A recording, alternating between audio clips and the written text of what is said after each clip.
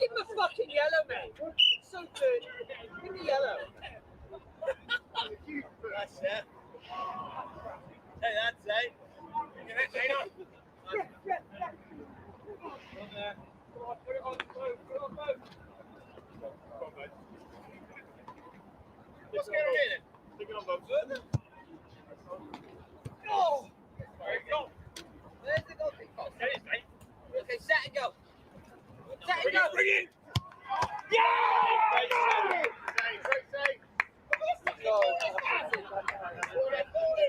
That's great. That's it. That is definitely going in. Corner. 2 yards in the ball's ended up. How's it not gone in? Look at the ball in. Corner, mate.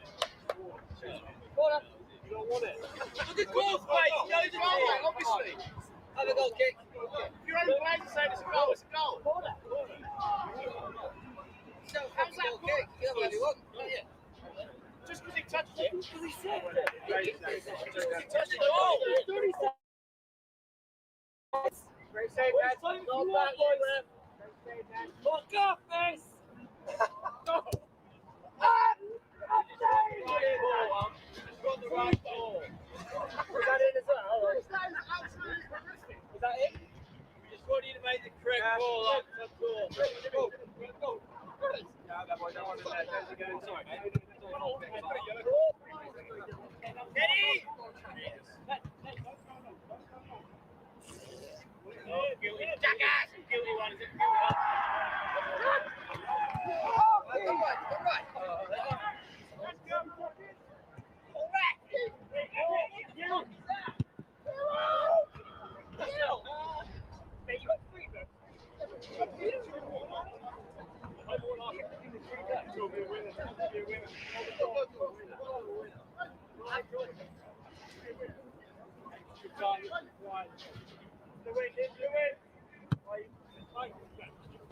Yes, Asa, kick it!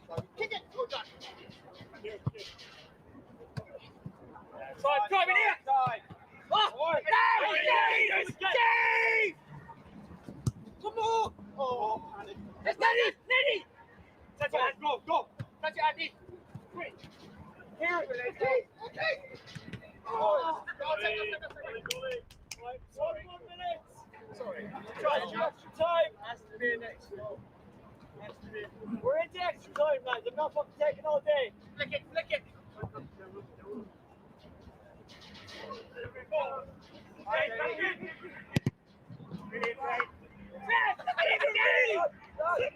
Go on here, Ref.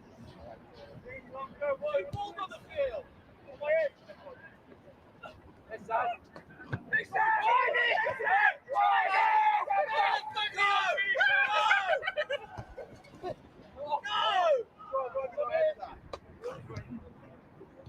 Bring it!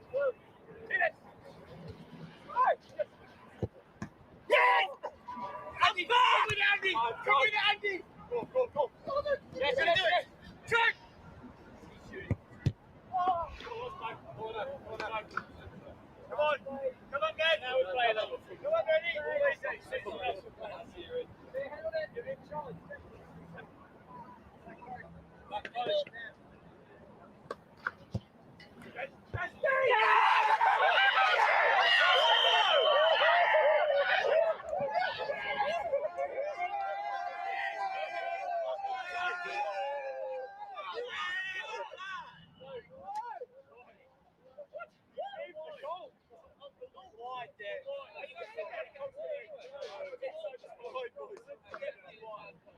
you're going to goal, that is definitely not a goal.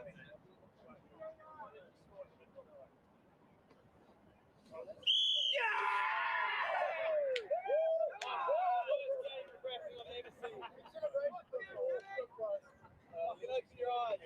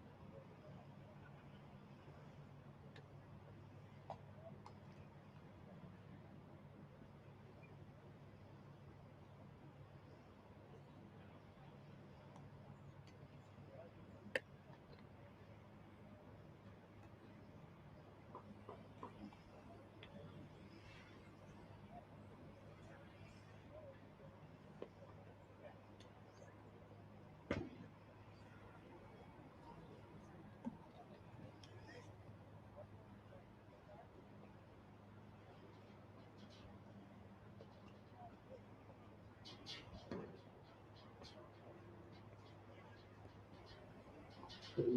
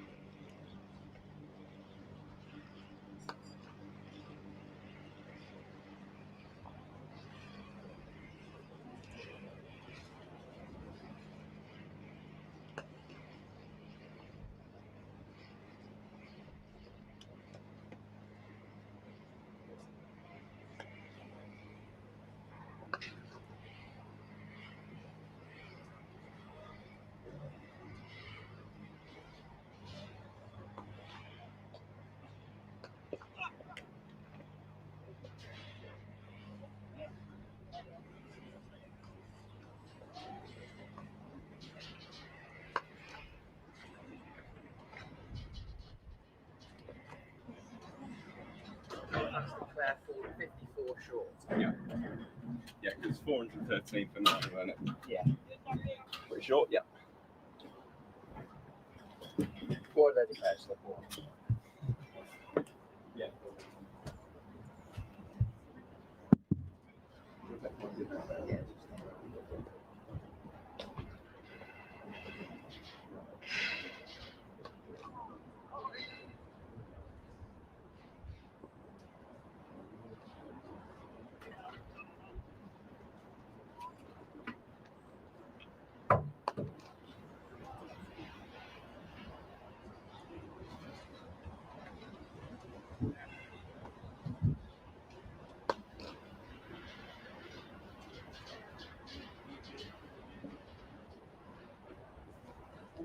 On the ground, mate.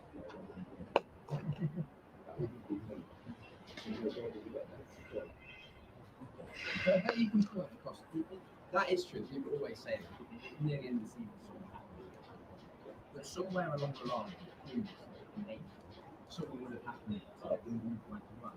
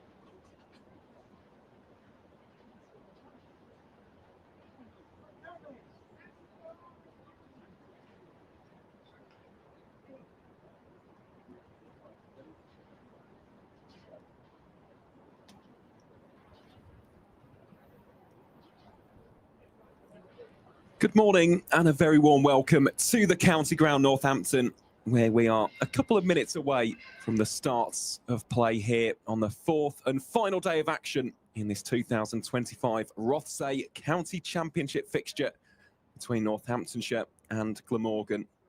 Well, as you can see on your screen there, Northamptonshire have declared overnight on a score of 413 for 9. So Glamorgan will head into their second innings with a healthy lead of 54 runs as the sun beams down here at Wantage Road. My name is Aaron Viles. Alongside me on commentary, as has been the case for the majority of this fixture, is the magnificent Harry Butler. Harry, I've asked it every single day, mate, but how have you been so far? Morning, Aaron. Yeah, feeling very well. Feeling very optimistic for the day's play. A lot of rain around yesterday, but not many clouds about on this day 4. And it's going to be a good day for cricket, I think. Most definitely will be. It was a frustrating day 3, wasn't it? I think we did a great job to get 20 plus overs in, and that is a testament to Craig Harvey and all of the wonderful ground staff here at Northamptonshire. Worked tirelessly all day long to ensure that that first innings could reach at least a somewhat satisfying conclusion. I think for both sides, Northamptonshire getting that 4th and additional batting bonus points. Of course, for Glamorgan in the battle for promotion, getting that 3rd and final bowling bonus point has been absolutely massive. So fingers crossed that the weather will continue to play ball here in the East Midlands today. Just looking at the forecast, it is improved compared to yesterday. Maybe some thundery and heavy showers around about lunchtime, but hopefully they will be few and far between, and we won't have too much delay here on what promises to be a fascinating day of action at Wantage Road. So it will be Liam Guthrie with ball in hands from the David Capel ends. Asa Tribe, the man in form, will be at the non-strikers ends and facing up to the first delivery of day 4 will be Zainul Hassan, the man whose run out of Safe Sabe could prove to be absolutely pivotal in the wider context of Division 2. Yeah, that a somewhat incredulous run out end of yesterday.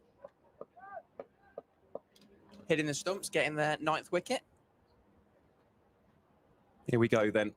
First ball on day 4. Guthrie it is to Zainul Hassan down the leg side, taken by McManus, and that will be a dot ball to start. A very good morning to everybody in the YouTube live stream, to the likes of Joseph and Ants and Maynor Man as well. Morning to you all. And as we've said on every single one of these 4 days so far, please do let us know where you're tuning in from. Always fascinates us to know where people are watching the coverage from and where you're enjoying the resplendent county championship. So that one keeps slightly low from Liam Guthrie. Another dot ball. Could not ask for a better start to the morning, though, in these conditions. Slightly breezy, that is the only supposed downside. Into our left there at the groundsman shed. The two respective county flags fluttering. What is quite a significant breeze, but sun is out, hardly a cloud in the sky over the ground.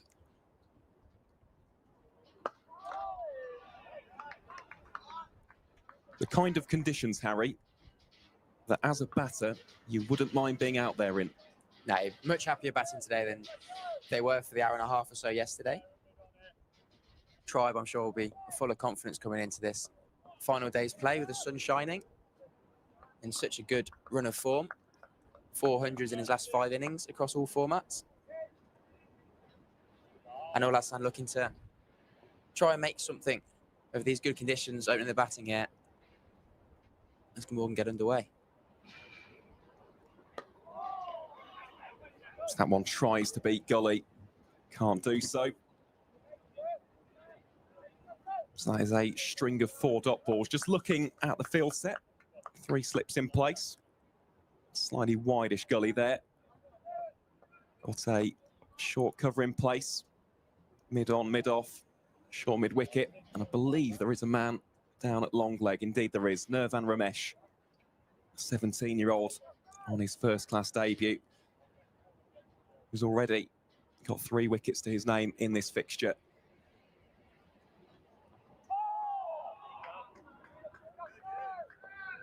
It's been a nice start here from Liam Guthrie. And we saw that, didn't we, Harry, on day 1.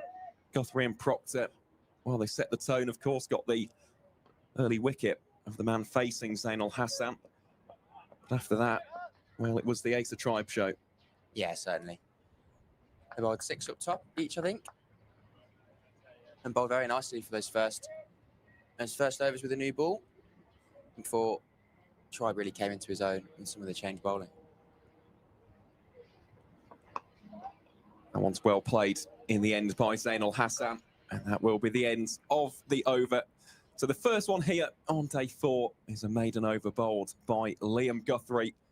We imagine it will be Luke Proctor with the ball in hand from the Lynn Wilson centre end. So impressive, wasn't he? Early doors. Finished with figures of 3 for 89 from his 25 overs. In Glamorgan's first effort with the bats. Of course, got the wicket of both of these players. Al Hassan for 7, Tribe for 206. Of course, Kieran Carlson dismissed for 4 from 7 as well. It was a pick of the bowlers on day 1. And hopefully he'll look to replicate as he gets Northamptonshire a little bit ahead of the game. Or not of the game, especially in this innings. Just get a couple early, see if he can dislodge the 4-man. And see where that leaves him for the rest of the 95 overs today. Well, indeed it is Asa Tribe, the man who is in the form of his life. As you mentioned, Harry, 4 centuries in his last 5 matches across formats. And here he is, facing off against Luke Proctor. Straight away, looks to clip it away in front of square. James Sales doing the fielding on that occasion. For those who maybe don't quite know what we're just alluding to at this stage, of course, 206 runs in this match in Glamorgan's first innings, 53 not outs for Jersey against Qatar. Quite simply exceptional, 175 against Papua New Guinea as well. And Proctor has overstepped, so that is an early no ball here in Glamorgan's second innings. First runs on the board there for the visiting county. As if that wasn't enough, well, he carried his bats against both Leicestershire and Worcestershire in the one-day cup with scores of 131 outs and 122 not outs at Sophia Gardens and New Road respectively. Against Essex, scored 71. So he is certainly prized wicket for the Tudor Rose. So that will be the first run off the bats here on this fourth and final day. Of course, a reminder as well for those who may be a little bit newer to the county championship, even though we did lose all of those overs yesterday, we have got set parameters on day 4. So it's 96 overs. Of course, lunch will take place around about 12:30. So no further overs have been added.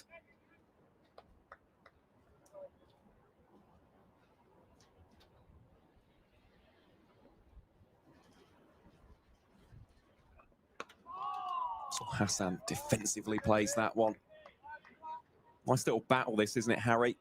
I mean, as more of a batting option yourself, when someone has got you out in that first innings or in a previous game, does that ever play on the psyche? You try not to let it, but as ever, it's going to. If you have a bowler running in that knows how to get you out previously, you do try and just concentrate that a little bit more. As he's forward to block, just concentrate that a little bit more.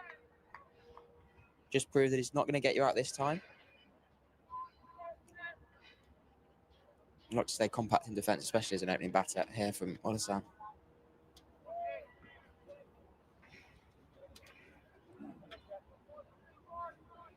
Proctor around the wicket there is going to look to stay pretty straight, I think, onto that off stump, use the angle, see if he can extract anything from this day 4 pitch. Saw the second ball of the first over stay a little bit low. As Alassane presses forward again. See if we can see any more of that. The bowlers will be happy to see more. Batters less so. But if Glamorgan have aspirations to win this game, they won't be too upset if they start to see the pitch misbehaving. Very good point. Of course, Glamorgan all the way back on day 1, having won the toss, chosen to bat. To be honest, they did cash in. So too, though, did Northamptonshire. Oh, that one is a very tight leave. Goodness me. Well, there's 2 types, and on that occasion, that's actually a very good one from Zainul Hassan. A replay of that, mere millimetres away from seeing the off-stump castled. Good take as well, wasn't it, by Lewis McManus. So that is the end of the over. 3 runs from it. And Glamorgan now 3 without loss after 2. Yeah, good leave. Eventually. Not far away from it not being one. Just found a little bit more shape there on the last delivery. Hassan had been pressing forward to those straighter ones, but no harm done leaving that one alone. As you see the left arm of Guthrie now to the right-handed Asa Tribe. Well, how Northamptonshire would love to put a cat amongst the pigeons. Get Tribe out early. 3 slips awaiting in the cordon. So that one pushed a little bit wider.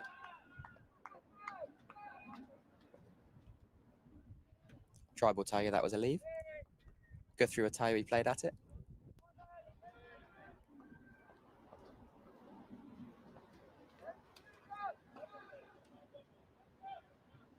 Those 3 slips of Northamptonshire spaced a little bit further apart. First and second in sort of normal positions, but then that third man probably moved over to sort of a 4th slip, perhaps. Straight from Guthrie, locked into the onside. Yeah, definitely. It's more where a conventional 4th slip would be, just outside of the line of the camera there. But it is Justin Broad, the men in that cordon, in Calvin Harrison and Ricardo Vasconcelos. Of course, Harrison could have a pretty large role to play on this surface. Been plenty of turn, especially for Mason Crane. So that one down the leg side, and Guthrie has overstepped. So it's a second no ball already here for Northamptonshire. That one called straight away by the standing umpire. So the lead now up to 59 runs.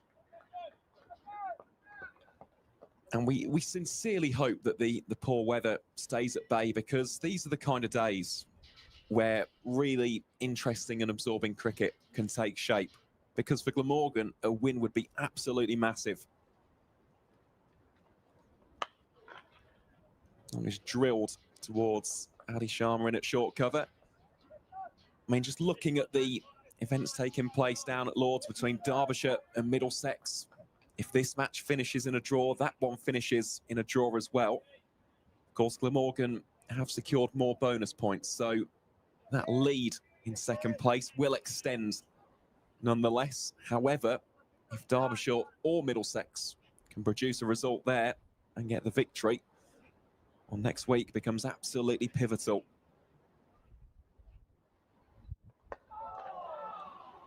Tribe defends that one down to mid-on for a dot ball.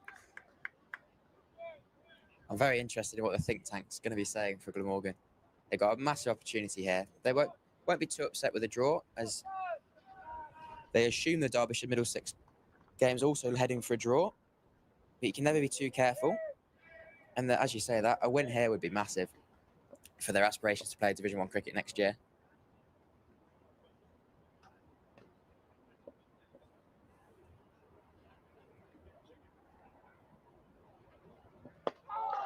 Tribe looks to work that one just wide of mid-on, and he does scarper through for the single. Of course, that was a real strong area of scoring for the Jersey International. Spoken about it on the wagon wheel, but 75 of those 206 runs came via that exact region. Just out to what would be a wideish long on and in front of deep mid-wicket. Tremendous area of strength. You imagine that Luke Proctor, Northamptonshire, will be hoping to plug that gap.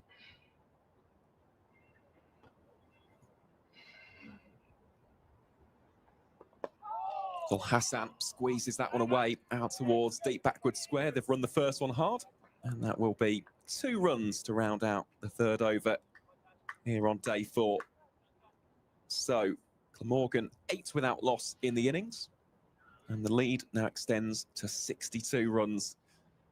And the other important thing to mention, of course, as to why that game between Derbyshire and Middlesex is just so crucial, is the fact that in the very next round of fixtures in Division 2, well, it's Derbyshire versus Glamorgan at the County Ground Derby.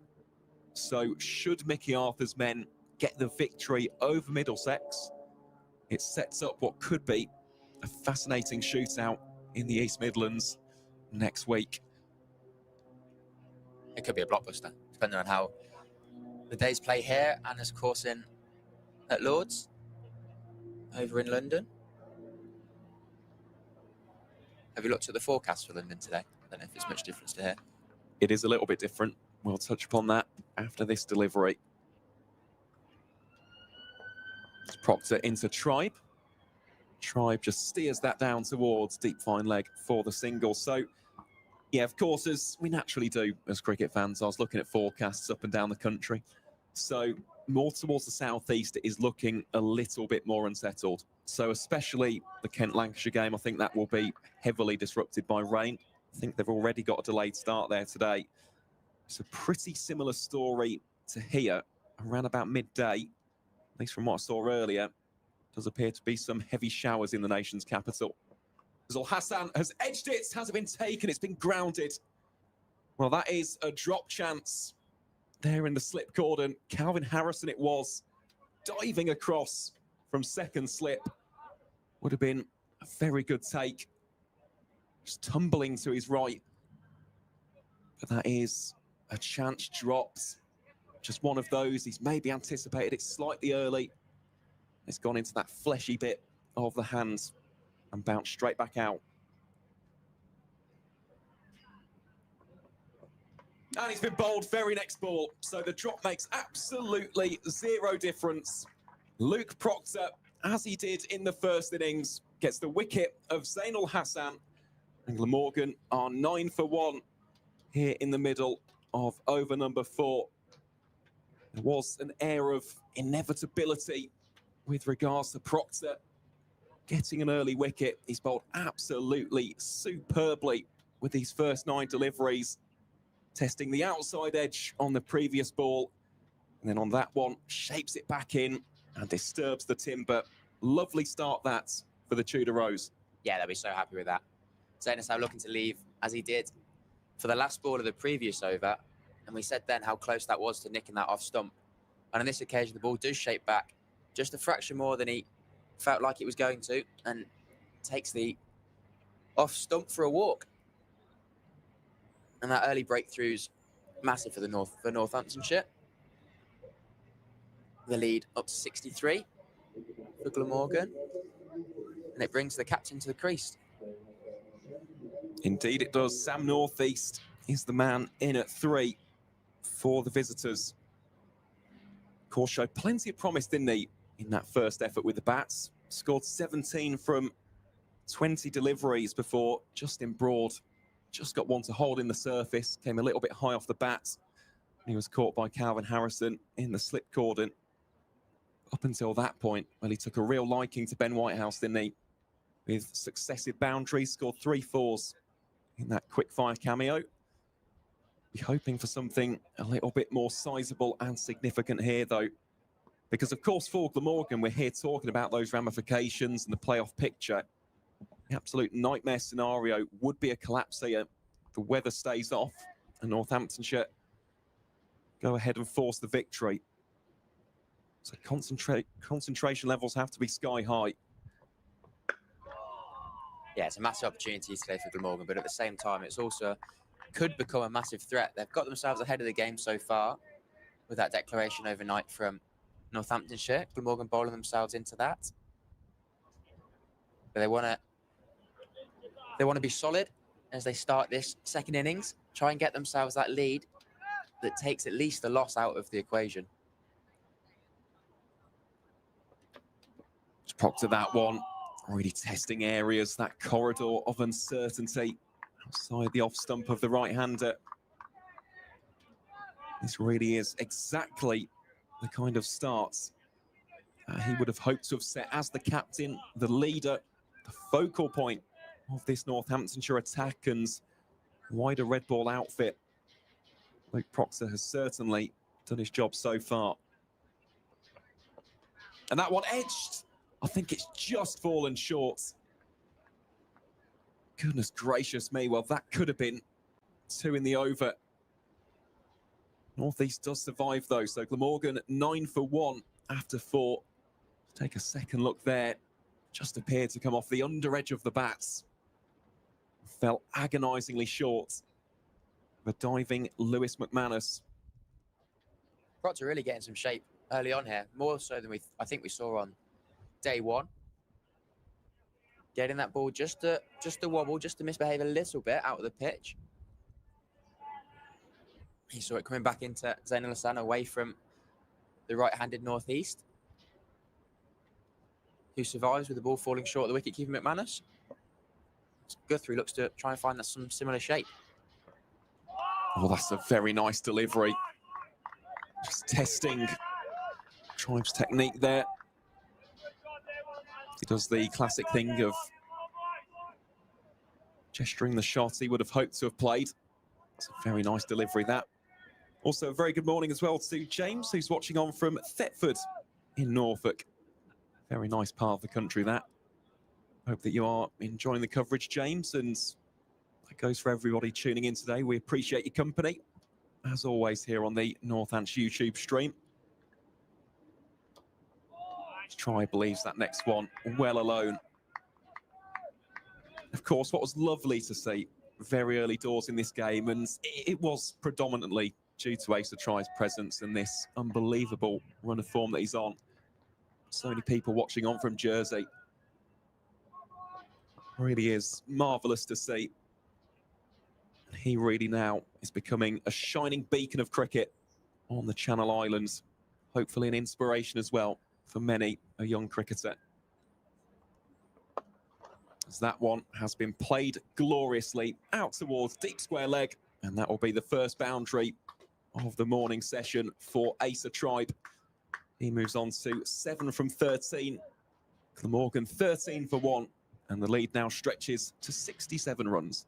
Yeah, another glorious shot from Asa Tribe. We're seeing how when the Northampton bowlers have got slightly too straight, he's just been able to whip it away off his legs and nail that across the practice wickets. And it flies away for the first boundary. And indeed, Northampton recognising the strength and deep square leg heading out just to protect that boundary, protect that. Such a prolific shot from Tribe. Just try and take it away a touch. Only let him have one out there. Well, that one's slightly uppish from Tribe. Stopped by Northamptonshire's Centurion, Safe Sabe. I mean, what a knock that was. Of course, Tribe will make the headlines with that exceptional 206, but Safe Sabe this season, he's flown far too under the radar for my liking. 6 centuries and 450-plus scores. So he's converting over half of his 50s into centuries, and they are big scores as well. That one yesterday wasn't 104, it was 145. So that one has been steered away by Asa Tribe. The ball just slowing up a tad bit here on this outfield. Of course, there was a little bit of overnight rain and some sprinkles of drizzle a little bit earlier on. So it's not as lightning fast compared to days 1 and 2. And as a result, that will just be 2 runs instead of 4.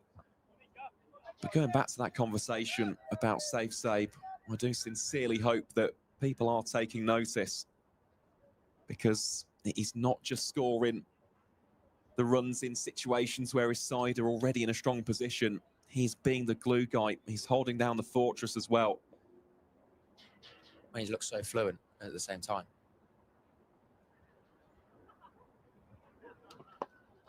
Tribe clips that away. Off the torso, down towards deep square leg. And that will be a single to wrap up the over. So Glamorgan now 16 for 1 after 5. The lead now goes on to 70. Yeah, as we're saying about Safe Sabe, 10 times he's passed 50 this season, 6 times getting to a 100-plus score. And he's just looked almost inevitable batting against the Red Bull this year. He's got all the shots, and this year he's kind of come into his own, knowing when and how to play them. Scoring all around the ground. We saw especially against spin yesterday, and batting with the tail. He was reverse sweeping, pulling, hitting straight. Little paddles as well, just to manipulate the field. And he's just felt like he's really got that nous of how to score runs, and score a lot of them, especially this year. Here is Luke Proctor then. Bowling to Tribe, and there's a few appeals on the slip cordon. Bowler completely uninterested by that one. I think it does come back to just Safe being comfortable now with his game. He knows that he's got all of those shots. I mean, what we saw as well with those ramp shots, I mean, that was absolutely ludicrous, but he knows when to get them out of the locker. Tribe advances, clips that gloriously out towards deep forward square for the single. He's not doing it every single ball. It's not a bag of all sorts where he's pulling 1 minute, ramping the next, reverse sweeping, going for the straight drive and not knowing which deliveries to play them against. There's a real method to his batting at the moment. And I came back to this on day 2, but it's all built around a solid defence. His forward defence is solid as a rock. Northeast here defends that latest one. I mean, the example I use in international cricket at this stage is Ben Duckett. Of course, a name who'll be familiar to Northamptonshire fans, being previously of this parish. But you look at his evolution for Nottinghamshire and for England, and yes, he's a very dashing and enterprising player, lovely player of the cut shot. But he's also so strong on the defence. I think that's a great comparison to Ben Duckett there. Not necessarily 2 people you'd think of for their forward defence, but 2 people who make defending the ball off the front foot look so easy. They just drop the bat, play it with soft hands at all times, and It feels like they use such little effort to keep the ball out. And it's quite disheartening as a bowler to run in and see someone not have to try to keep your best ball out. And it does make you go searching and play to their strengths where they cut, pull and all the rest in all other directions. Well, how many times do we see it with bowlers, to Ben Duckett in particular? They keep it nice and straight, and he'll block, he'll block, he'll block, he'll play it on its merits. And then they'll bowl the loosener short, wide, and he slashes it to the boundary. It doesn't even have to be a loosener. It's any width at all Ben Duckett can throw his hands at, and I think Zabe's pretty similar in that sense. Oh. Well, that one has been put down. It's the second drop catch here for Northamptonshire in the morning session. And this time it's Justin Broad. Again, it's one of those, it'll really sting the palm. Just went down for a second. He does appear to be okay here, does the German international. What a catch that would have been. I'll just take a look at the replay of this. Would have been, it's a sharp chance. It's one of those, though, that Justin Broad is such a good fielder. You would expect him to snaffle that one, but fortunately for him, it wasn't to be on that occasion. So North East survives another edge. Of course, the first one wasn't a drop. It's the under edge, which almost carried to McManus, but that one definitely made a connection with the palm of Justin Broad. So the visitors 17 for 1 after 6. Prod to be so happy how he started to North East at the other end. As you see Guthrie come in now. Straight is 2 straight. And he's clipped round to that deep backward square. And deep square leg runs around to field, and then lets them get back for 2. Yeah, I'd be so happy how he started to North East from the other end. North East, obviously such a prolific run scorer for Glamorgan in this red ball competition. But he hasn't looked quite at ease yet against the Northamptonshire captain. Both captains facing off early on day 4. But he's still there, and that's what he'll have to keep telling himself.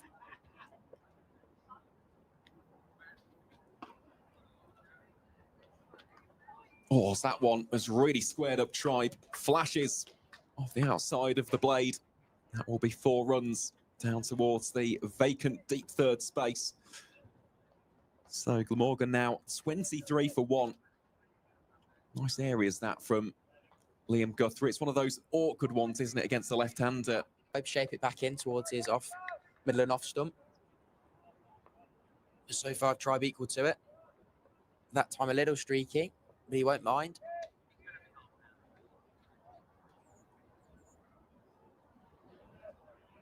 Look, Tribe's going to keep trying to use that angle as it shapes into him. Really likes it as they get straighter to him. And he's going to look to continue to score. As any man with so many runs to his name in the last month, or even less so.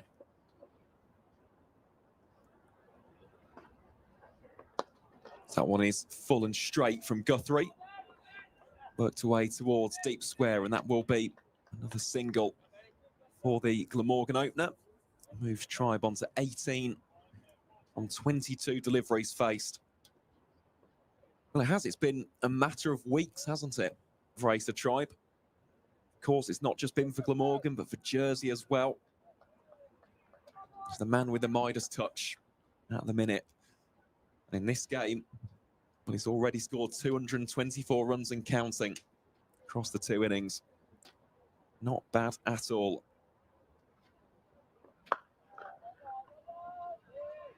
(22nd of August), his first 100-plus score. Only the 11th of September now. So lots of runs in the last 3 weeks.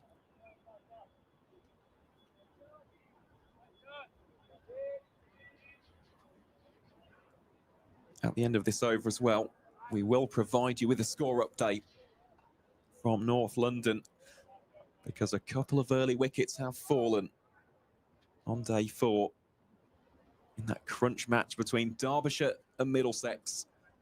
A fixture which could have ramifications on the playoff push. On his full, driven through the covers there by North East. Didn't quite get the desired timing, so just the single will be taken. And upon the conclusion of over number 7, Glamorgan are 25 for 1. The lead stands at 79 runs here at Wantage Road. So, yeah, we'll take you through the scores on the doors across Division 2, and we'll start at the home of cricket, where Derbyshire are 51 for 3. Ryan Higgins and Toby Rowland-Jones getting the early breakthroughs there for the Saxes, as the East Midlands outfit lead by 36 runs with 89 overs of the day remaining. So that one could be very interestingly poised indeed. As for the game taking place down in Canterbury, well, that one has been delayed due to rainfall. So Kent's 206 for 5 in their second innings, leading Lancashire by 215 runs. But looking at the forecast, doesn't look amazing in the southeast of the country today. And last, but by no means least, similarly in the East Midlands this time, well, it was slightly rain affected between Leicestershire and Gloucestershire, but they are playing on day 4. It's Proctor tests the outside edge there of Northeast's bat. Does well to hold the line on that one, does the Glamorgan captain. So Gloucestershire are 61 without loss in the second innings. They lead the table toppers by 201 runs with roughly 89 overs of the day's play to go in that one. Of course, we do have plenty of action as well in Division 1, which we'll go through after this next ball. Defended by Northeast. So we have got a delayed start down on the south coast. Unfortunately, there's no play before lunch. That game between the southern rivals, Sussex and Hampshire. Sussex 37 for 1, chasing 241 further runs for the victory over their big rivals. Northeast leaves that one alone outside the off stump.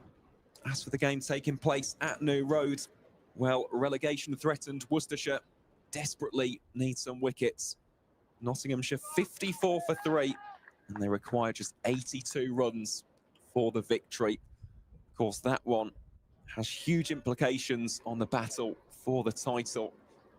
We'll talk about that in a few moments' time. As Proctor keeps it in that excellent area. Really testing Sam Northeast here so far. Going back to that chat about the title race, well, Surrey 317 for 5 against Warwickshire. So there's a definite ploy there for the Brown Caps. They've come out swinging. They want to get some early runs and then apply some pressure on the Bears in the run chase. That one straighter, clipped away to James Sales for no run. So that will be a maiden over by Luke Proctor. Look at those figures, 1 for 5 from 4 overs, one of which, of course, has been a maiden. So Glamorgan 25 for 1 here at Wantage Road. And in the other 2 games taking place at Taunton and Chelmsford respectively, well, let's face it, the game, unfortunately, down at the Cooper Associates County Grounds is destined for a draw. Somerset declared on 441 for 6. And in response, Yorkshire 39 for 3, but that one really has been heavily impacted by the inclement weather.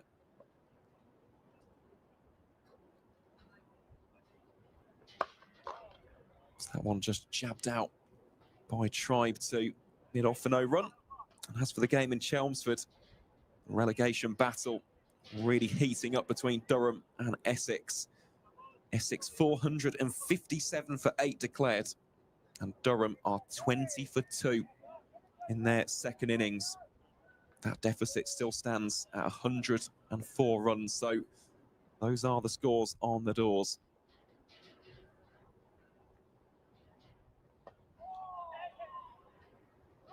That one will be half stopped, and a single will be ran by Asa Tribe. No, that previous over was a real test there for the Glamorgan captain against Proctor, who's bowled very nicely this morning. Just getting a little bit more shape, Proctor. Field slightly changes. for Guthrie to bowl to Northeast as opposed to Tribe.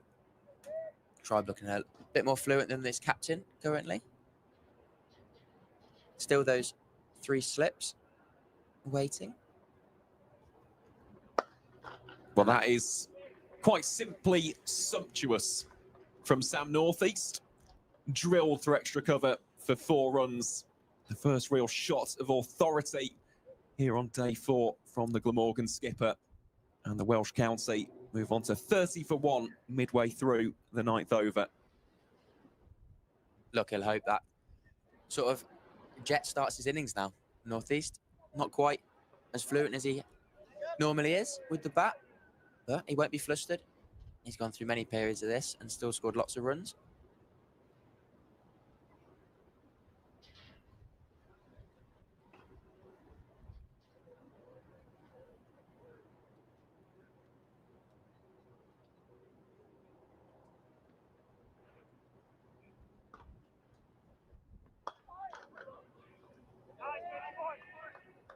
Tucked into the leg side for no run. That mid-wicket fielder up into the circle for Northeast.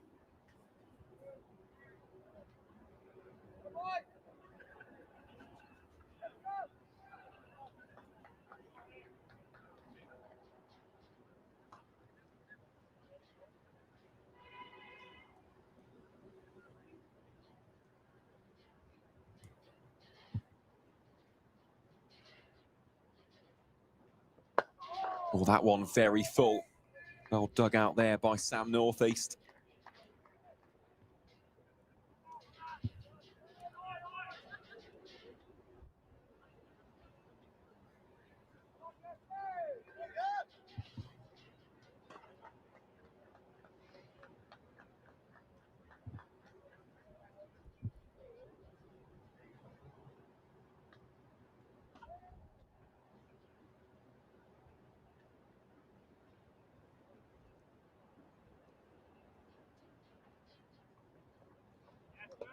That one a genuine bumper. Pulled very short, and in fact, too short for the umpire's liking. So wide has been signalled. Guthrie will have to re-bowl that one.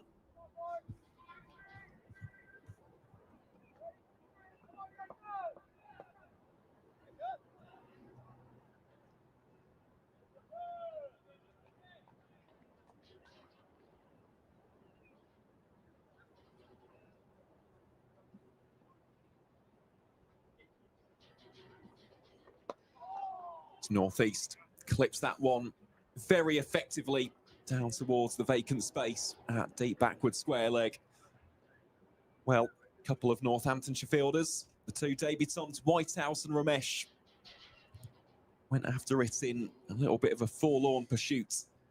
But that one was always racing away for 4 runs. So Glamorgan at 35 for 1 after 9. Lead now extends to 89 runs, and I know it is very early here on day 4, Harry, and we haven't seen spin as of yet. But let's say you are in that Glamorgan think tank, seeing those first innings scores of 467 and 413. What do you think they'd be happy with regards to setting Northamptonshire a target? Well, that's the $1 million question today. We haven't seen spinners yet. I think that's going to be a big factor. We saw Mason Crane take 5 yesterday. But we see those 2 big scores in the first innings, and this is a game that Glamorgan can't really afford to lose. So I can't see them dangling the carrot too close to Northamptonshire. If they had, of course, only if they have their say in things their way in the batting innings. But we do see the pitch is misbehaved slightly so far, but it's not quite broken down as much as some thought.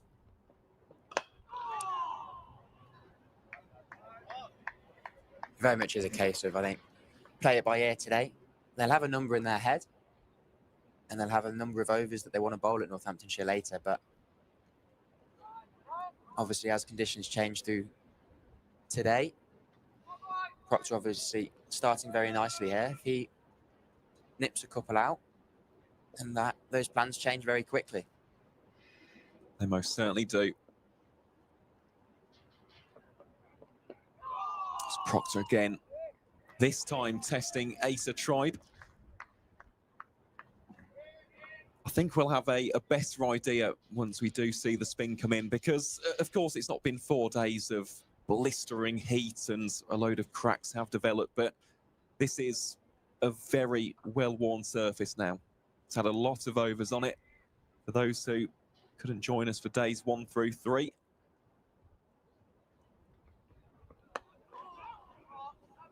We already saw 2 50-over matches take place on this very same wicket.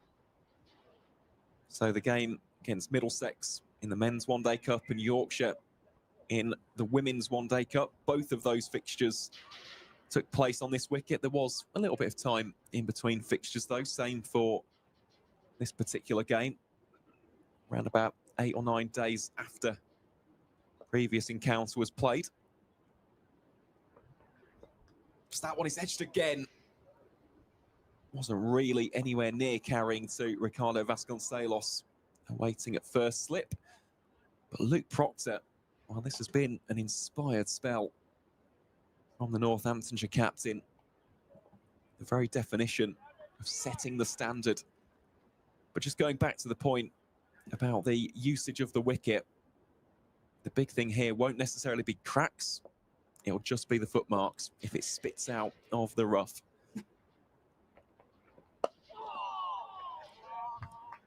Proctor rounds out the over with another dot ball, and that is a second maiden over of this spell already. Keeping it very shrewd, very tight, and very miserly. Look at those figures. 1 for 5 from 5 overs as Glamorgan find themselves 35 for 1 after 10 overs of play. We're going to see a change of bowling here for Northamptonshire.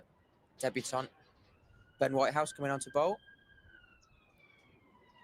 It was an all-action first spell on the first day that Whitehouse bowled, especially to North East. Managed to strike the Glamorgan captain on the elbow early on, but North East hitting back with a successive boundaries,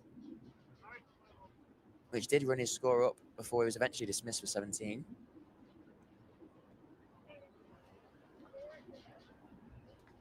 Slip comes out for Northamptonshire. Extra man goes into cover. The 2 men out catching for that short ball, deep square leg and fine leg, as we saw Whitehouse. Well, that little bit short in the first innings, but he starts on what Proctor will be happy with, a little bit of a better length to the Glamorgan captain. I think it'd be interesting how Glamorgan face against the debutant here. They were obviously very positive in that first innings. Latching onto anything short and not quite in the right area. The Whitehouse will be looking to bowl a slightly better line today. And if anybody's going to extract a little bit out of this pitch on day 4, it's going to be Whitehouse with that little bit of extra pace as opposed to his senior teammates.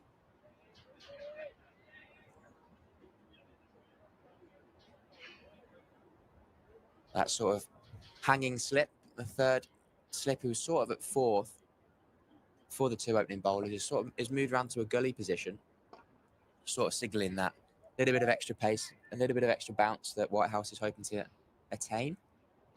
As he's in again and draws a false stroke from North East. We saw in Guthrie's final over at North East plant that through extra cover, but on this occasion he can't find that gap between cover and extra cover.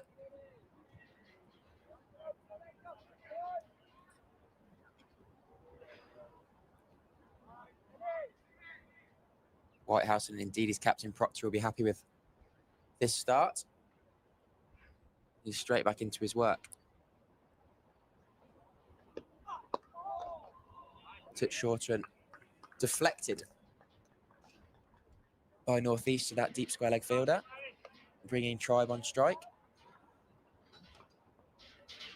Who I don't think faced too much of Whitehouse in that first innings, as North East was camped at his end.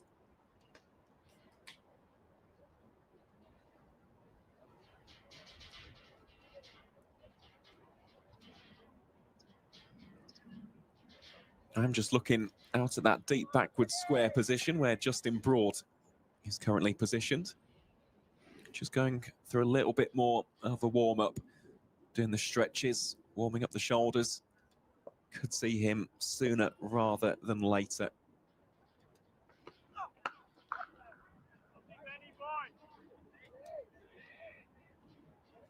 Still the same field though, isn't it, for both North East and Tribe? So 5-4 more so on the offside. As you mentioned, Harrison there at gully, Vasconcelos at first slip.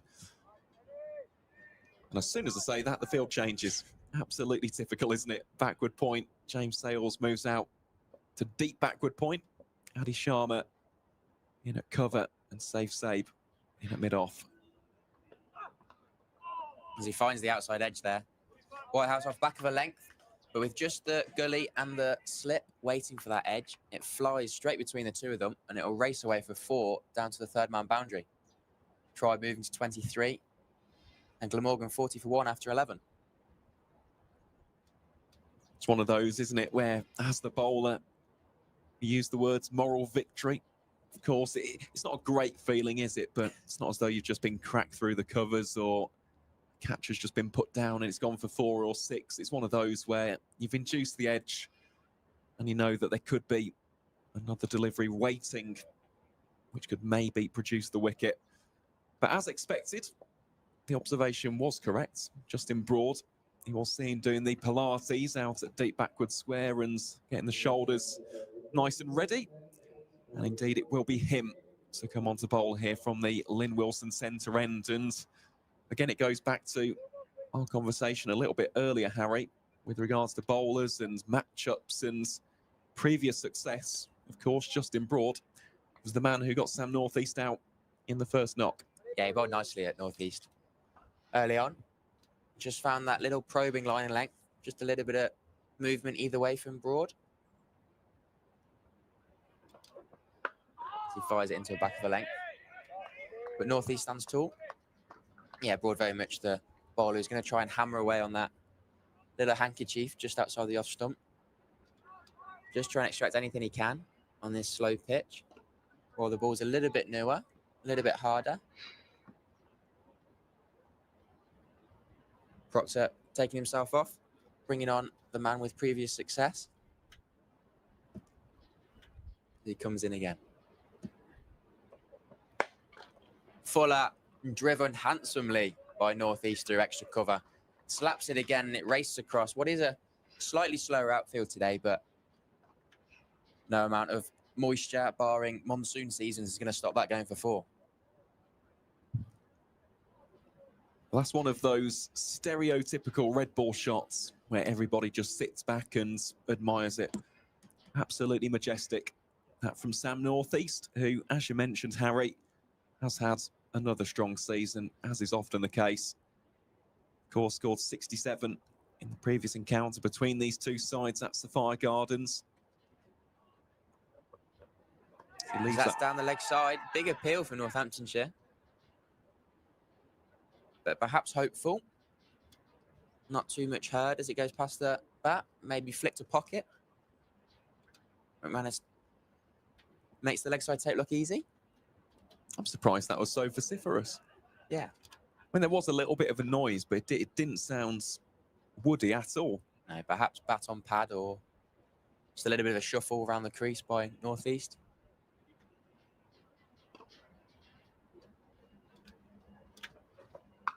As that's rocked onto the back foot. Too short for Broad. And North East cannons that away through a straight point. And it flies away for 4 across the practice wickets here at the county ground. And that with a second boundary for the over from North East. Yeah, that is another marvellous shot, isn't it? As you said, gets into position nice and early. Lovely balance. Places it with the utmost precision out towards deep points. Moves Glamorgan on to 48 for 1. And yeah, just to leapfrog back onto our previous point, that's 67 against Northants, scored 63 against Derbyshire, 50 away against Gloss. Of course, those 3 centuries against Middlesex, Leicestershire and Lancashire respectively. Now North East would love to add to that tally here with the big score today. Shorter, moved into that catching mid-wicket position where second slip has just manoeuvred himself to. He does make scoring runs look very easy. The Glamorgan captain stands very still at the crease. No hey-ho or real effort, seemingly, from the captain, which allows him to put together those massive totals we've seen in previous seasons.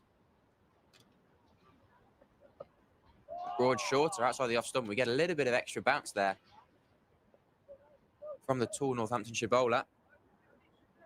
North East tries to deposit it through point again, but the ball flies over the top edge of the cross-batted shot. But that was the end of the over. 8 from it.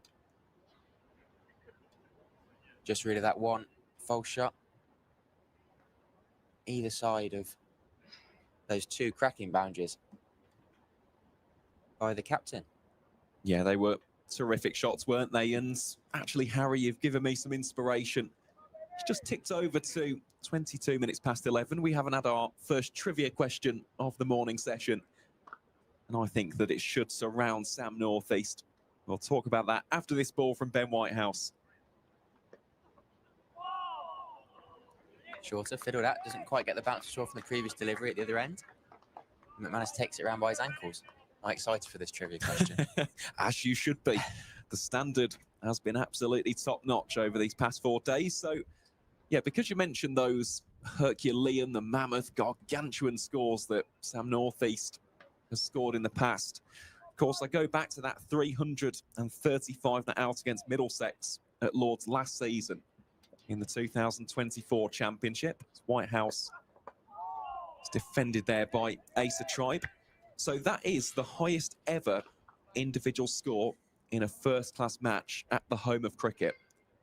The question, however, is whose score did he beat to reach that milestone? That's a great question for the comment section, I think. It is. Certainly is. We'll give until the 15th over, shall we say, to get the answers in for that. Although I imagine there's some who already know.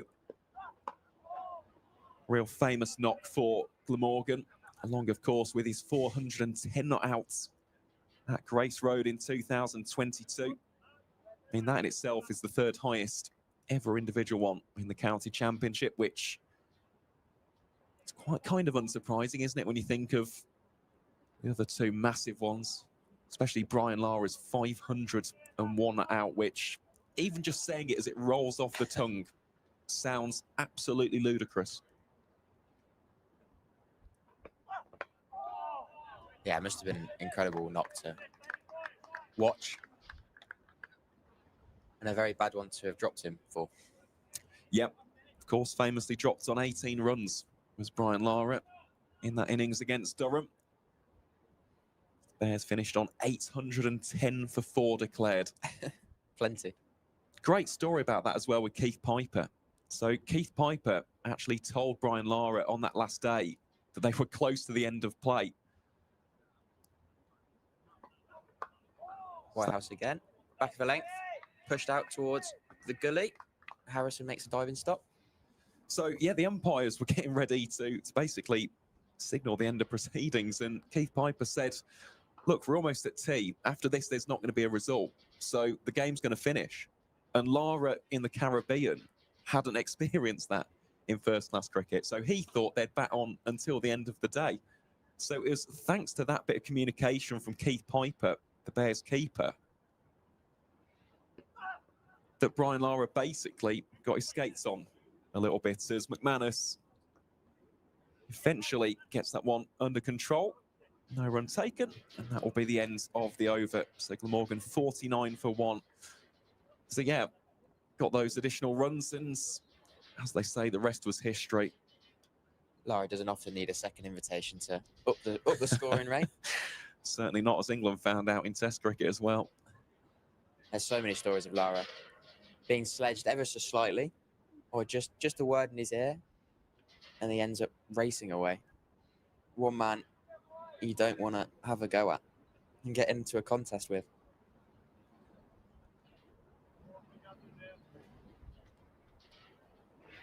No, definitely not.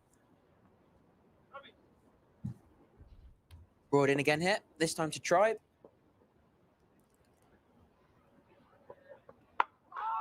finds that length and hammers the splice of Tribe's bat.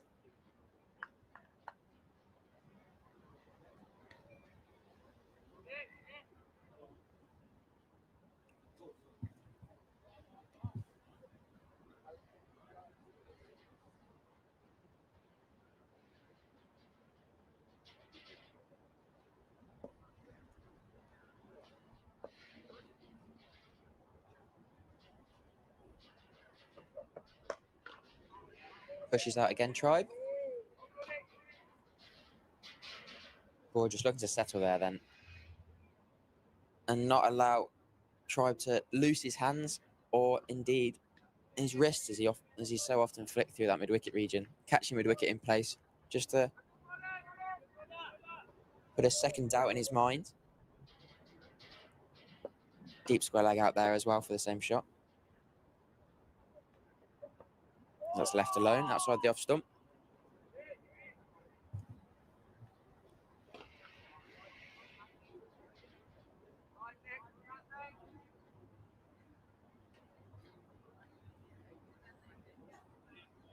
Sun's still shining here at the county ground. Lovely day. A little bit of wind as you see the players with jumpers on in various positions. But a much more positive day than we saw yesterday, when only an hour and a half of play was necessary in between those showers.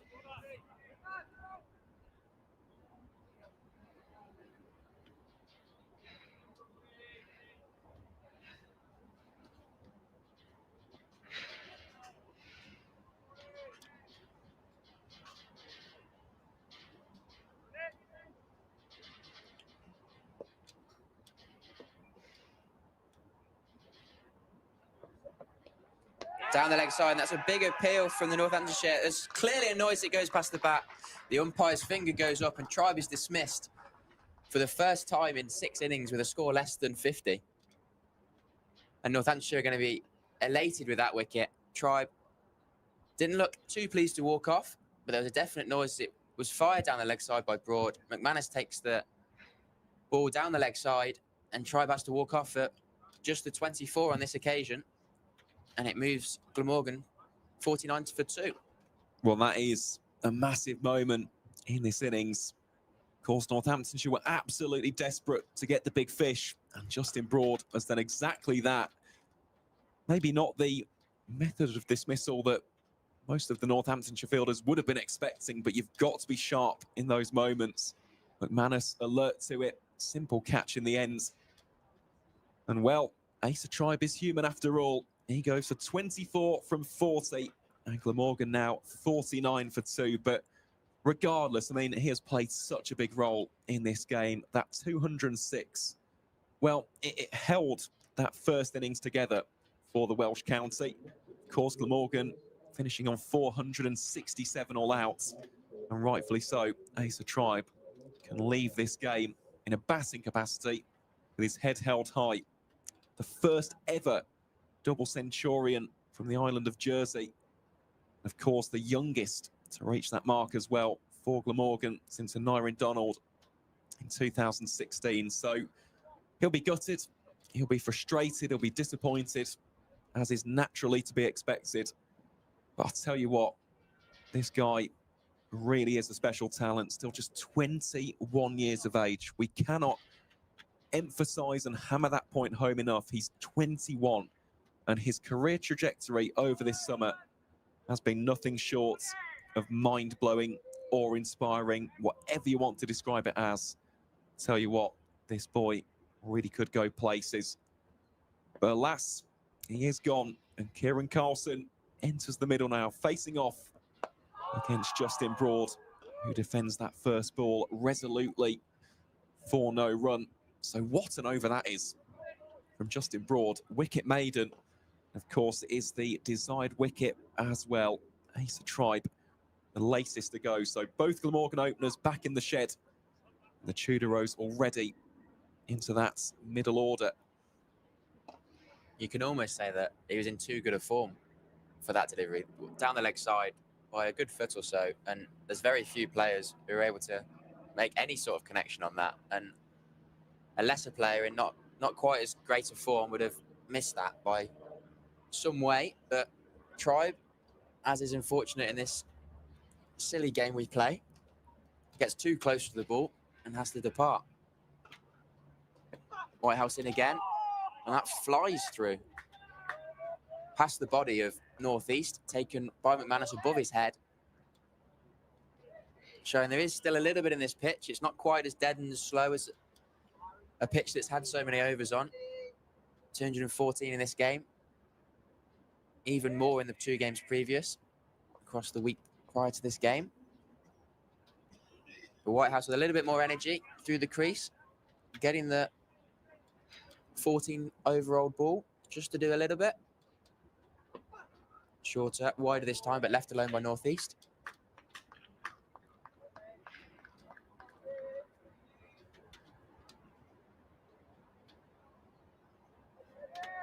Of course, Tribe will be disappointed, but 230 runs in the game, he'll be pretty happy with that. Does deplete his average over the previous 6 innings, though, which was racing above 700.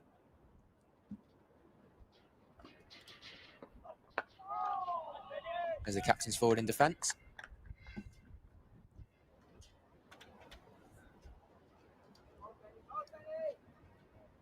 Couple of arm 12s from Harrison at Gully. Perhaps preparing for spin in the not-so-distant future. We'll see how the pitch takes to spin. Obviously, as Aaron alluded to, cracks not so much. We've had a little bit of rain, but footmarks are plenty across this pitch. And there's the extra bounce again from Whitehouse, and that's really pleasing to see from multiple perspectives in this game. A little bit of extra bounce for the seamers.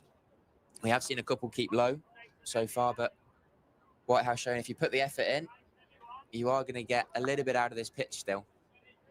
And credit to the groundsman, I think, here at Northamptonshire to get this pitch, which we thought might spin and be a little bit dusty with so many overs on, but it's been a great batting track so far. And indeed, still with a little bit for the bowlers. Well, there is, and this has been a nice start to the spell, hasn't it, from Ben Whitehouse? As we both alluded to beforehand, it was a difficult start, especially against Sam Northeast. Kind of climbed into him very early doors and maybe just disrupted the rhythm. But you can see here today, he's just stringing together those dot balls, building that pressure, putting it in nice areas. Here he is then to round out the over. Is that straighter? This time from Whitehouse, Northeast gets round it to tuck it away, down to fine leg. For just the one off the over. He's such an exciting prospect. He didn't quite have the rhythm as he got a little bit of tap in the first innings, but the 3 overs we've seen so far, he's found a little bit more. And Northamptonshire were delighted for that. For the young man on debut. I'll tell you what, Harry, we have got a winner as well in the YouTube comments. Johnny B absolutely was. Graham Gooch, 333 not out against India in 1990. What an effort that was.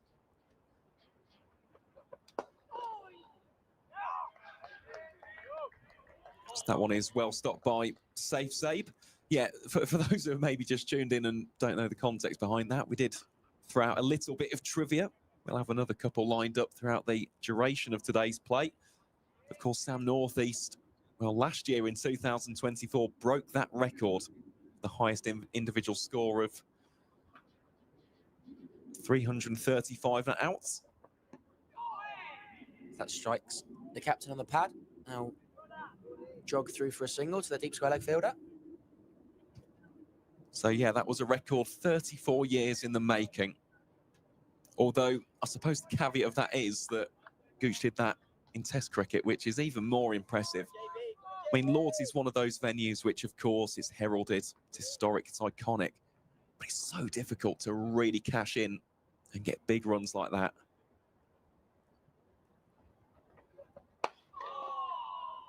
It's very much a skill that seems like you have to bat on there multiple times to sort of cash in for those big runs, especially with the bat. Everybody talks about the slope, and so cliche, but obviously is true. You see in all formats, scores at Lords a little bit lower. But that 333 knock from Gooch was simply incredible. Outside the off stump from Broad. Carlson leaves alone. I suppose that has inspired my next question. This isn't trivia as such. This is just a little bit of interaction, basically. And nice question. What do you say is your favourite Test innings of all time? One which immediately springs to mind. I think for our generation, Harry, Ben Stokes at Headingley. That's as much as I was going to say. You Yeah. can't look past that, I don't think. No, because that was unbelievable. That's short and pulled away very conservatively almost from Carlson. Just tucks it around the corner. He knows he doesn't have to get too much bat on it with no deep square leg fielder. Beats mid-wicket square. And it'll just meander over to the boundary for 4. Out the middle of the bat. And as easy as you like, Carlson picks up his first runs and his first boundary of the morning. Nice shot that from Kieran Carlson. He'll have some nice confidence as well, won't he? After his spell with the ball in hand. His Broad's back, straight back onto that length. And Carlson just plays inside it. End of the over, 55 for 2. Glamorgan leading by 109 runs.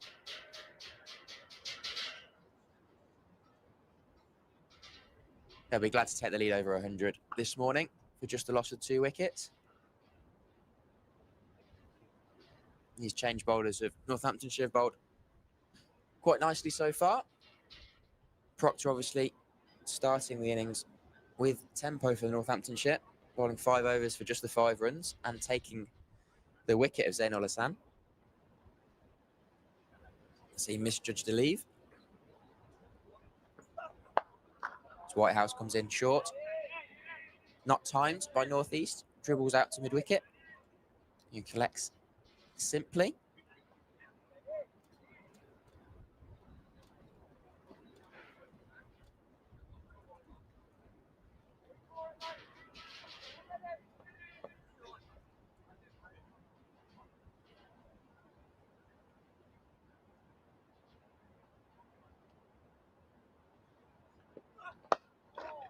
Driven down the ground.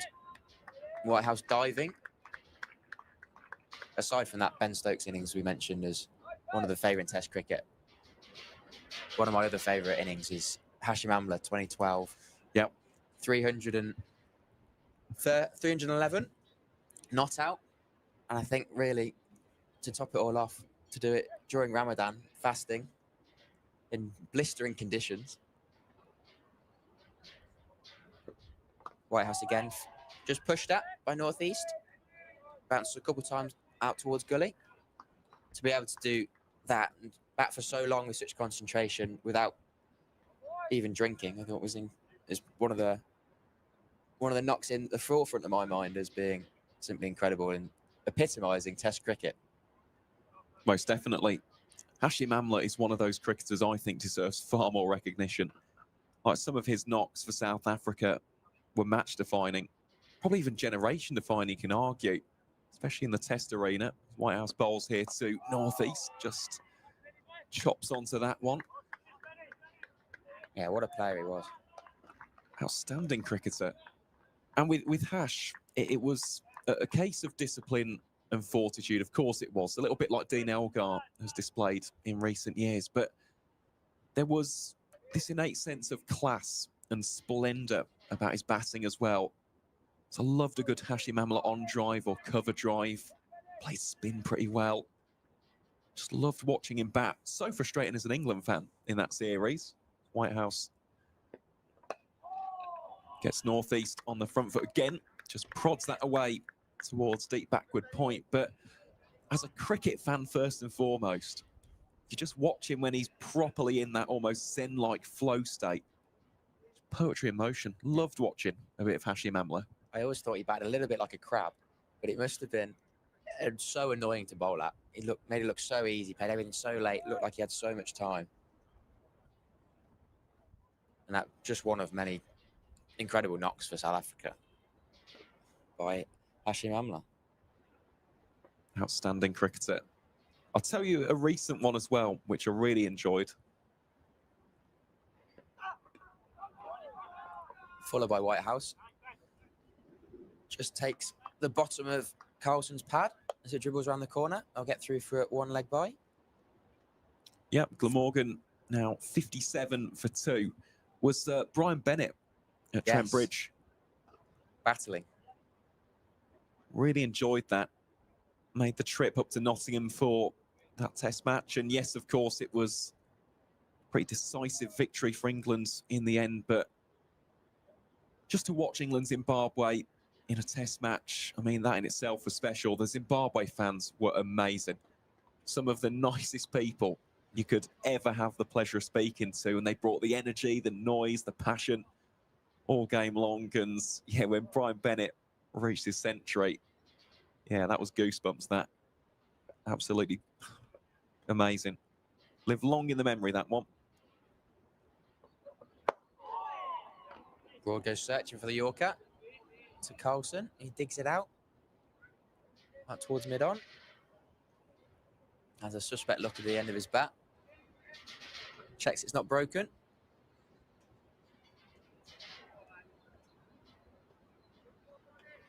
Nearing the end of the season, maybe he's only got a couple left. Doesn't want to break another one.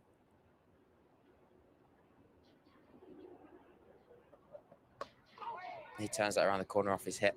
Fine leg, chases it around the corner to try and cut off the second, and Carlson, despite sprinting the first one, can't get back. No, I'm sure he's got plenty of bats left. The pros carry so many these days.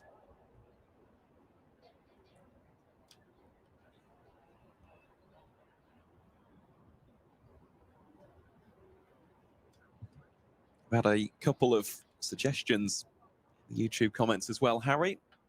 Touch upon those after this ball from Justin Broad, as he will just have to go back to his run up there. Slight little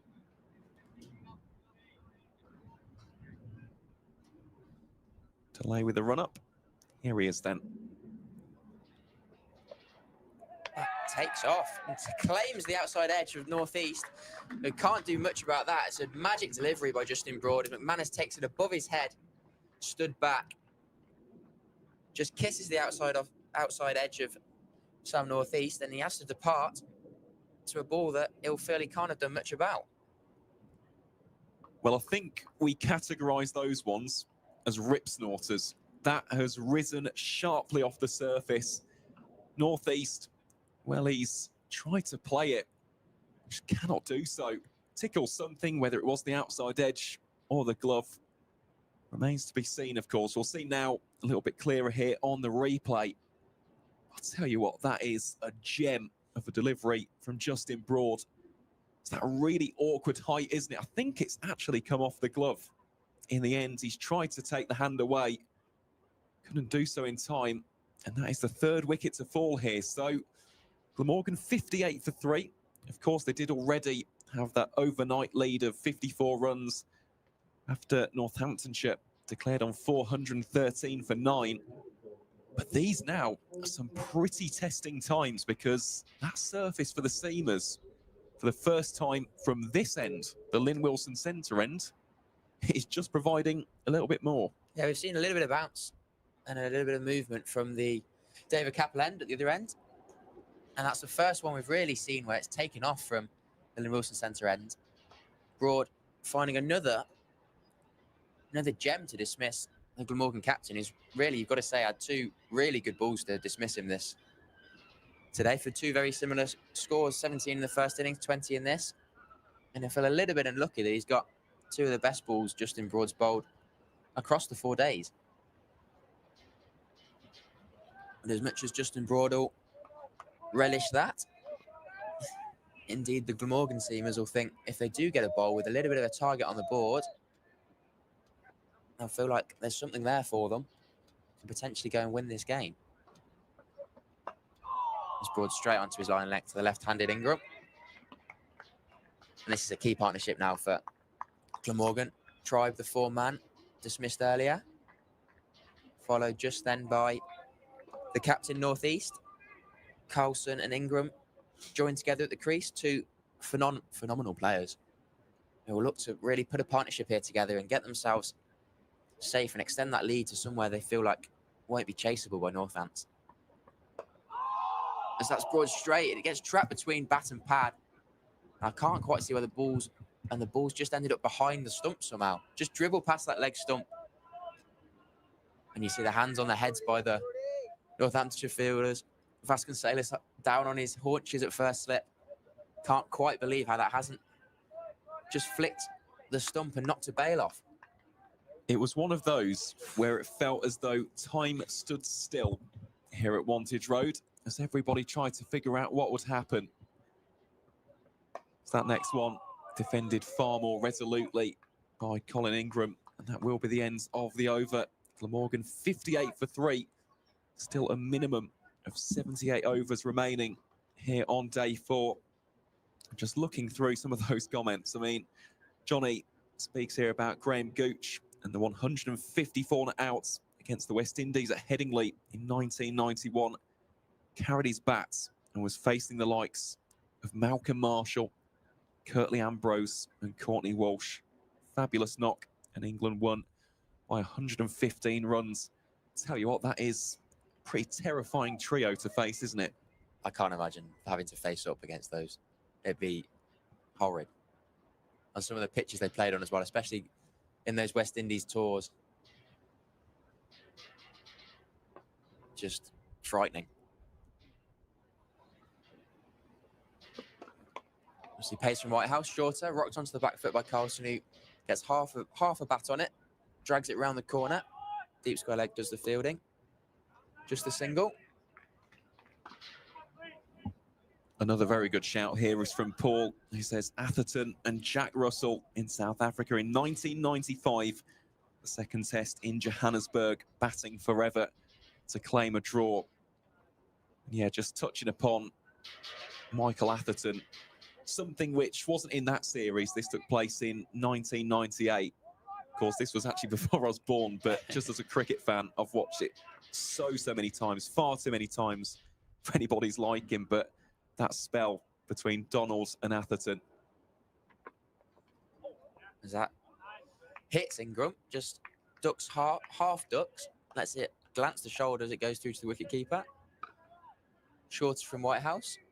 Ingram happy enough to have it hit him on the bicep, I think. Yeah, he's done well to just get out of the way of that one as Colin Ingram. But yeah, going back to that spell between Alan Donalds and Michael Atherton, I think it's what we describe as absolute cinema. Unreal viewing. That's shorter and pushed off the back foot, off the outside half of the bat, and Point makes a diving stop. Just to keep that to a dot ball. He's done well there, hasn't he, Justin Broad? Gets down nice and early. Of course, he'll be brimming with a little bit more confidence after that big wicket of Sam Northeast.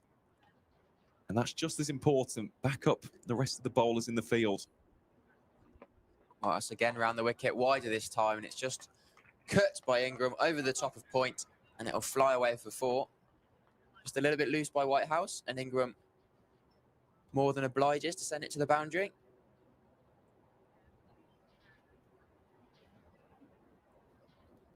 Yeah, talking about that Atherton-Russell innings partnership against South Africa. Jack Russell, 235 balls he faced there. For just the 29.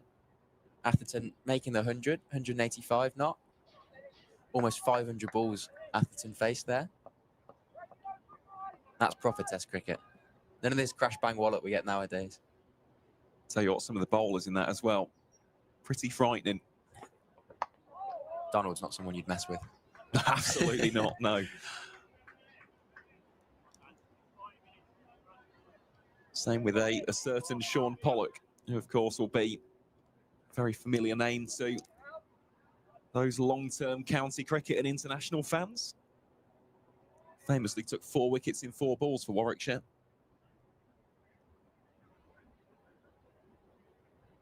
Yeah, South Africa, goodness me, they've produced some special seam bowlers over the years. Even into the modern era, so that one is left well alone by Colin Ingram. He remains on 4. Glamorgan at 63 for 3 after 19. The lead now stretches to 117. I mean, one of my favourite bowlers in world cricket at this moment is Asa Tribe. I just think he is blockbuster. Of course, before then, you had the likes of Dale Steyn, Vernon Philander, Morné Morkel, to name but a few. It's one of those nations which produces really eye-catching seam bowlers.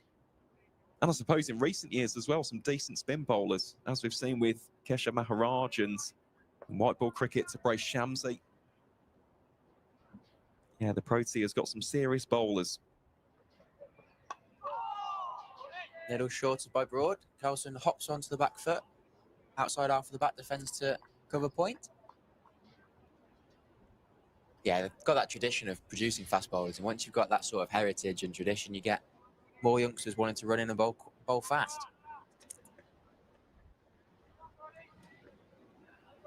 Even Janssen now bowling quick for South Africa alongside Rabada. As that stays a little low, but kept out by Carlson. Just seeing the pitch here, a little bit too paced. The one that got northeast flying through, that one staying a little low.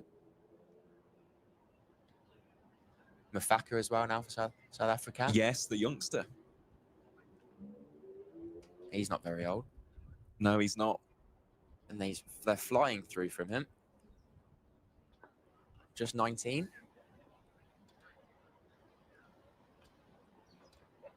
Broad again. And there's that little bit of extra bounce, just the shaping away. And we see on this used wicket now.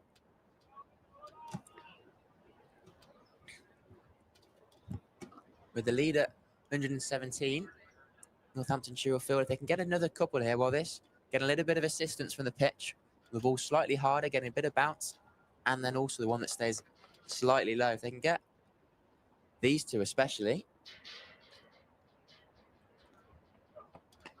as that shorter takes the top edge, over the top of the slips. First slip makes a diving attempt, but can't quite get there as it's just too far out of reach. And nasty is its short ball by Broad. In at the throat of Colson, who gets the bat there, but can only fend it off straight up and back behind him. And Vasconcelos can't quite make it over his shoulder to get a hand up and attempt the catch. Well, that would have been a worldie, wouldn't it, from Ricardo Vasconcelos? It's one of those really difficult ones to judge because it just holds in the air. You're taking it over the shoulder, running backwards. Windy day as well. Of course. Yep, the breeze has picked up quite significantly. Broad around the wicket there. Pushed into the leg side by Ingram.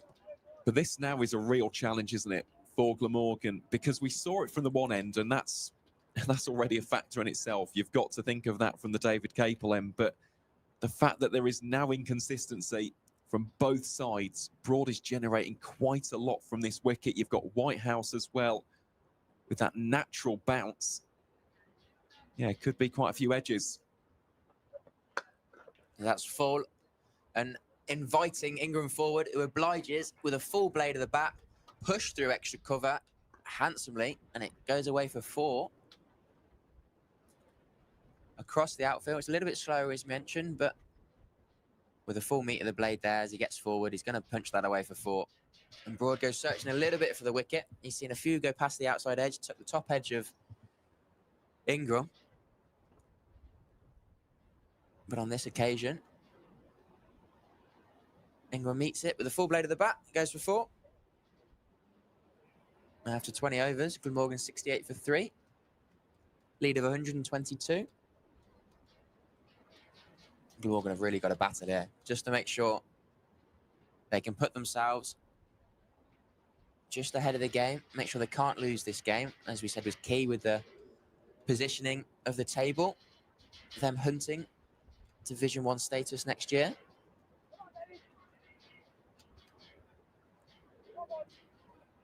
And so a little bit of a few more warm-ups from some of the bowlers, some of the spinners, but Whitehouse is going to continue extracting a little bit of something out of this surface, and that's just nailing the length that he's looking for. Carlson hops back to defend.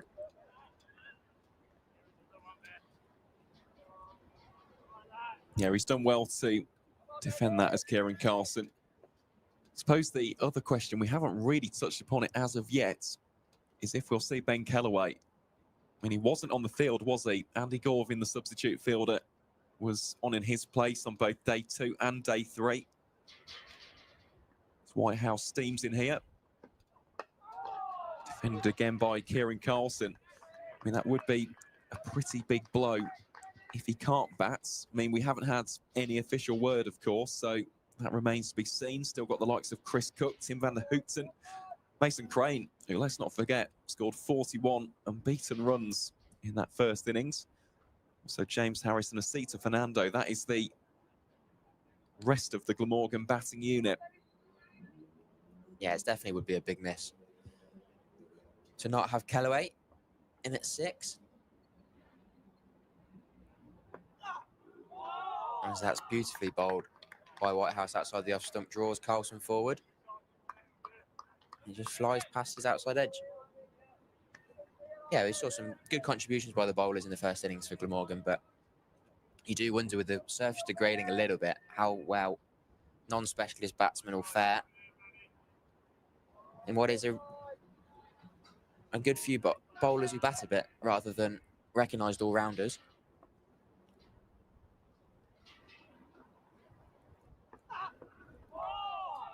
Left alone this time by Carlson from pretty similar delivery. Just happy to let that one go through to McManus. Chris Cook, of course, obviously batted very nicely in the first innings for his 84. Still to bat for Glamorgan. His partnership with Tribe in that first innings was very useful. 162 between the pair of them.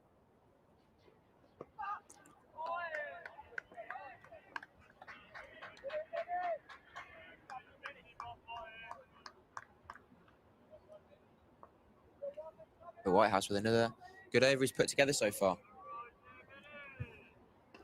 Yeah, I must say I'm very impressed with Ben Whitehouse here, because he did get quite a bit of tap, didn't he, in that first innings. But you look at those figures so far, just the 13 runs conceded from nearly 6 overs. Some riposte this from the 22-year-old. He'll have been so eager to get back into his overs and show the Northamptonshire fans what he can do. And that's another good over. Certainly is a maiden bowled there by the first-class debutant. And then now will be a change of bowling from the Lynn Wilson centre end. Now this is going to be very interesting indeed, because it is young Nirvan Ramesh also making his first-class debut. He got 3 wickets in that first innings. And let's not forget who the first one of those was. It was Colin Ingram.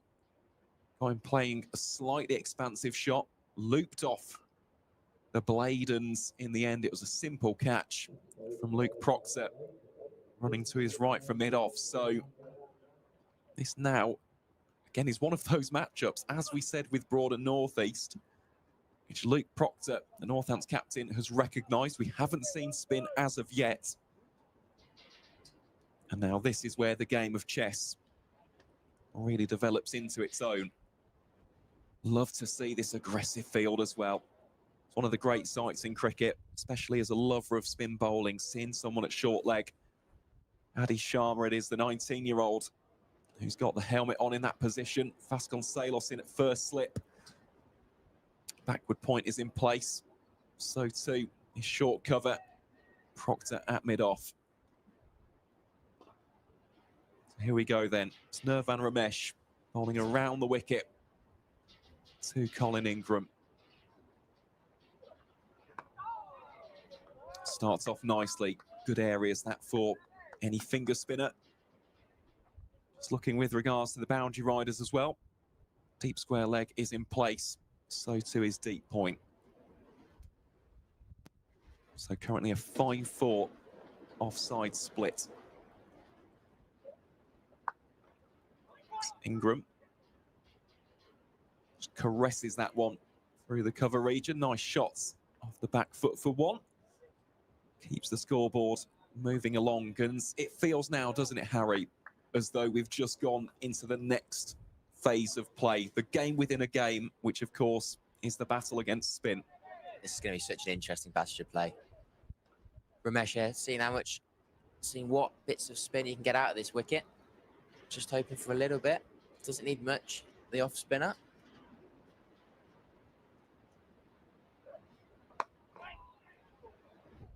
He just keeps the batsman guessing a little bit. Doesn't know if it's going to carry straight on, if it's going to take one of those dust patches and just spin or slide through. Got plenty of rough outside the eye line of the right-hander to aim for as well.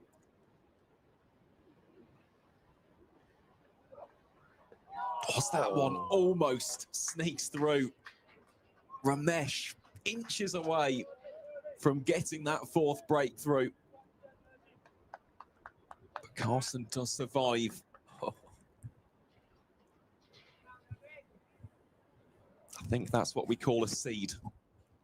Just flatter there, just rushes Carlson, tries to play off the back foot. I can't believe it didn't catch a stump.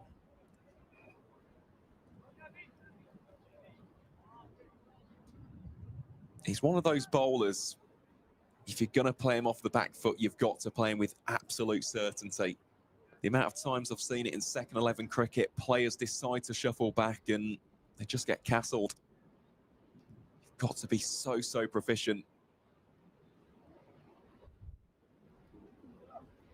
This time, goes a little bit wider. Nice little bit of turn there. And that is the end of a fine first over from Nirvan Ramesh. Goes for just the solitary single. Glamorgan now find themselves 69 for 3 after 22 overs as Luke Proctor prepares to get ready to bowl from the David Capel end. I mean, what a morning he's had so far, Harry. 1 for 5 from his 5 overs. And 2 of those have been maidens. It's been incredibly tight to start. Really set the tone for Northants this morning. They walked out after declaring overnight. Glamorgan leading by 50-odd runs. Lead now up to 123, but Northants taking the 3 wickets will be very happy with how they've started. All 5 bowlers used so far bowled nicely. Proctor, a very good example of search. As he's in and immediately strikes Ingram on the pad. Ball obviously sliding. But this, yeah, as you said, this game within a game, this passage of play is quite a big one. We've had 22 overs so far, 21 overs before we saw spin. And you saw Ramesh in that 6-ball over just really show you what he's about. Just changing his flight, just changing his speed. And then on that last ball, just trying to look for, see if he can search for those footmarks outside the off stump of the right-hander. Did see a little bit of spin, perhaps slightly too wide to trouble the stumps. But we'll see if it expands much at all, because it isn't going to take much for it to be in play. You'll see an extra catcher in here for Proctor. And Ingram defends that back to the Northamptonshire captain. Yeah, just interesting there. It started off as a 5-4 field, predominantly on the offside. It's now a 6-3. So very aggressive this from Luke Proctor. Got 2 slips in the cordon. Justin Broad operating at gully. Saves Abe in at backward point as well. As Ingram plays that one compactly. Of course, that ball has just gone to Liam Guthrie. He's in the covers. Ben Whitehouse in at mid-off. Then the 3 fielders on the onside. You got James Sales at mid-on. Adi Sharma down at deep forward square. Nirvan Ramesh down at long leg.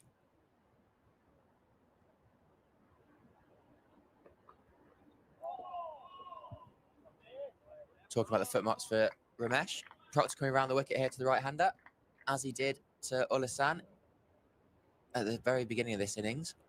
Majority, he shaped in towards the left-hander early on, and I think that probably explains the 5-4 to begin with. doesn't quite see the shape that he got with a brand new ball.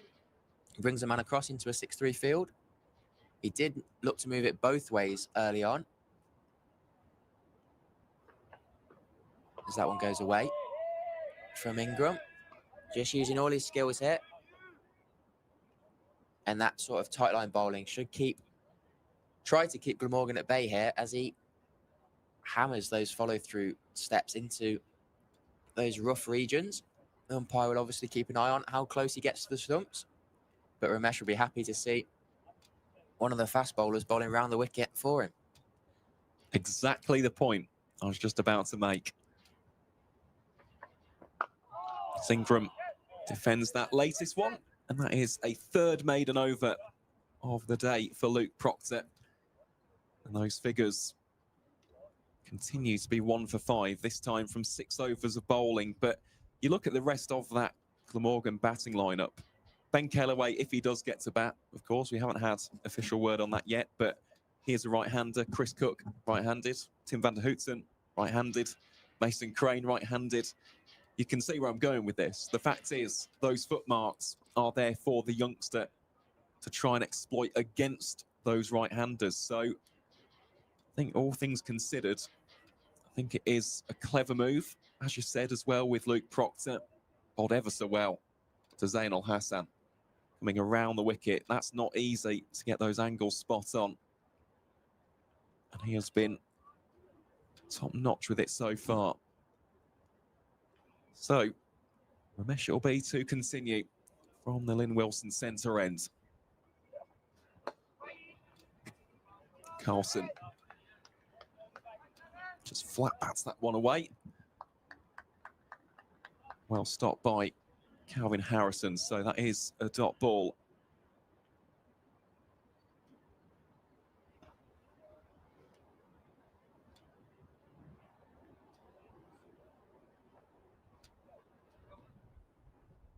That one is left alone on line.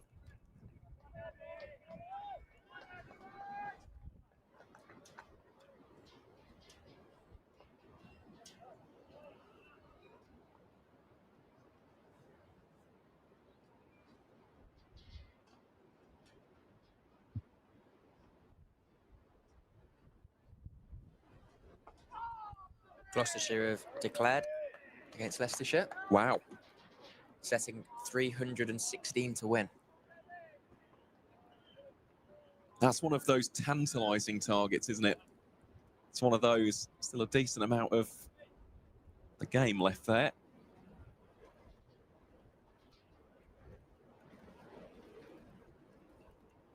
Phillips and Charlesworth, the main batters there. 60s each. There's Ramesh in again.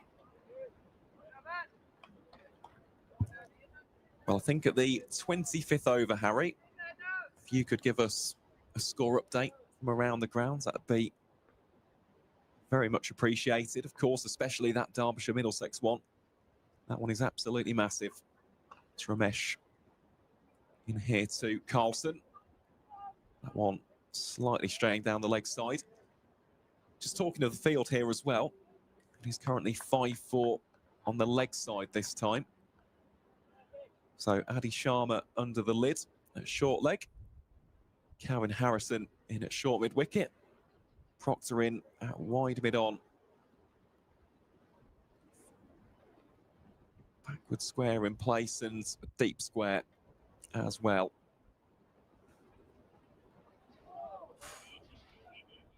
That one just about dealt with by Lewis McManus, and that is a maiden over from Nirvan Ramesh.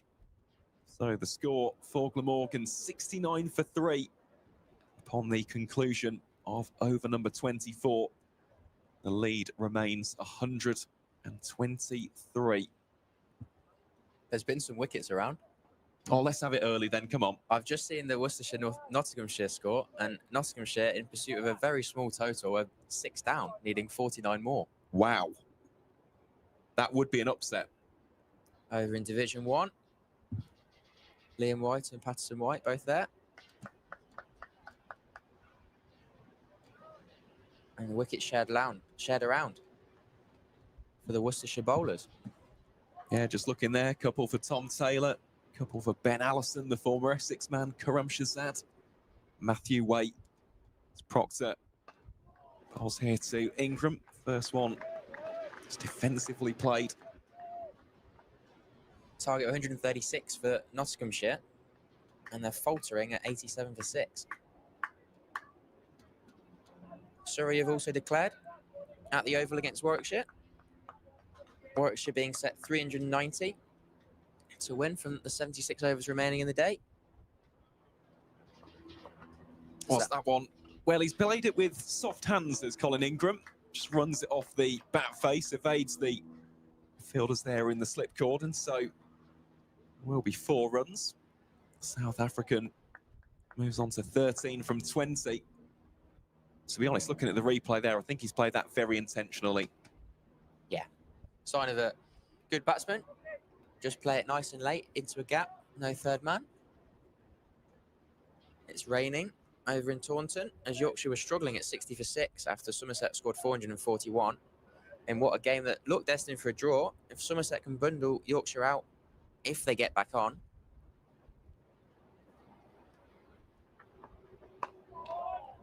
it looks pretty tough work for Yorkshire over there, but they may be saved by the rain, which was probably the undoing in the first place. Hampshire Sussex have taken lunch. Over at Hove, Sussex 37 for 1 from 13 overs, needing 241 more in the final 2 sessions. And then the final game in Division 1, over at Chelmsford, Durham 45 for 3 from 25 overs, taking it nice and slow, still trailing. Left alone. Trailing by 79 in the first from Essex's massive 457 for 8 declared in the first innings, despite the Ben McKinney 100 and Durham's 333 in that first innings of that game.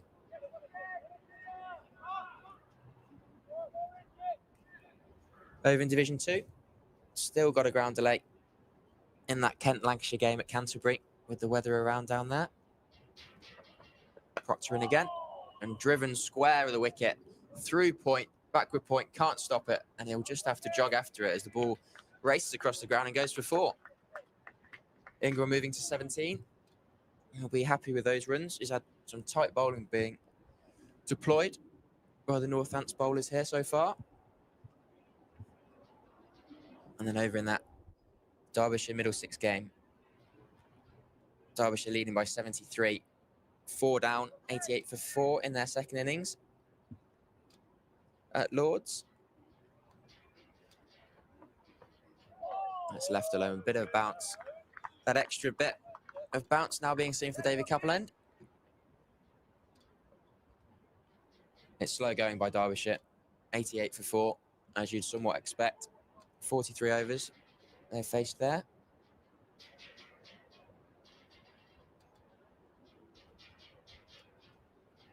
But that, as we mentioned before, that Gloucestershire-Leicestershire game going to be an intriguing two sessions this afternoon. Should the rain stay away, being set 316 to win. Play resuming soon.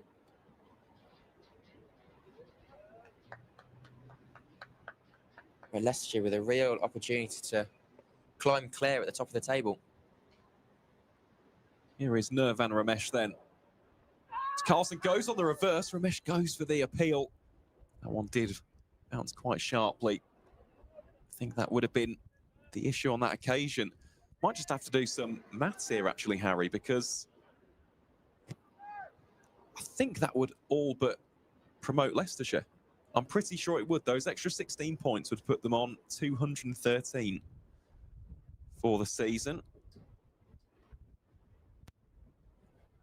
The wind picks up here at Wantage Road. Carlson advances, pushes it back down towards Proctor at mid-on for no run. So the Foxes, theoretically, of course, because they've still got quite a bit of work to do there, but would be on 213. If that game at Derbyshire and Middlesex was to be a draw, well, that put Derbyshire on 153 and Middlesex on 150. Carlson does well to push that one forward. Plenty of green grass down there towards third, so scampers back for a second. As we know, there's only a maximum of 24 points available in a county championship fixture. So by my maths, well, that would see Leicestershire in Division 1 next season, which would be some achievement. It's some carrot to dangle by Gloucestershire. I've got to say, I thoroughly rate it. That one very full.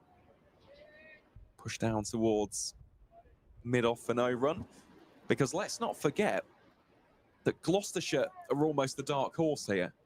They've got the most work to do. So they're on 138, Middlesex on 142, Derbyshire on 145 at this stage with the bonus points. So if Gloucestershire won that, they would be on 154. That one is swept away, swept very hard. Well fielded by Safe Save down at deep square leg. So just a single there for Kieran Carlson. And of course, if things stay the same here at Wantage Road, well, with those extra 8 points, Glamorgan would be on 177. So there you go. Very interesting indeed.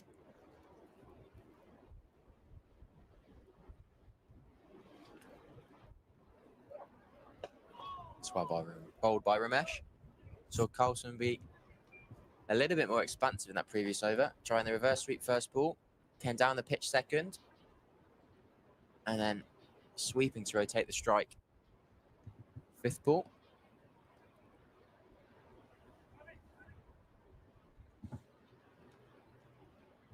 So I think we're going to see spin from both ends.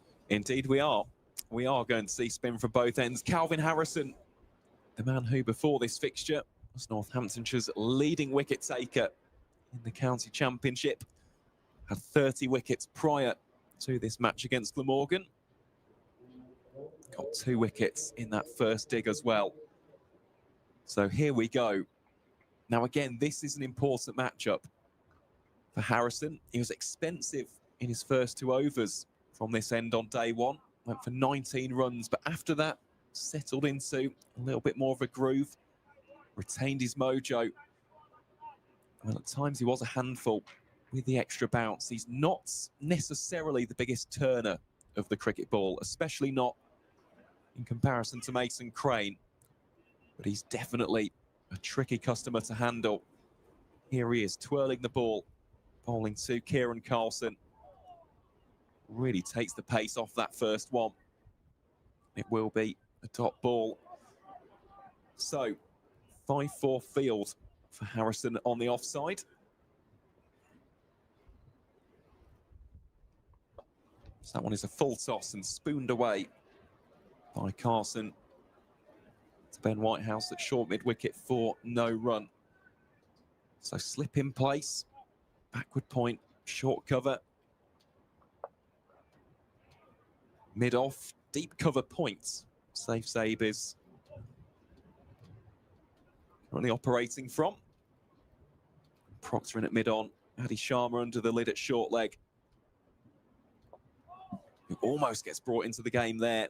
Just evades him to his right. Right on cue, the man I was just about to talk about, Liam Guthrie. Down there at the backward square. Picks up the ball and does the fielding. So, change of field here to Colin Ingram.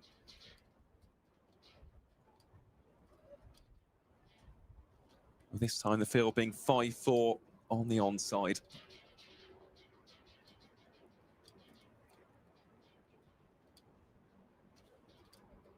Ingram goes for the sweep and just beats the effort there of James Sales.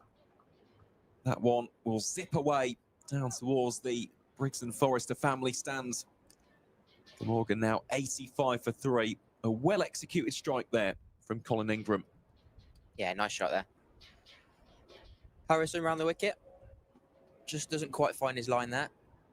And Ingram quick on the sweep, as ever.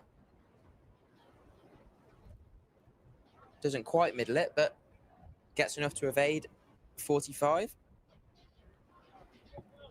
And I think it's going to end up staying on the boundary out there. Indeed he is. As it's dribbled out towards him. Yep, James Sales, the man down in that fielding position. And that will be the end of Calvin Harrison's first over. Goes for 6 runs. Nirvan Ramesh immediately takes off the cap. You can just tell sometimes with bowlers, they are keen as anything to get into the action. And Nirvan, you can see here today, I mean, these are the kind of wickets which, as a spinner, you kind of lick your lips at. And yes, there isn't necessarily the cracks that have been formed. It's not been baking hot, but there's just enough in it. He will have seen that bite and bounce and spin from Mason Crane, and he will be relishing this opportunity to potentially be a match winner for Northamptonshire. That one darted in by Ramesh, cut away down towards deep backward points, and beats the effort of the fielder, slams into the advertising hoardings, and that is an emphatic 4 from Colin Ingram, who so far, Harry, is playing the spin superbly well. Yeah, he's played it very nicely so far. We've seen lots of options from him, swept in that previous over from Harrison, and I think he'll continue to look to score against spin. He blocks that one back. But Ramesh bowling to the left-hander. You do fancy as an off-spinner, that right-arm off-spin to a left-handed batter match-up. You feel like you're in the game at all times, but you can give the left-hander a little bit of room to score outside that off stump, as we saw from the first ball this over. Just going to change his pace slightly. Holds a little bit shorter. And Ingram's able to rotate the strike out to that deep cover fielder. Moves him on to 27, just 30 deliveries faced. Really nice start to the innings, this from Colin Ingram. His partnership continues to tick along very nicely. Carson advances, just turns it around the corner. James Sales does the fielding. Yeah, now stands at 33 between these two. There's clearly a monologue going on between the batsmen, just to be proactive against the spin. They can't get bogged down. Don't want to just have Ramesh and Harrison bowl at them on what a pitch we've seen do a couple of things with the spinners. Slower. There's the reverse sweep. Does it just off the top edge. Vasconcelos tries to preempt where that stroke was going to go to, but in the end, off the top edge, it sneaks past where he would have been if he'd have just stood still. And that's the point. That would have been a potential catching opportunity. Completely rate it, though. How many times have we seen that in cricket, especially from keepers, where they have that air of anticipation, preempt the movement, get into another position? On that occasion, didn't quite pay off, unfortunately, for Ricardo Vasconcelos. Regardless, that is the end of the over then. Goes for 6 runs. Glamorgan 92 for 3. Of course, that important figure with regards to the lead. Well, that stands at 146 runs. So, don't think we'll see a declaration anytime soon at this point in the game. There are definitely runs to be scored, but certainly enough in this wicket for the spin bowlers. And I must say, I think that proactive approach, as you've just alluded to, Harry, is definitely the right one, especially from Colin Ingram.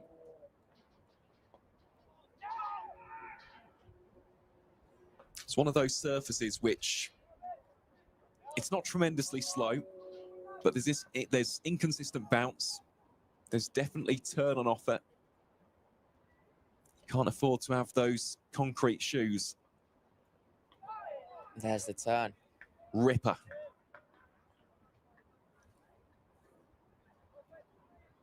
It's good to see from any leg spinner. Ripping it away from the outside edge. And you feel like Vasconcelos is in the game there at first slip. He goes a little bit straighter, just searching for that similar delivery to spin sharply. And he can go a little bit straighter with that short leg in there as well. Carlson not wanting to just poke one straight up to Adi Sharma there.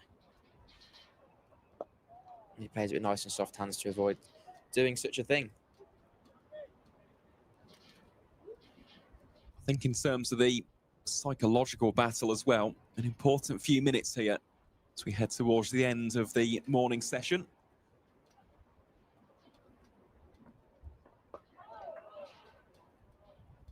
Definite ploy here from Harrison, predominantly going with the leg breaks and the top spin. Looking to turn it away from Carlson's bat.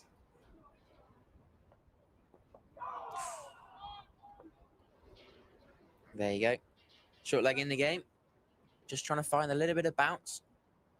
Just to catch a shoulder or a glove. And first slip and short leg both in the game, depending on the angle of the ball. And that's a maiden from Calvin Harrison. Bowls nicely. And with 3 minutes left until the allotted lunch break, I think Northampton will try and sneak in a couple of overs if they can. Try and get through this over from Novan Ramesh quickly. Get Harrison one more, especially after looking to trouble that both edges in that previous over. Well, here is Ramesh to Ingram, who covers up on that first one. Yeah, I do wonder if we'll continue to see this tactic as well of the finger spin from the Lynn Wilson centre and wrist spin from the David Capel end. Ramesh readies himself once more. That one tossed up very wide compared to the previous delivery because it has almost been the opposite of what we've seen so far in this game. So Mason Crane operated almost solely from this side of the ground. Does tend to be Yuzvendra Chahel's preferred end of the ground as well. Ramesh looking to bring middle stump into play. But then, of course, the caveat of that for the finger spin, when there are so many right-handers in this Glamorgan batting unit, is you don't have the same degree of foot marks. There's definitely a hint more rough outside of the off stump. That's exactly what I was about to mention. Definitely a little bit more help for the finger spinner, bowling from this end. But indeed, we saw so much leg spin bowled from this end as well in the first innings with both sides.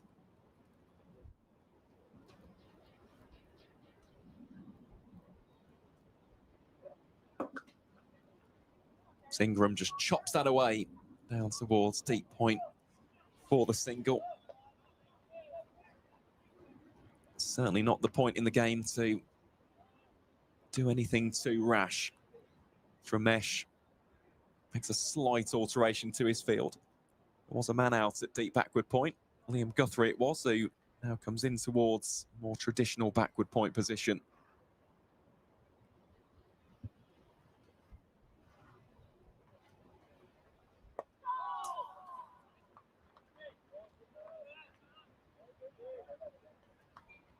Carlson defends that one.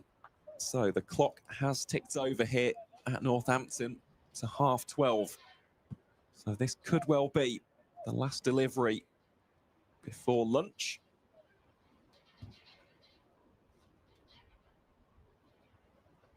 James Sales and Ricardo Vasconcelos just making a signal there to the dressing room. Potentially just get another helmet on. Maybe a couple. Crowd the bat a little bit. And indeed, right on cue, the helmet has been passed over to James Sales. So he will now sprint over. Absolutely the right decision at this stage. Imagine that Vasconcelos will stay at slip. Just a case of positioning here for Novan Ramesh. So Sales is the man who goes to short leg.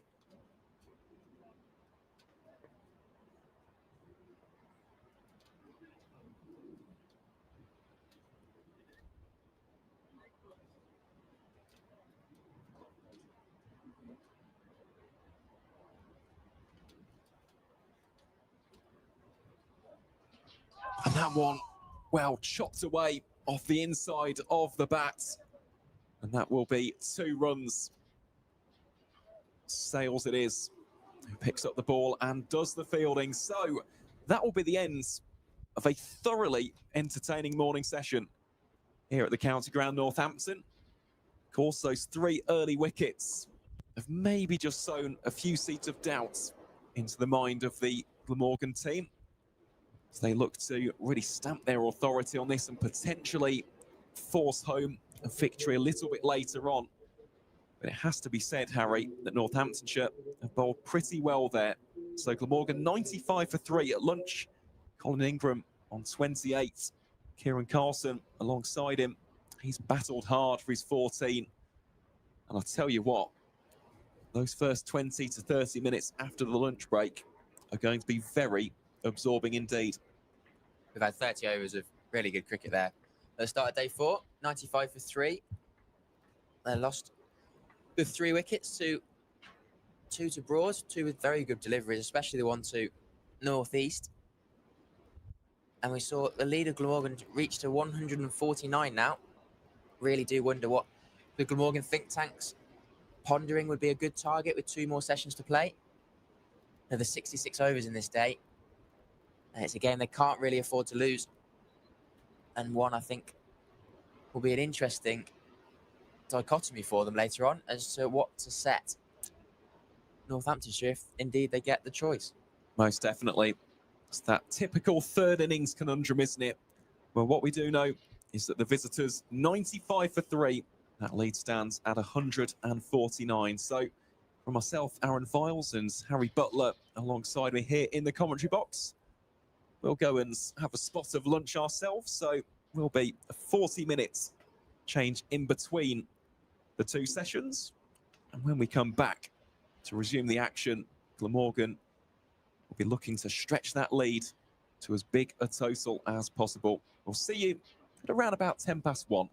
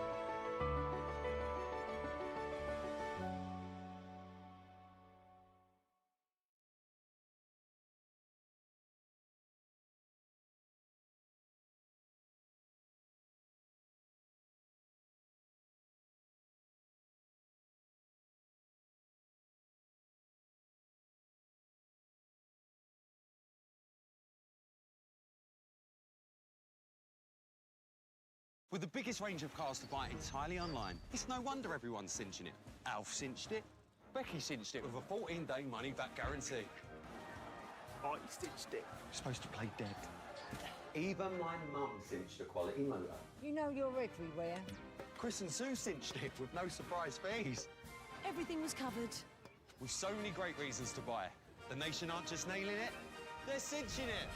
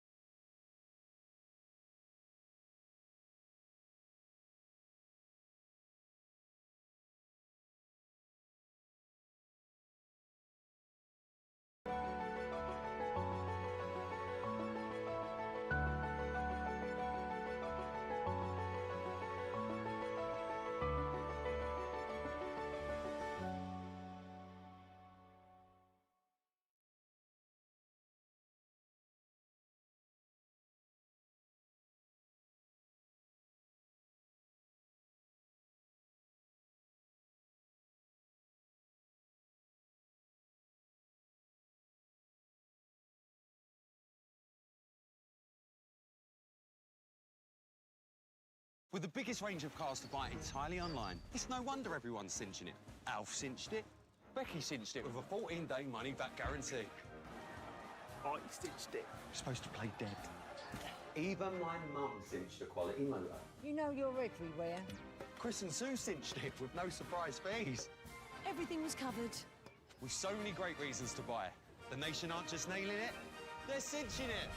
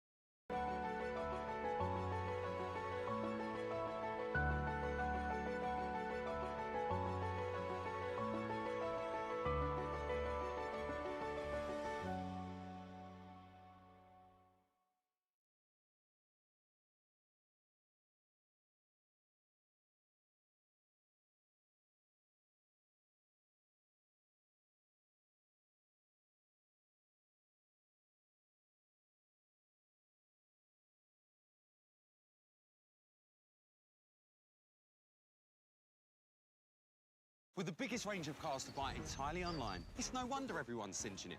Alf cinched it. Becky cinched it with a 14-day money-back guarantee. I stitched it. You're supposed to play dead. Even my mum cinched a quality motor. You know you're everywhere. Chris and Sue cinched it with no surprise fees. Everything was covered.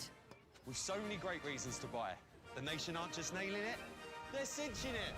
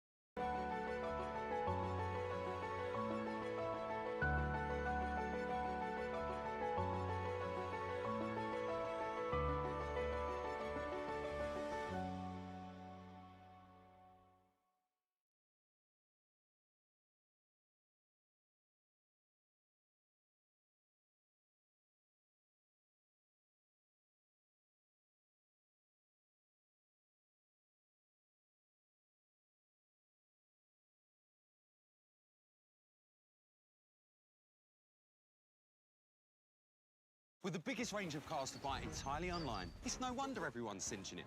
Alf cinched it. Becky cinched it with a 14-day money-back guarantee. I stitched it. You're supposed to play dead. Even my mum cinched a quality motor. You know you're everywhere. Chris and Sue cinched it with no surprise fees. Everything was covered. With so many great reasons to buy. The nation aren't just nailing it, they're cinching it.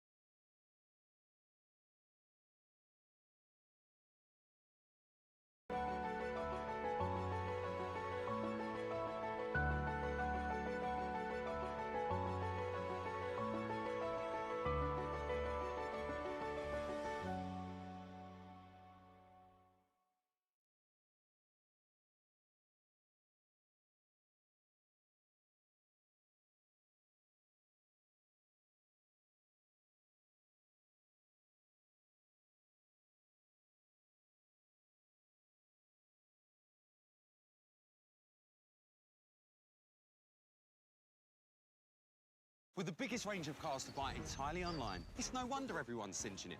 Alf cinched it. Becky cinched it with a 14-day money-back guarantee. I cinched it. You're supposed to play dead. Even my mum cinched a quality motor. You know you're everywhere. Chris and Sue cinched it with no surprise fees. Everything was covered. With so many great reasons to buy. The nation aren't just nailing it, they're cinching it.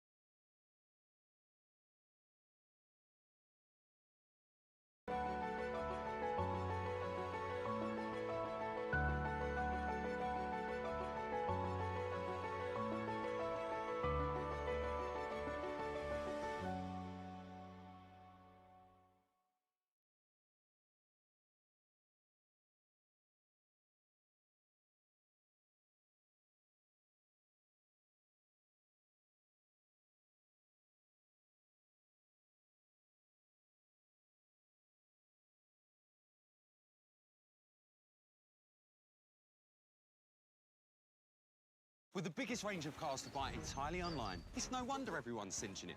Alf cinched it. Becky cinched it with a 14-day money-back guarantee.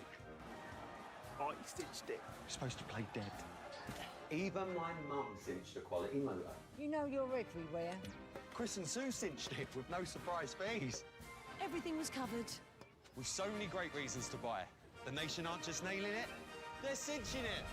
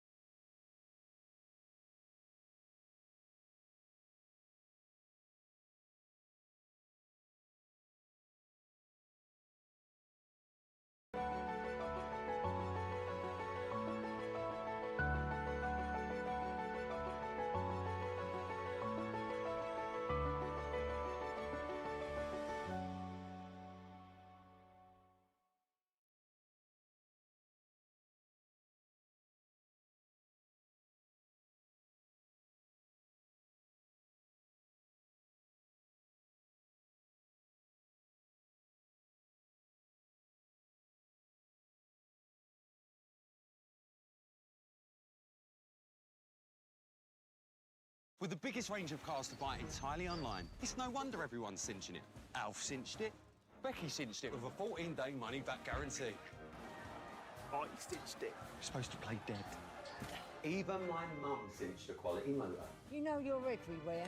Chris and Sue cinched it with no surprise fees. Everything was covered. With so many great reasons to buy. The nation aren't just nailing it, they're cinching it.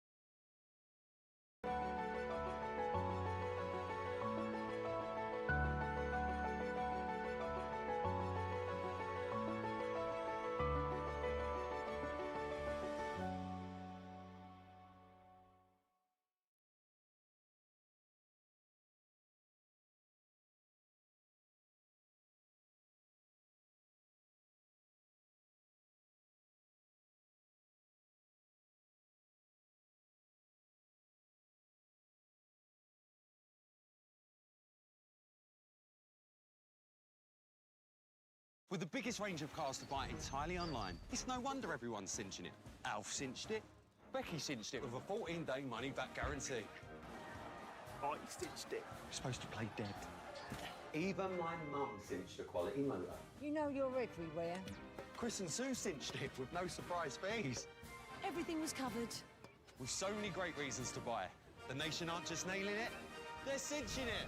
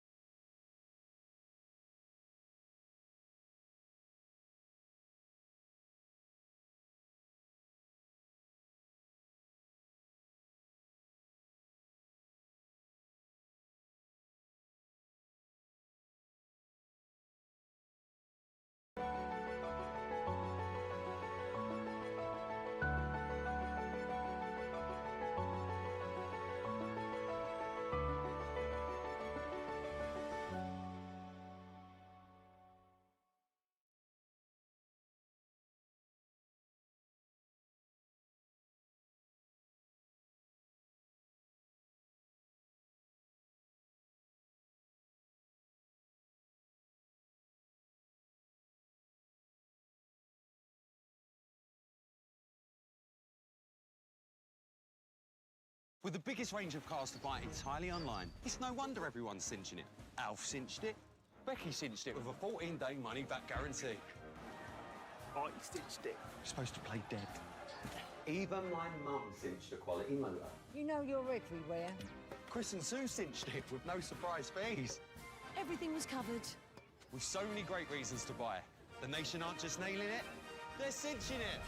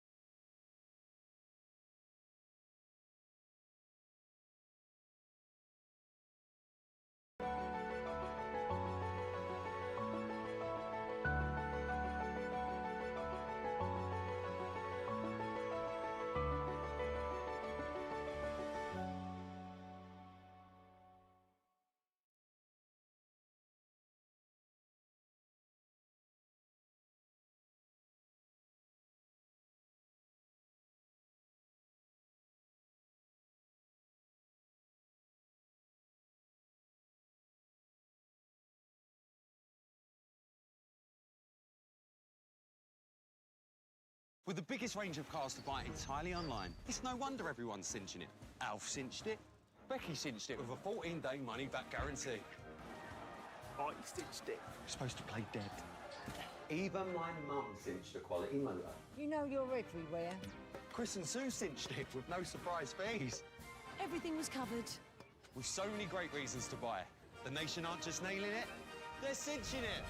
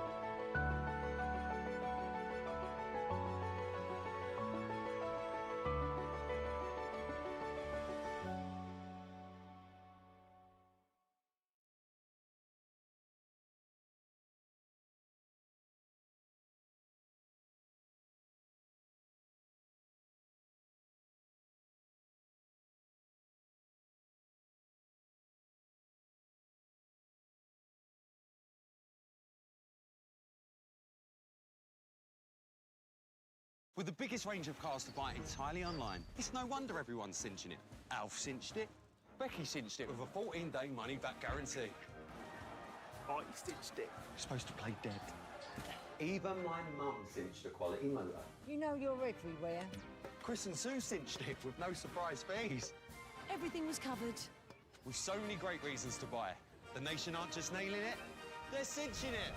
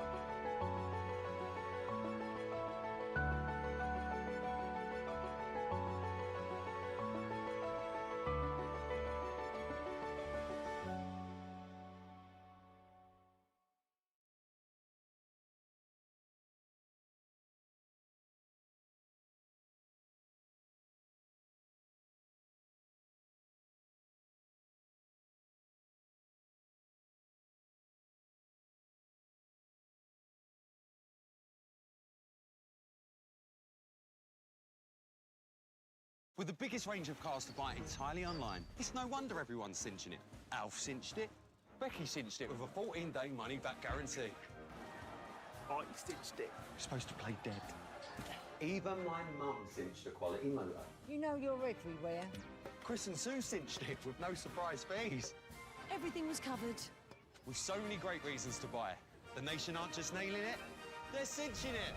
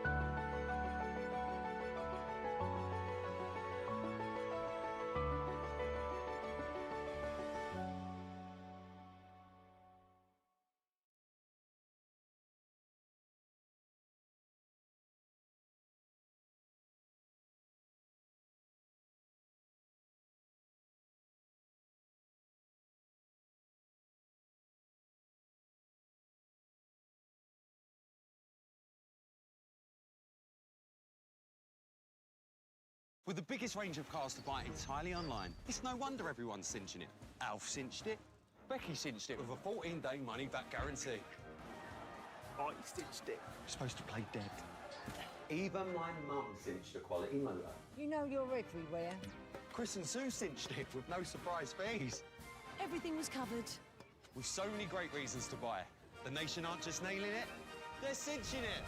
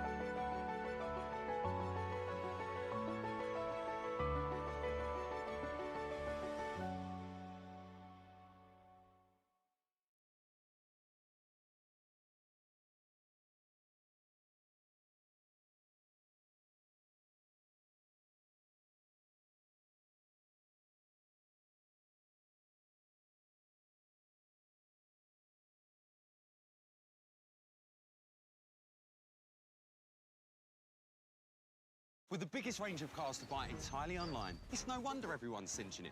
Alf cinched it. Becky cinched it with a 14-day money-back guarantee. I cinched it. You're supposed to play dead. Even my mum cinched a quality motor. You know you're everywhere. Chris and Sue cinched it with no surprise fees. Everything was covered. With so many great reasons to buy. The nation aren't just nailing it, they're cinching it.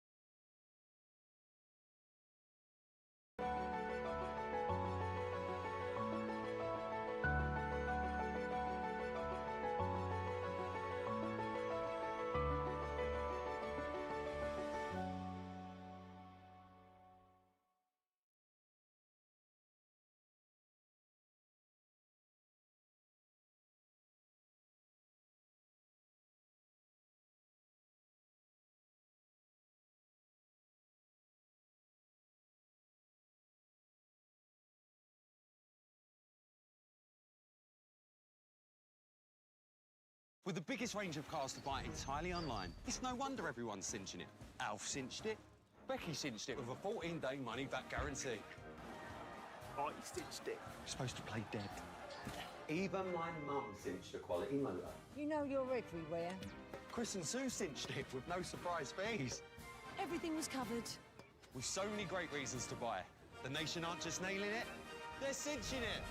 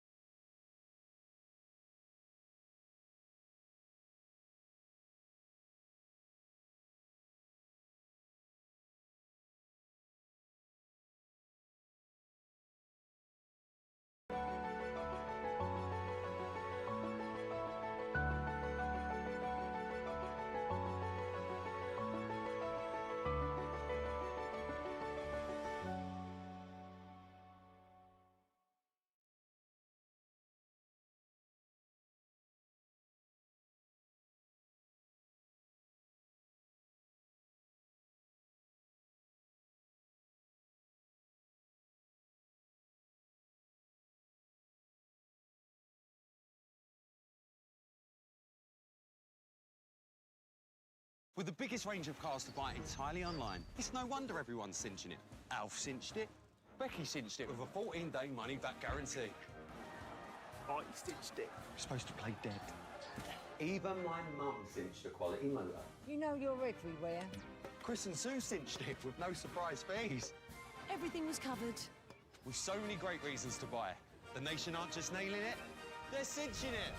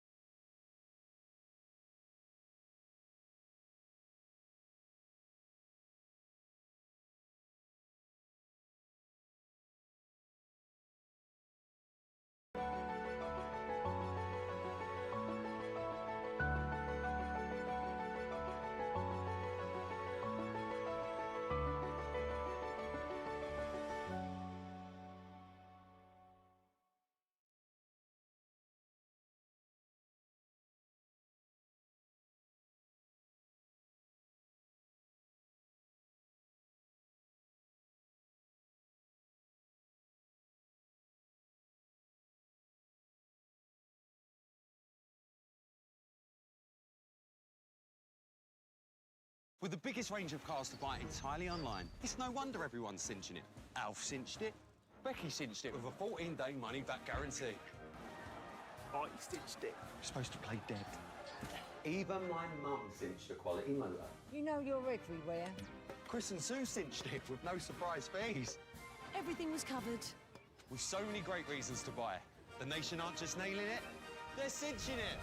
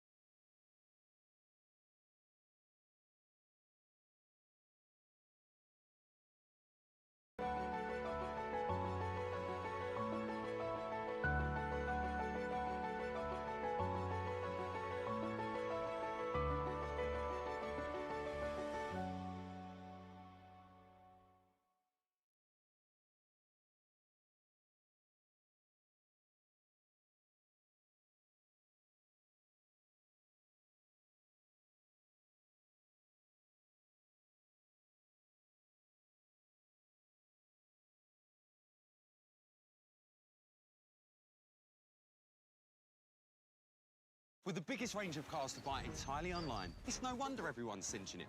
Alf cinched it. Becky cinched it with a 14-day money-back guarantee.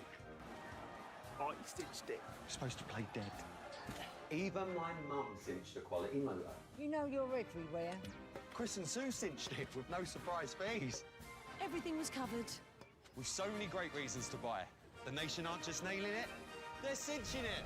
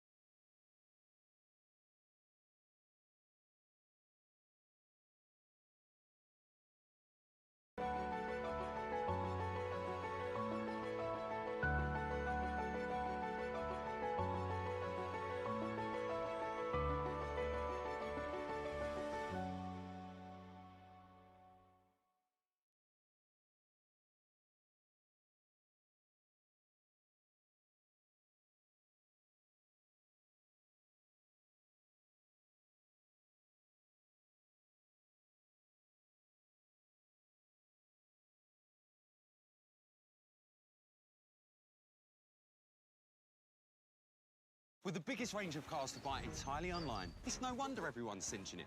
Alf cinched it. Becky cinched it with a 14-day money-back guarantee. I cinched it. You're supposed to play dead. Even my mum cinched a quality motor. You know you're everywhere. Chris and Sue cinched it with no surprise fees. Everything was covered. With so many great reasons to buy. The nation aren't just nailing it, they're cinching it.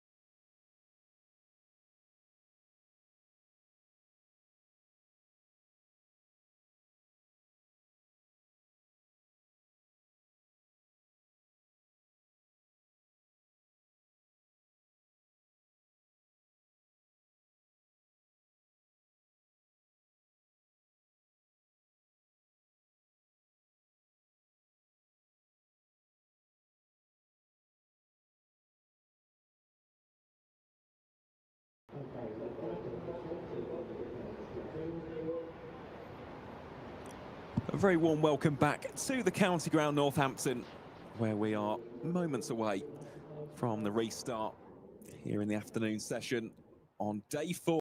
Glamorgan 95 for 3 and currently leading Northamptonshire by 149 runs. Now, as you may have seen there, Craig Harvey and the Northamptonshire ground staff just being a little bit hesitant to take the covers off. Looking at the various weather apps and radars across the internet, it does appear as though we are set for a little bit of rainfall between about 1:15 and 1:30. Just one of those threatening, ominous bands that's lurking over Northampton at the moment. So fingers crossed that it will evade the county ground. But yeah, for the next few minutes, I imagine the ground staff will be circling with the covers out towards our left, which is to Colin Ingram, the deep square boundary. Sorry, the deep point boundary, of course, with the restart being from the David Capel end. So, will be Ben Whitehouse with the ball in hand. Ingram and Carlson at the crease here for Glamorgan. Former on 28, the latter on... It's reasonably bright at the minute, considering the forecast. But we're going to get started with Whitehouse. Who's short into the body straight away.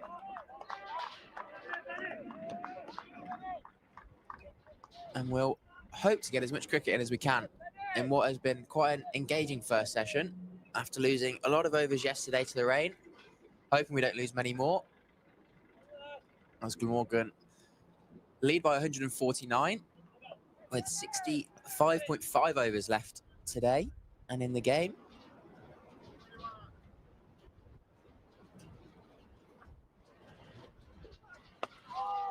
Comes off the inside edge that time.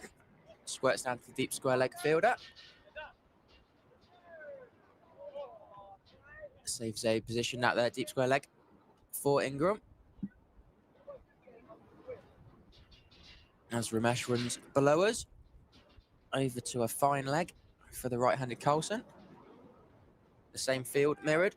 Oh no, deep point's going out now as well. Sabre staying stationed out on that boundary. Whitehouse comes into the right-hander. Fuller outside edge. Beats the diving hand of Calvin Harrison at gully. And it'll bound away towards the boundary at third man. And that's the 100 up for Glamorgan in this innings. Of course, Northamptonshire declaring overnight. 9 down. And 100 for 3 Glamorgan now. Lead extending to 154 after the 5 runs so far this over.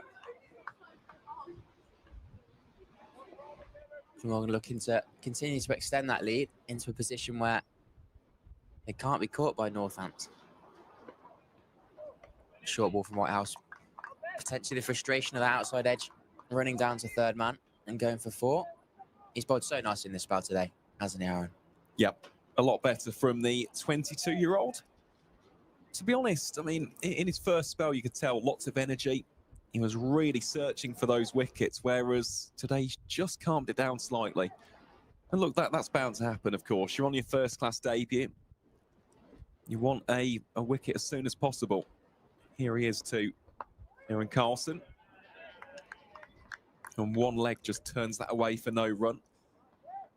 Well, I imagine there probably would have been a little bit of nervousness and anticipation. Of course, he's already played a couple of one-day cup fixtures, but it's first-class cricket. There's something different, isn't there, about receiving that cap, of course, for both him and Van Ramesh, 564 and 565, the cap numbers respectively. Really is a tremendously special occasion. As he's in, extracting that little bit of bounce out of the pitch, we've seen a little bit more energy from the youngster. Just raising from the David Capel end.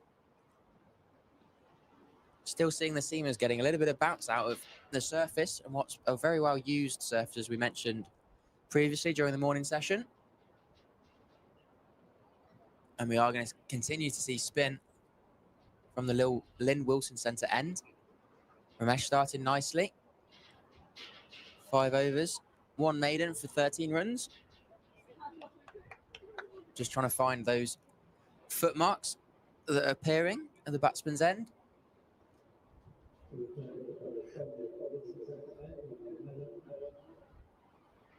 And he too has started really nicely, hasn't he? Nirvan Ramesh, none for 13 from his previous 5 overs. Just settled into his rhythm quite admirably.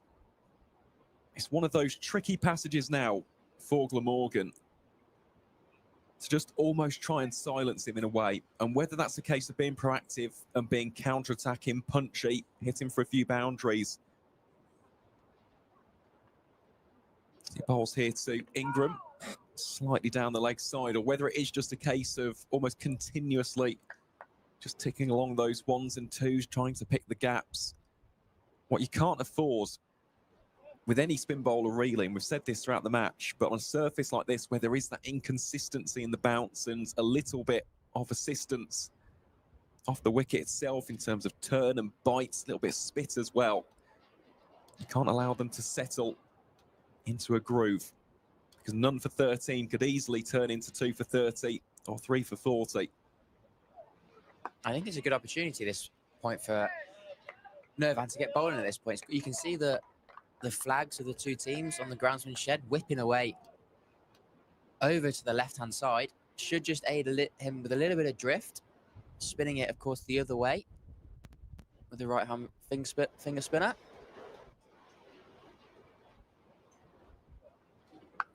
That touch flat, touch short. And Ingram's able to rotate the strike out to safe save over in the deep cover boundary.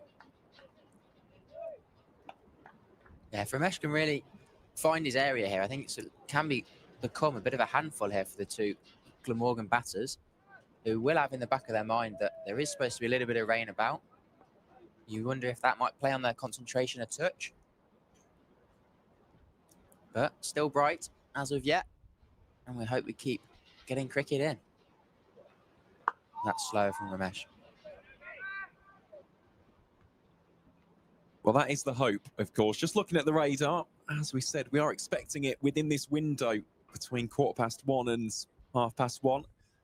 The ground staff still down there at deep cover point at the moment, just in case they are needed to spring into action. But so far, it is remaining bright as Ramesh bowling here to Carlson. Fancies a couple steps down the track. Fires that one in at Calvin Harrison at short mid-wicket. But yeah, just looking throughout the remainder of the afternoon as well, potentially another band coming in at around about 2:30. So we hope it's not going to be stop-start, because this has been set up rather intriguingly, especially if another wicket falls. I think that's the real X factor here. It's Glamorgan 101 for 3 after 32, but let's say that there is a little bit of a wobble here. 101 for 3 becomes, I don't know, 120 for 5 or 125 for 6. And we could be set up for quite a fascinating game, but so far these two really have done an exceptional job. Ingram the more attacking of the two, but Carlson at the same time just doing his job and blunting the Northamptonshire attack at every possible opportunity.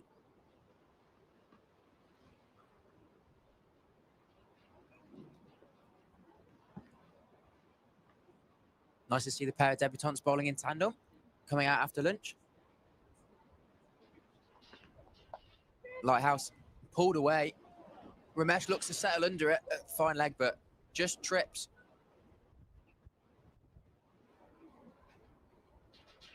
I know we can't quite see from our commentary position where that ball landed in the end, but Ramesh looks to be in a little bit of pain and discomfort as that high ball was swirling around in the wind. Yeah, that's a pretty nasty one for the youngster. In the end, he's just lost his footing down there at deep fine leg. Vasconcelos and McManus over straight away. One of those really awkward, horrible landings. In the end, it has been signalled as a 4. The physio just comes over to treat the youngster. Fingers crossed this is nothing serious. just one of those really unfortunate moments where you do lose your footing in that situation. And I suppose the immediate kind of question is how hard has he hit his head, or has he maybe just contorted the body slightly?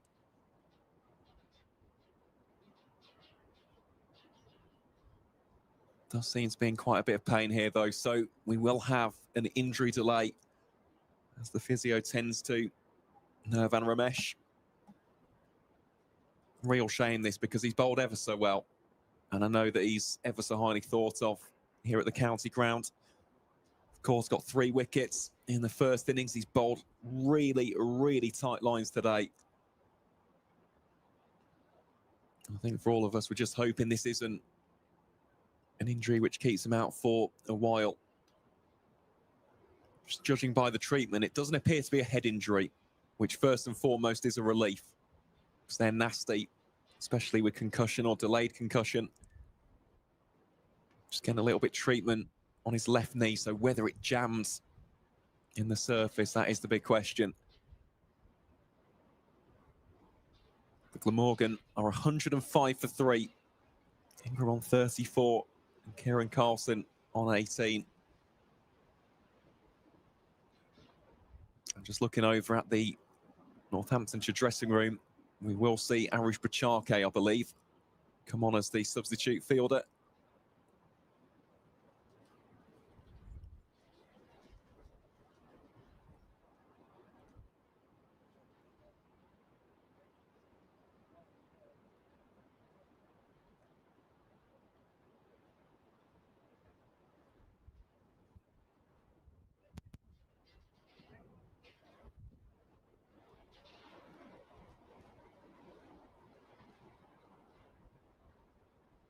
Nirvan is now back up on his feet. Will just be carried off the field of play here by the physio. In fact, he seems to be putting some weight on it as well. So fingers crossed that is not a serious injury, but I think that will be the last we'll see of Nirvan Ramesh, at least for the foreseeable today, which is a real shame. He's been an ever-present danger here for Glamorgan. Just getting it to spin and bite a little bit out of the rough, especially to the right-handers. Just looks to be a left knee injury. We are wishing Nirvan the very best of that. As indeed it is Arish Bachake. Comes onto field there at long leg. You never like to see that, do you, Harry? No. There's a tough chance up into the wind. And he just doesn't quite get his footing right and ends up in a heap on the floor, and hopefully nothing major. He'll have a little bit of rest. Well, this game continues as Whitehouse goes short, and this time much more handsomely connected with by Ingram. He pulls that over mid-wicket, and he goes for 4. Also brings up the 50 partnership between Colin Ingram and Kieran Carlson.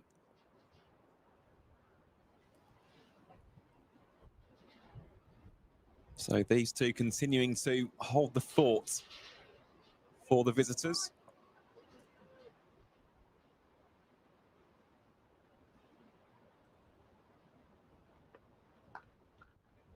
Whitehouse a little bit fuller outside the off stump, but still short enough that it allows Ingram to get onto the back foot and punch that through the vacant cover region.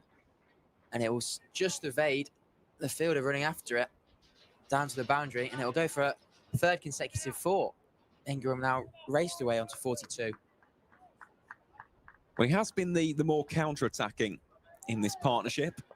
Looked very fluent as Ingram so far, which is to be expected of a man of his class.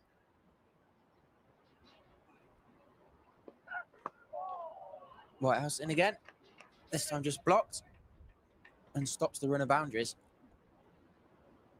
from the Glamorgan man.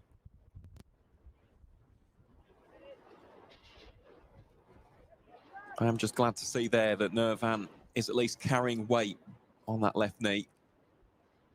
I don't think it's worth risking him, though, at this stage. I think we have seen the last of Nirvan Ramesh in this game. Whitehouse comes into bowl here to Ingram. That one left well alone by the veteran South African. It's nice to see Nervan made it most of the way around to the dressing room now. It hasn't taken him too long. Bit of help from the physio, but still a little bit of weight being put on it, so that's a good sign.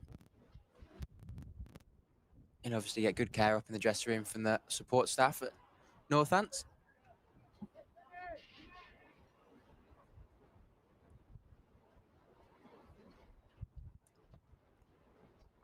Wow, it's much wider there. Hides outside the off stump of Ingram.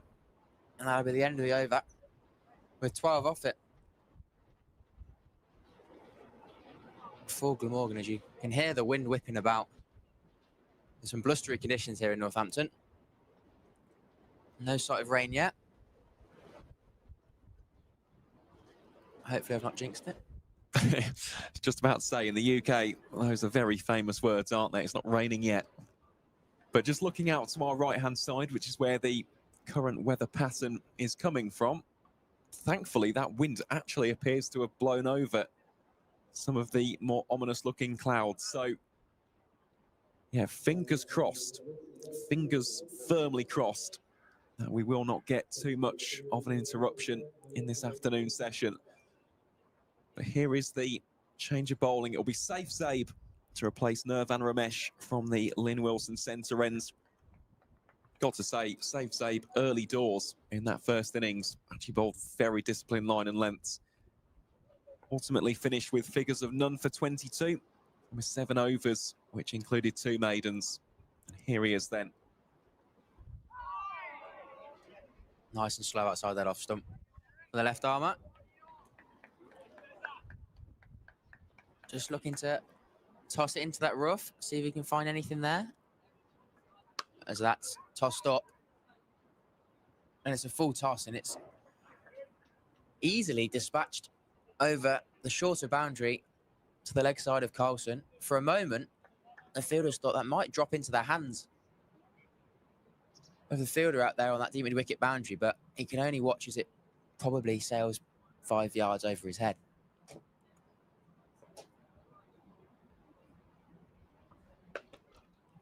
Much shorter there from Zabe, making sure not to follow it up with another full toss. Allows Carlson to rock back and take a single to deep cover. Those being the 2 sweepers for the left arm spinner.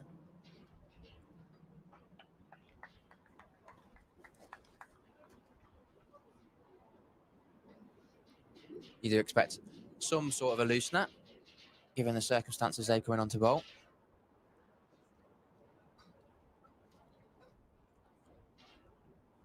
Spinning it into the left-handed Ingram here.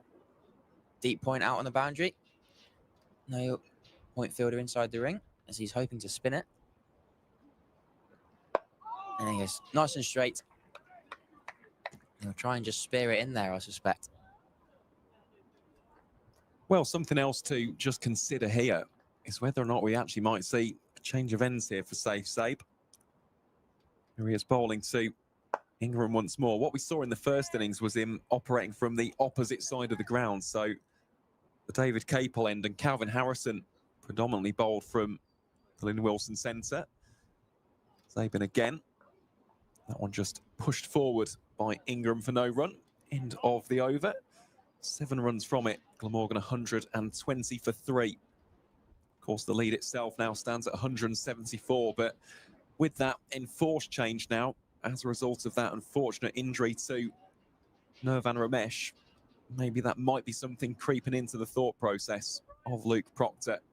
But then again, there is significantly more rough outside the eye line of the right-handers from this side of the ground. So decisions, decisions, decisions. What we do know, though, is that it will be Ben Whitehouse to continue from the David Capel end. Ground staff still lurking down on that deep square leg boundary. Thankfully, it remains dry here at the county ground. So that one is pulled away. Will be fielded after a couple of bounces there by Liam Guthrie down at deep backward square. So another single taken. It is a hope that with the wind being picked up, it should maybe just blow the clouds over the top if we can. We talked about microclimates on day 3. And hopefully we find a little bit of a dry patch in these bands of rain.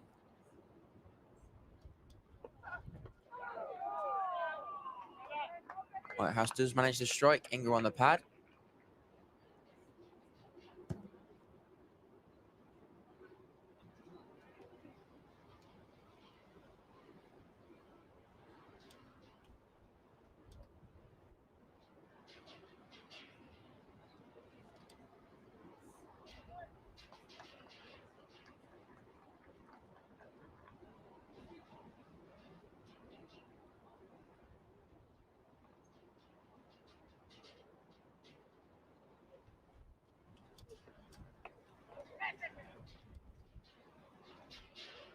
White House again, just finding the pad there. Umpire looks to signal leg byes. Well, they'll scamper through for a single to a vacant square leg.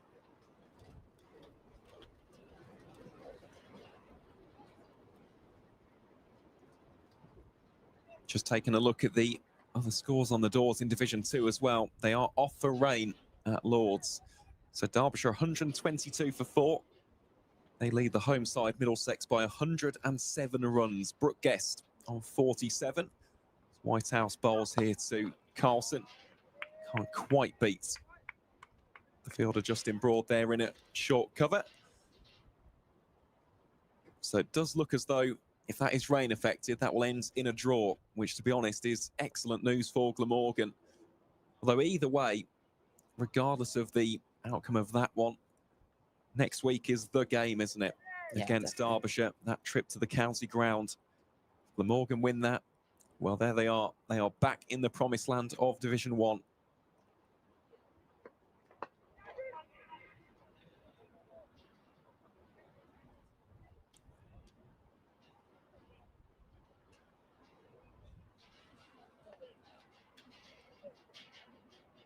Carlson on that occasion just clips it away handsomely out towards deep square for the single. Of course, as for Leicestershire as well, we'll keep you updated with the current situation at Grace Road. It would be some story, wouldn't it, if Gloucestershire beat Leicestershire today? Who knows, get a result next week and could be in for a final round shootout, depending on how other results go, but would take something quite extraordinary for that to be the case. But there is the scenario for it. And that's what we want. We want the excitement on that final day.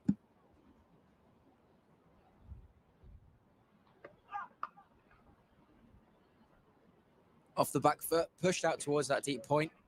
Just goes backward of square, and deep point can't get around to stop it as it comes off the middle of Carlson's bat. Just a little bit of width afforded by White House. And it races across using that little bit of extra pace. And it can't be stopped on the boundary. Lovely shot that, wasn't it, from Kieran Carlson. He's bided his time. He's been patient for his 32 runs so far. On that occasion, he's placed that one quite perfectly. Short by White House again, swiveled on. Out towards the deep square leg fielder.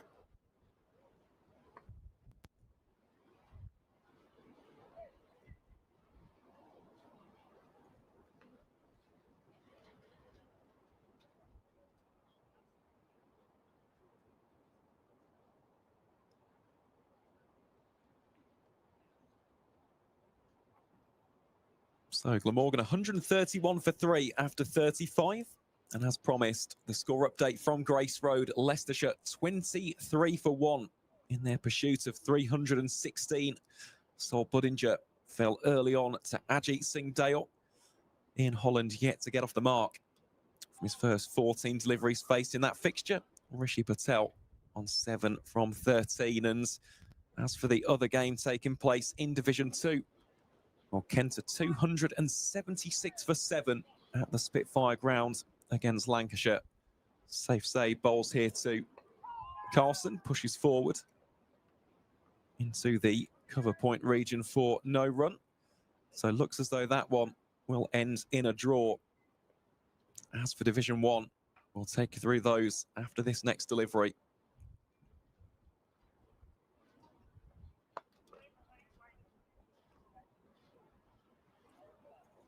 punched away off the back foot by Carlson for 1. So at New Road, well, Nottinghamshire, 106 for 6. They need 30 runs with just 4 wickets remaining. Liam Patterson-White and Lyndon James steadying the ship for Pete Moore's men. Ingram smothers that one on the defence. As for the game taking place on the south coast, play is set to resume in the game between Hampshire and Sussex at 2 p.m. Oh, so there's a big appeal there for Zabe. Impact outside off, though. Or maybe just turning a little bit too much on that occasion. So Sussex will need 241 runs from the remaining overs in that fixture.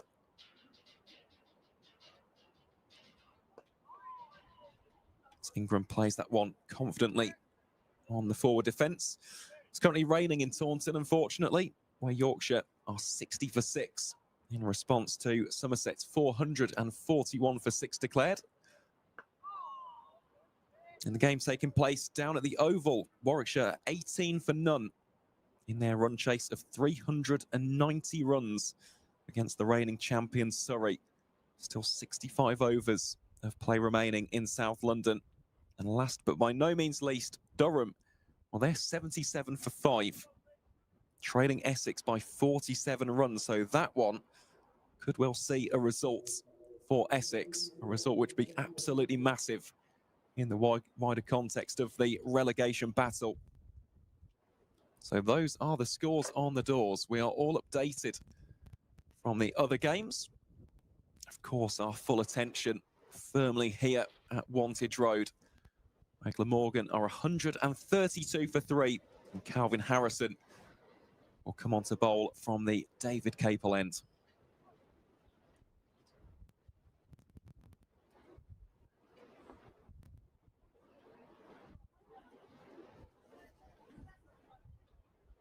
Down the leg side starts. The long leg fielder will run round and try and field, but can't stop the Glamorgan batters getting back for a second. Carlson onto 36.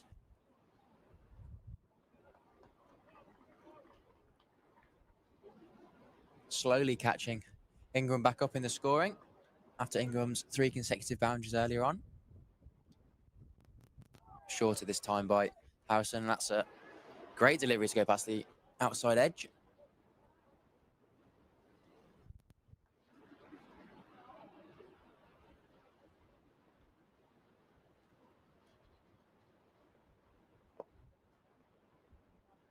Speared in a bit fuller.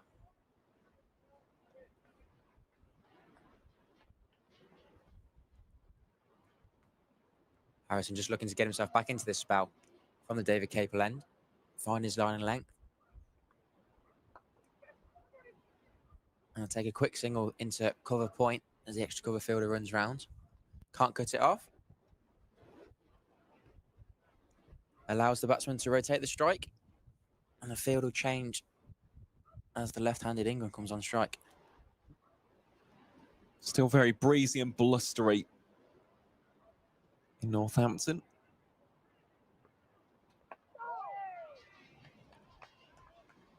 Which actually might be doing us a favour, because that predicted band of rain, especially the darker clouds, do appear to have moved overhead. So it's still very much overcast at Wantage Road, but not as gloomy as it perhaps was during the lunch break, which is positive news, of course. Wants as much cricket being played as possible. Harrison just makes the adjustment. Fielder who was at point now moves out to deep point. That just rubs salt into the wounds, doesn't it, really? That's where Ben Whitehouse was. So that is a single to round out the over. Glamorgan now 136 for 3. Still 59 overs of the day remaining. And of course, the lead stands at 190 runs. Yeah, it's a reasonably healthy lead at this point. There's been a sizable partnership for Glamorgan so far, 78 now. And if they carry on batting like this, they haven't looked too troubled since coming back out since lunch. And just hoping they can keep building this lead and get to a point where maybe they might fancy a bowl later on.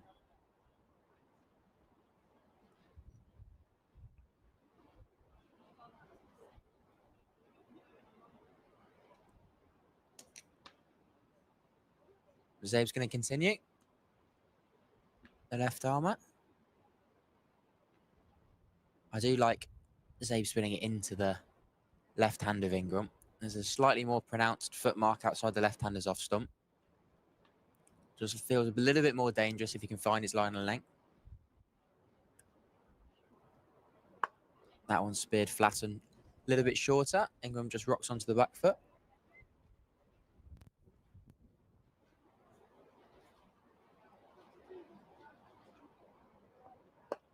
And there's that length. Just posing the question to Ingram whether he wants to come forward or backwards. Only just missing the foot mark.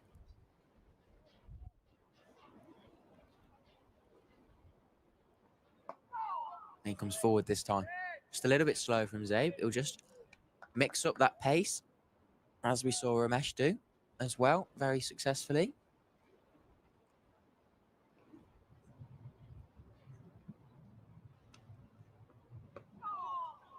As well forward for Ingram. It's nice bowling this though, isn't it, from Safe Zabe? As you mentioned there, Harry, the variations, doing a good job, both in terms of line and, more importantly, speed of these deliveries. There you go, really tosses that one up, and it's just been hacked away by Colin Ingram down towards deep forward mid-wicket for 4 runs. Excellent shot that from the South African.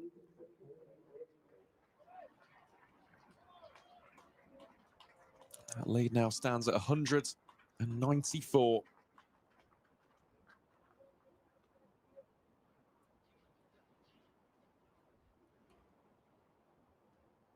I think that might have been Ingram's 10,000th first-class run. Or was that too many? There was definitely an applause there.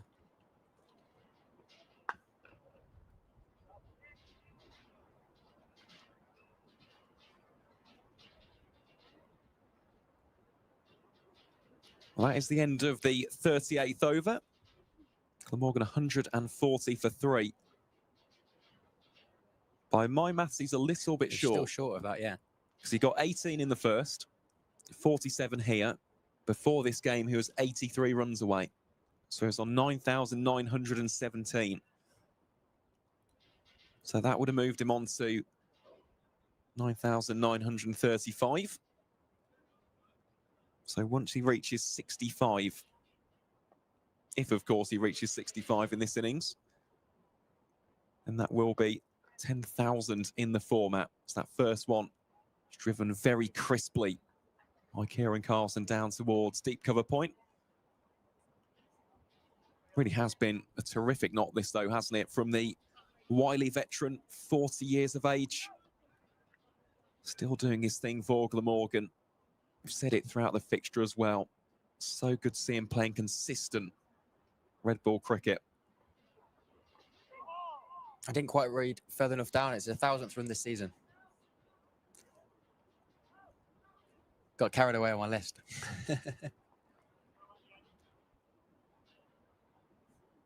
Well, that'd be quite some going, wouldn't it, as well? He reaches 10,000 in the same innings. Goes for the reverse here. Doesn't quite get the desired connection. So, I believe he's just the 4th player this season, isn't he? In Division 2. Ben Compton, Safe Zabe, Caleb Jewell as well at Derbyshire. So, yeah, Colin Ingram, congratulations to Kingram.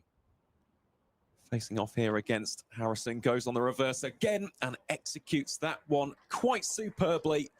That will race away down towards the deep third boundary. And Colin Ingram brings up his 50 in serious style. It's come from 66 deliveries, includes the 11 fours. And how many times have we said this? But Colin Ingram steadying the ship for the Welsh county of Glamorgan, expertly as ever. He's had a pretty good season, as we've just said. He surpassed 1,000 runs, scored 3 centuries in there, one of which was against Gloucestershire away, one against Gloucestershire at home. Of course, the 1-3-3, not out against Leicestershire. Well batted, Colin Ingram. He's still got some work to do here, though. Of course, once you reach those mini milestones and you get to 50, you want to cash in. Certainly does not want to gift away his wicket at this stage.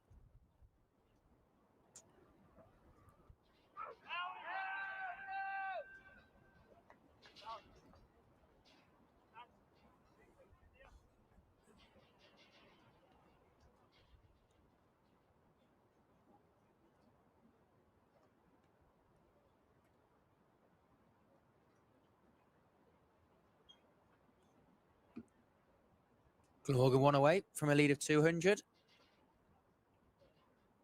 57 still overs. 57 overs still remaining in this day's play and in the match.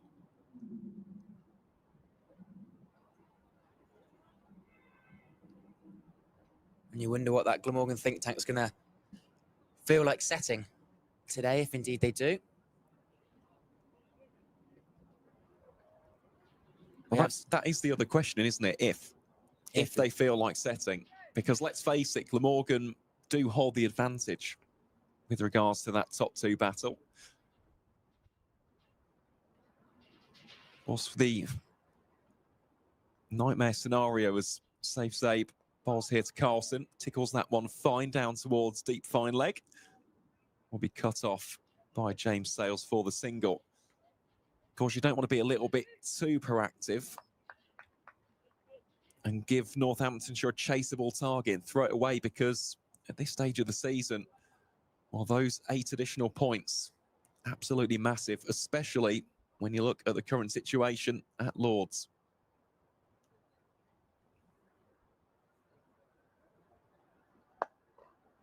Yeah, of course, Derbyshire just 118 in the lead, 4 down.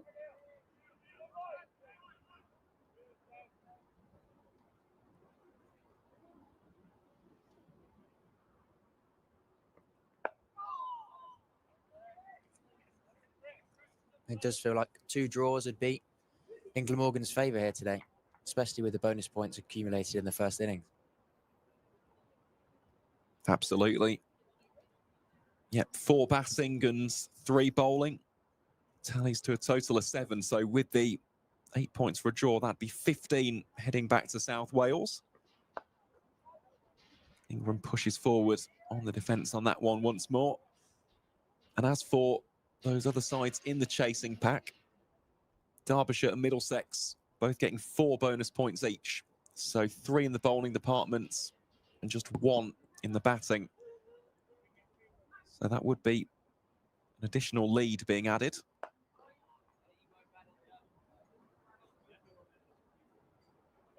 And as we're seeing with Leicestershire, even though they are the table toppers, practically every fixture, the points are being counted down.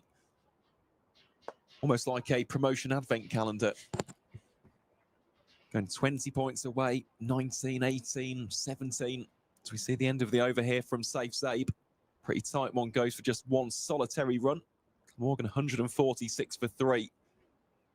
We are getting to the real business ends of the campaign now. And of course, for those sides beneath them, well, they've got to take the impetus. They've got to be aggressive and proactive. Whereas Glamorgan don't. Glamorgan can be sensible in this game.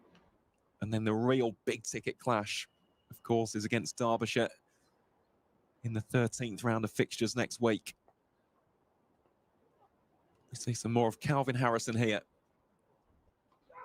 And that is a beautiful delivery. He's tickled the outside edge of Kieran Carlson's bats. McManus takes the catch, which will see Glamorgan lose their 4th. Kieran Carlson's stint at the crease comes to an end on 39 from 72 deliveries. And the visitors now 146 for 4. The lead at exactly 200 runs here in the afternoon session on day 4. Yeah, great delivery by Harrison. Just gets him coming forward, poking at it again, and just getting the ball to spin. As we've seen him throughout this spell so far, turning the ball past the outside edge a couple of times, but on this occasion, spins a little bit less and just the right amount to take the outside half of Carlson's bat.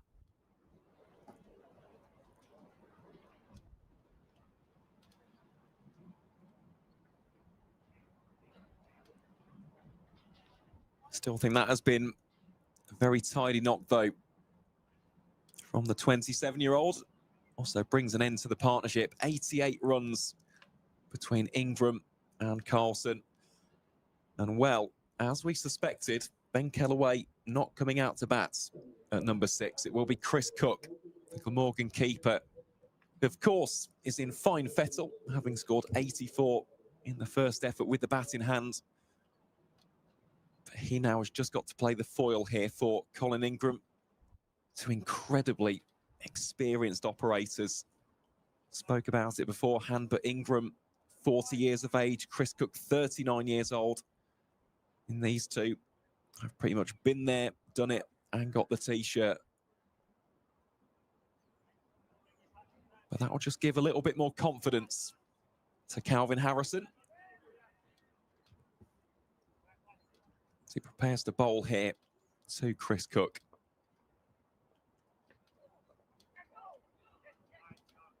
One bites off the surface, just evades the grasp of McManus. And that will be 2 runs added. Just waiting for the umpire's signal. There they are, signalled as byes.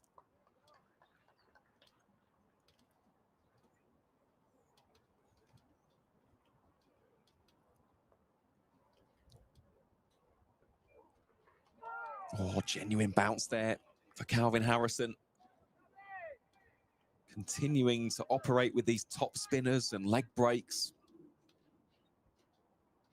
Slowing down the pace very nicely as well. Cook strides into that one. Plays it with far more authority.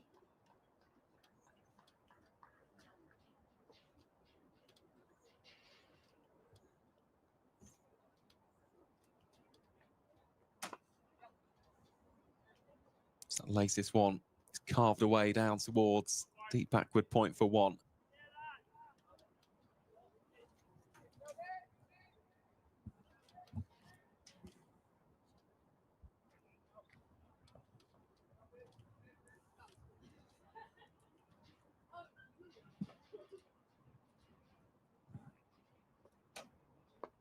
Final ball of the over. Clock's back to Harrison.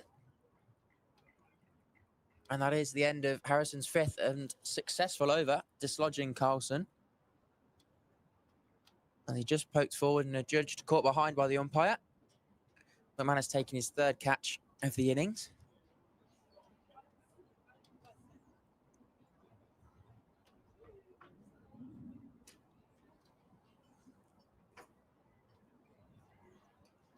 And we saw Cook very patient in his first innings, batting alongside Tribe. We'll see if we see a similar sort of mindset from the veteran wicketkeeper batsman.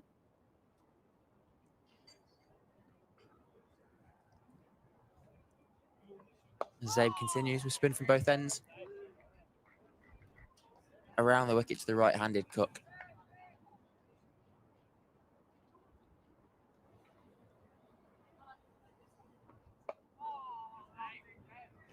Just the one catcher in place. Vasconcelos at slip. Deep cover and deep forward square leg in place as well.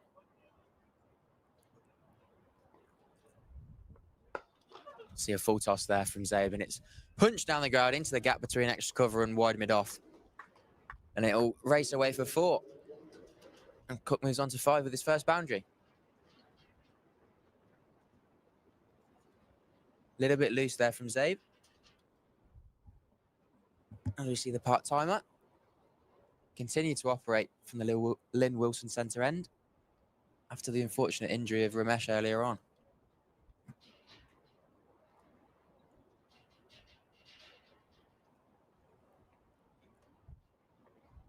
Just darts that one in, guided away out towards deep cover point. Yeah, that was desperately unlucky. Just appeared to be a left knee injury, didn't it, to the 17-year-old. Fell awkwardly, trying to hold on to a catch just to the right of us here in the Lynn Wilson centre end. As a result of that, well, I don't think he'll play a further part in this game. Say bowls here to Ingram, pushes that one down towards Ben Whitehouse. That will be another run to add to the tally. Colin Ingram moves on to 52. So he is creeping ever closer to 10,000 career first-class runs. Absolute titan of county cricket is Colin Ingram. So that is the end of the safe save over. So Glamorgan 155 for 4 after 42 overs of play here on day 4. The lead now extends to 209 runs.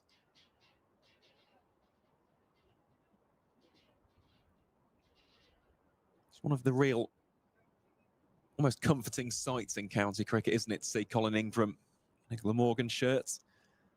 First joined the county in 2015, then suffered a little bit of a recurring knee injury, which prevented him from playing regular first-class cricket between 2017 and 2023. Then, of course, last season came straight back into the fold. 1,000+ runs within the space of 13 innings. Well, he's gone back-to-back, hasn't he? 2 seasons of 4-figure runs. As Harrison just pulls out of his run-up. Really would be a bit of a fairy tale as well for Colin Ingram to finally experience some Division 1 cricket.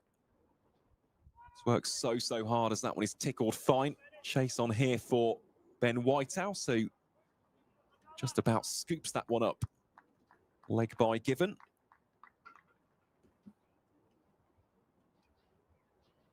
Just one of those individuals who works so hard. By all accounts, he's a lovely man to have in the dressing room. Of course, I know he's a firm fan favourite in Wales.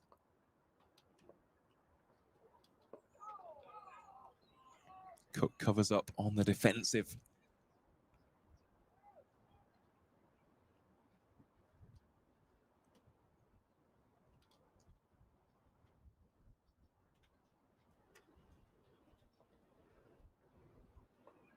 Plenty of flight, pace really taken off that one from Harrison. That one has just been clipped around the corner for 2 runs. Yes, it will be 2 runs. Guthrie it was, with the shy at the striker's end.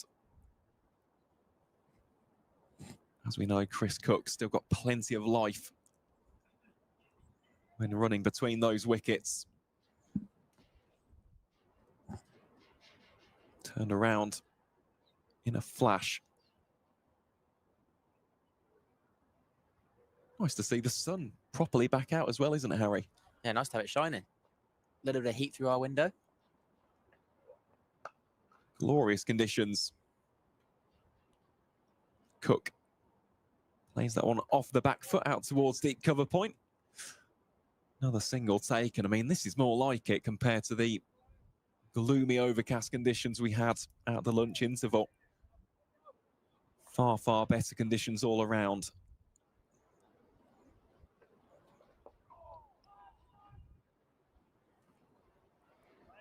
You wouldn't have known we were talking about rain at any point at all. Absolutely not, no. No, it's stunning at the moment.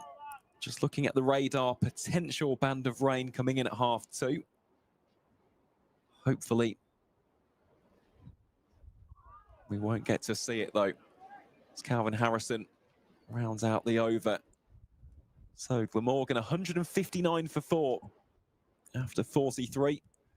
Lead now stands at 213, and it appears that for the time being, these two happy to just eat away into those remaining overs. I don't think we're going to see anything too outside of the box here from Richard Dawson's side.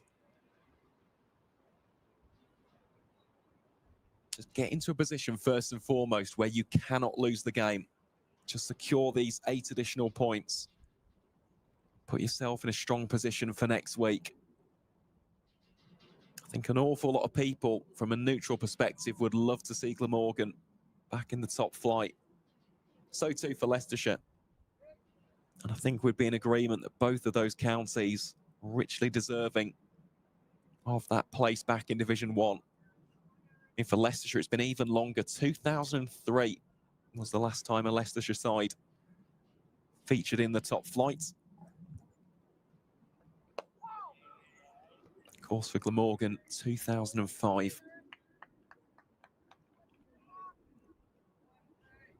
What an amazing achievement it would be.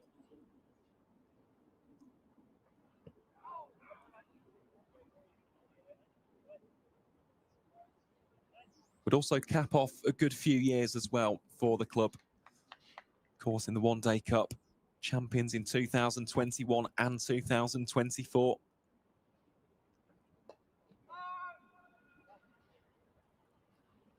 Will hopefully be competitive in the restructured Blast in 2026. And when it comes to the pathway as well, the under-18s winning at Headingley the other day.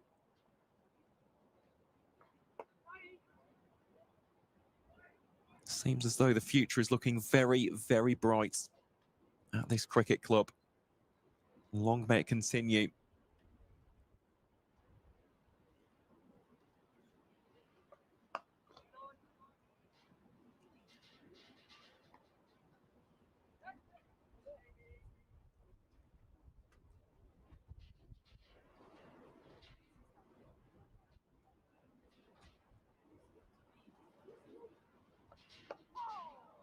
Cook smothers that last delivery. That is a maiden over bowled by Safe Zabe. So Glamorgan remain on 159 for 4 after 44 overs of bowling here at Wantage Road.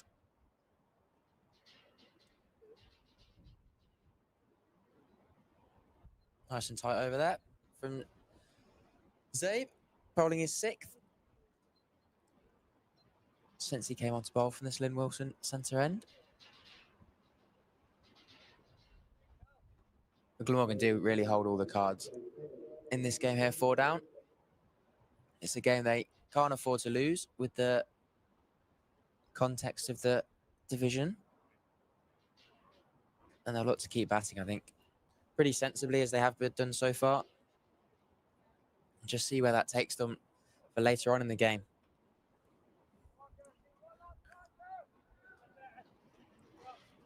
We're going to see a change of bowling. We are indeed. Liam Guthrie will come back into the mix here for Northamptonshire. And just looking at what is now the results at New Road, Nottinghamshire have won. They have beaten Worcestershire by 3 wickets. It's that one very full down the leg side, clipped away towards Safe Zabe, but deep backward square for 1. So that has blown the Division 1 title race well and truly open. Nottinghamshire taking a massive stride forward. And it does appear that with the current situation at the Oval, where Warwickshire are 41 without loss in the 18th, we are in for a 2-horse race between the defending champions and Nottinghamshire.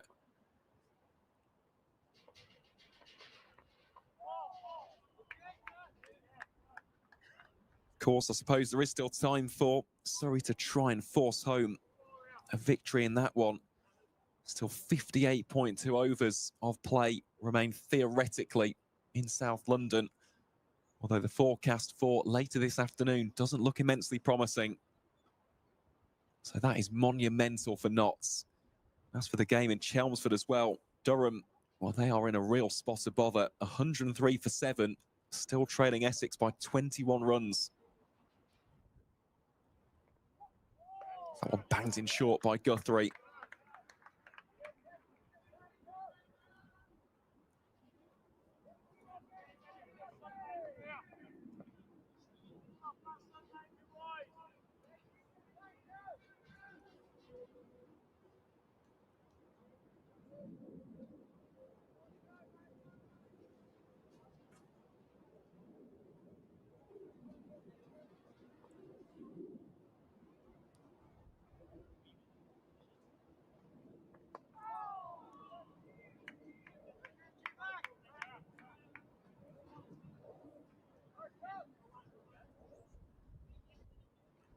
I wonder if we'll see Zabe continue from this end or whether Harrison will change ends and bowl as he did for much of the first innings from the Lynn Wilson centre end.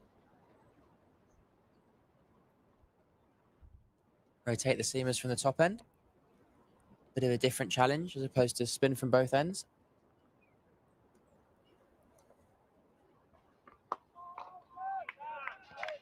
And see if there's anything left there with a slightly older ball. See if any of that variable bounce we saw earlier on remains.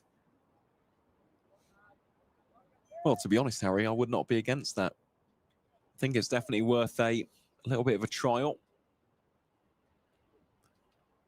Also, wouldn't mind seeing Luke Proctor come back on. I know that obviously the ball has softened up a little bit, but that really was an outstanding opening spell. Could just be the catalyst as Guthrie charges in here to Cook, who pulls that one smartly down towards deep backward square for the single. So that will be the end of the over. Glamorgan are 161 for 4 after 45 overs here at Wantage Road. The lead now stands at 215 runs. And speaking of Leeds, we'll go down to Lords. I should say Leeds is in the concept and not Leeds the place, just for any confusion to be sorted there. But Derbyshire lead Middlesex by 130 runs. So the East Midlands side are 145 for 4 at the home of cricket. 55 overs of the day's play remain in North London. As right on cue, Harry, Calvin Harrison will come on to bowl from the Lynn Wilson centre end, replacing Safe Zabe. So I don't mind this at all. I think that was the sensible decision. And let's see if he can replicate the success that Mason Crane had here yesterday.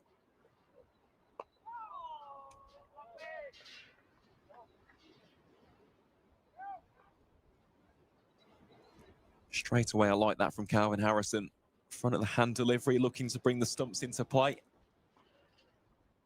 The next one, a sharp leg break, beautifully executed by the Nottinghamshire Loney.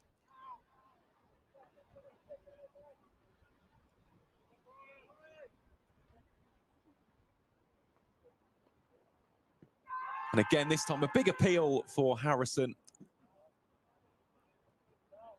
I think the initial pitching of that delivery was outside leg, though.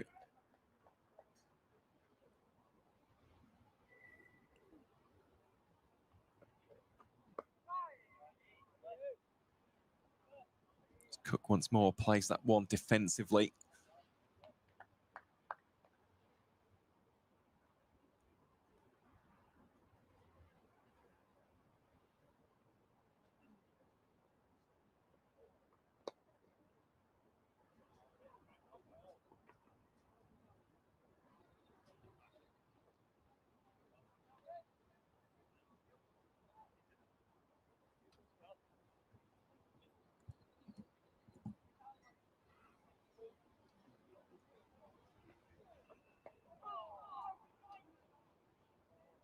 And that will be a maiden over from Harrison's first from this Lynn Wilson centre end.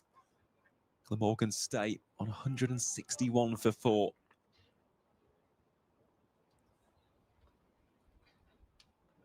It was a great start. Coming back into bowl from this end for the leg spinner. He'll be very happy, turning that one past the outside edge early on in the over.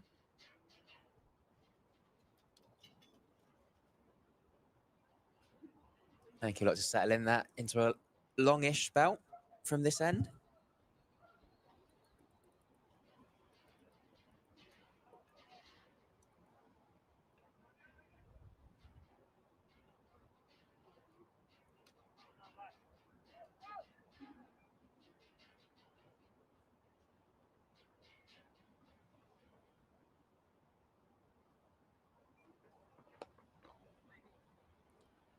That's turned away off his legs by Ingram, down towards fine leg, long leg, runs around to field. He'll just keep it just to the single.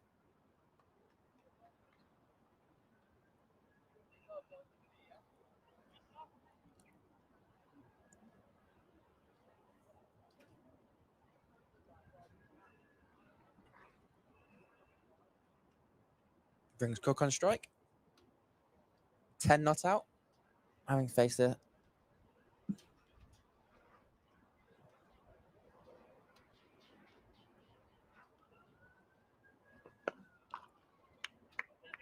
Looks solid behind that. And has just settled in very nicely since he's come in after that 4th wicket of Coulson. Just going to look to sit there and allow Ingram to continue batting as he has done very fluently.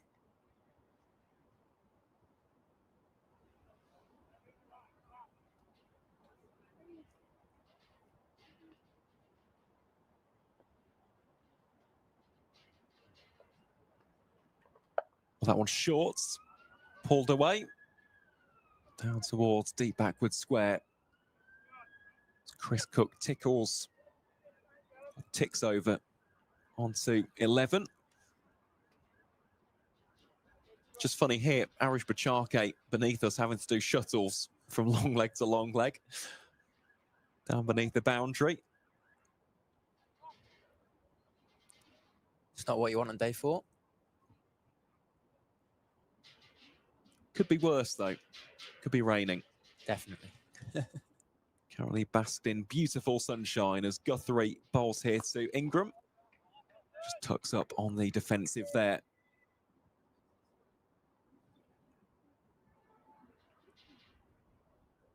Just taking a quick look at the score at Canterbury as well. Kent have just been bowled out. So could potentially be in for quite an entertaining run chase there for Lancashire. I think 302 is the target. Indeed it is, off 51 overs, so almost a de facto extension of the Metrobank One Day Cup. I was just going to say that. Proper one-day game. Score at 6s, win the game. Stanley 6 for in the second innings, 11 for in the game. Wow. 18.3 overs, 1 maiden, 6 for 100 in that second innings. And that's some hard work. Well, fair play to him. Of course, in that first innings, that was his first ever first-class 5-wicket haul as well. It's Ingram, drop and run. And it will be a single despite the shy at the stumps there from Ben Whitehouse. Nice intent shown there by the veteran. And that will be the end of the over.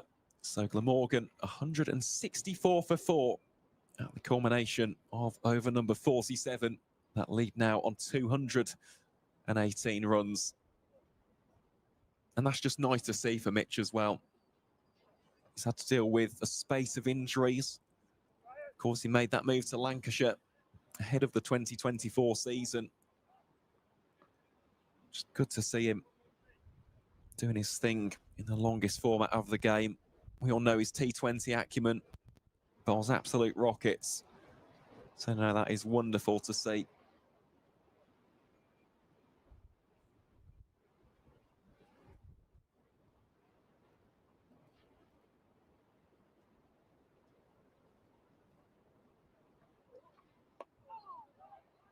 Calvin Harrison starts us off then in this latest over.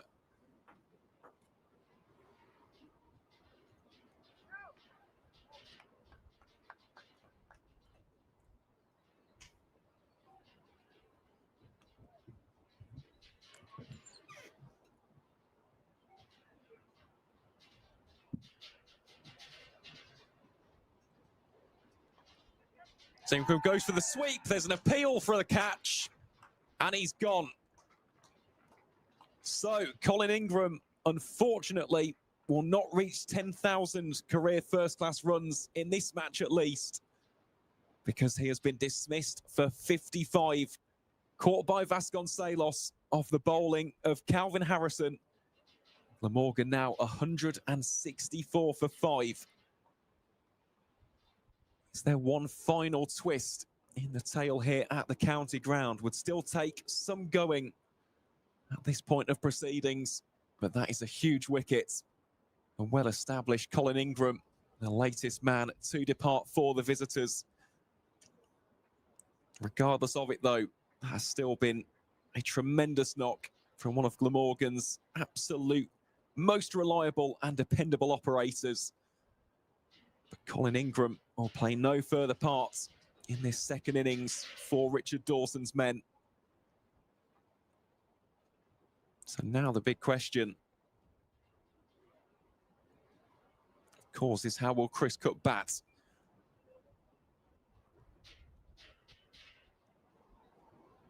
Don't think there'll be anything too out of the ordinary, especially not with who's coming into bat next, because Ben Kellaway has entered the field. Didn't see much of him, unfortunately, on day 2 or day 3 as a result of a slight injury that he picked up in the field. Does appear as though he is coming out to bat now, although this is going to be interesting. We've got a runner on the field for good measure. So everybody now will really have to concentrate, including us here in the commentary box. Always a little bit of drama and chaos when a runner is brought into the mix. It will be Kellaway to face up first here against Calvin Harrison.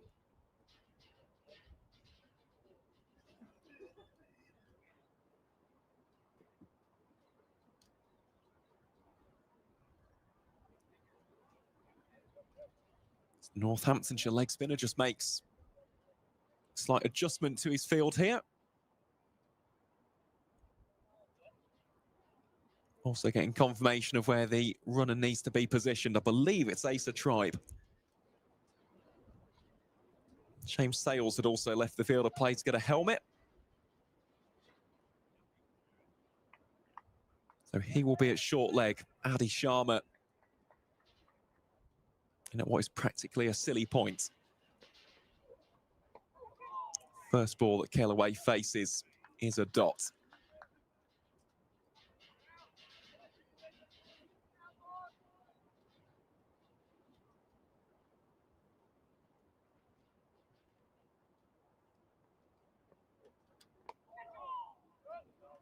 The next ball faced. Turn just away from James Sales. Confirmation that it is indeed Asa Tribe. Wearing the number 55. Who is the runner? This next delivery from Calvin Harrison zips past the outside edge of the right-hander's bat.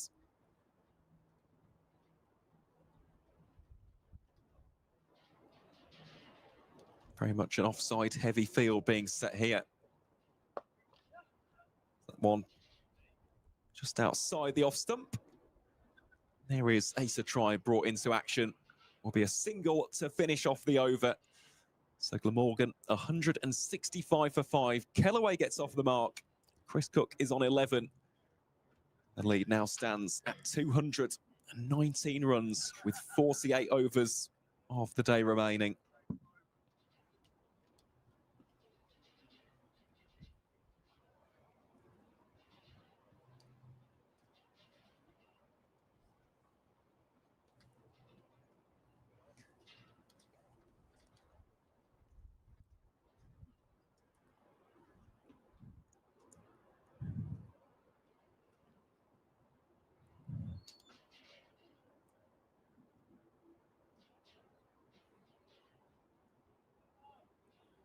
Glad to see that Kellaway's well enough to come and hold the bat out at number 7.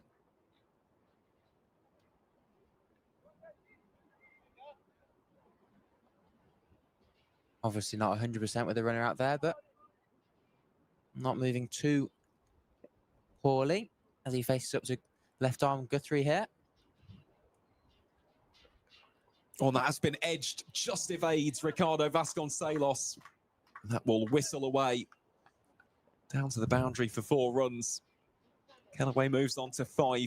Glamorgan's lead now 223 runs, and just looking to our right-hand side over the family stand, well, there is a massive blanket of cloud. So we did look at the radar. Was meant to be set in around about 2:30. Hopefully that won't be anything too serious, but they do look like some pretty heavy set rain clouds. Next ball, Kellaway just tucks up into a defensive position. certainly looks a lot gloomier compared to the bright blue skies that we've had overhead here at the county ground in this afternoon session. Breeze continues to pick up as well. It's been one of those very breezy and blustery days in the East Midlands.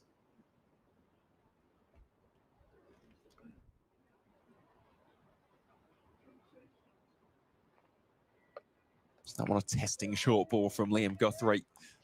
Just keeping Kellaway on his toes.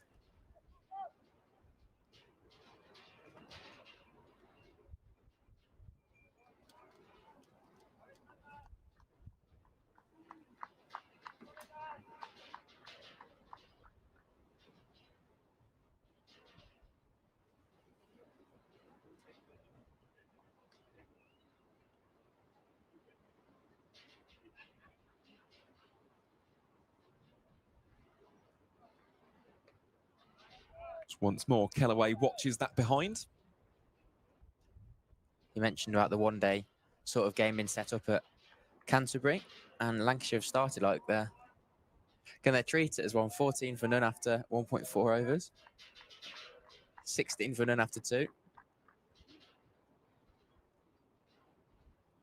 with 8 byes, interestingly enough. Just warming up for Saturday, aren't they? The Red Rose, finals day at Edgbaston. It's that one again off the shoulder of Kellaway's bats. The ball is picking up some velocity down towards the deep third boundary, and that will be 4 more runs. Glamorgan now moving on to 173 for 5. The lead stretches to 227.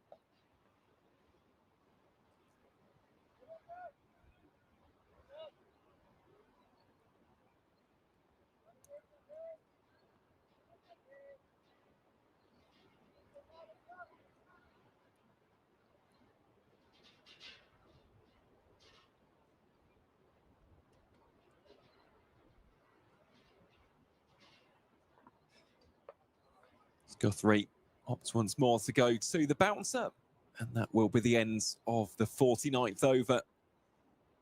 The Morgan remain 173 for 5. I mean, that should be a wonderful day on Saturday, providing that the poor weather does stay at bay. Of course, Northamptonshire in action against the Hampshire Hawks. Lancashire and Somerset playing in the other semi-final in the second city.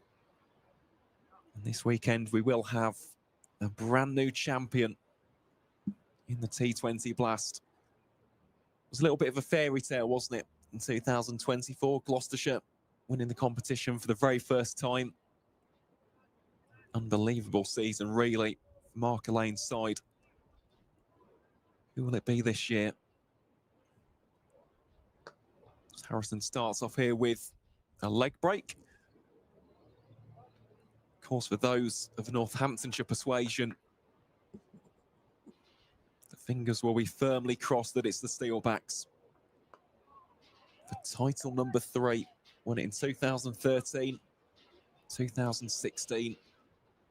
Will 2025 be the year that that 3rd star is added above the crest? There's a huge appeal there for leg before. Harrison, Vasconcelos, Sales and McManus all threw up the hands onto their heads. Bat and pad pressed together. They felt very much so that it might have been pad first. Just a sneaking suspicion that it might have been going on to hit the stumps, but the umpire says no as they run one to deep point.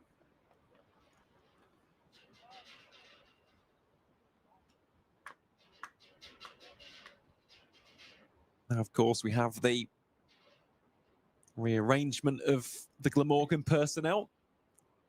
Kellaway comes back into the middle. Asa Tribe's runner goes more towards deep square leg. Having a real nice chat there with Save, the 2 big Centurions in this game.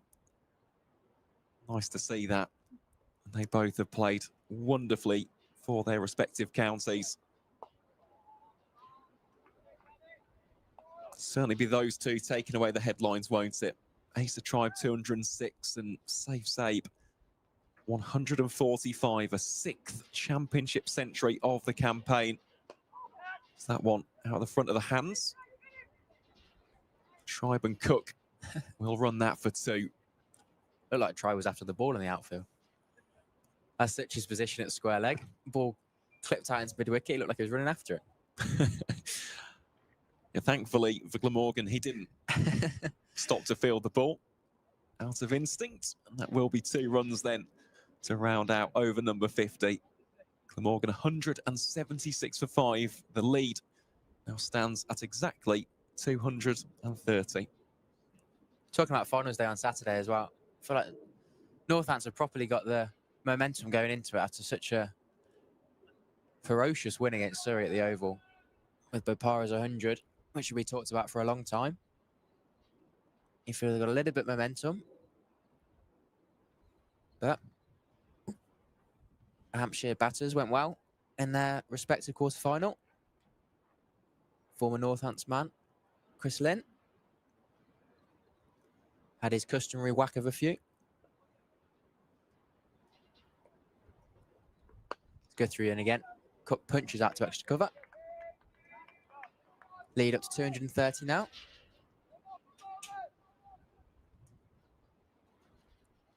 This is likely the partnership where we'll sort of see where the rest of the day's play is going to go. With 45 overs remaining after this one. Cook and Kellaway, 2 of the last recognised batsmen. They'll continue batting pretty solidly and see where it leaves them.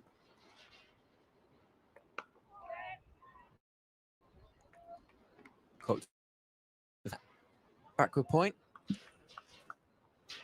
Runs around, can't cut off a single.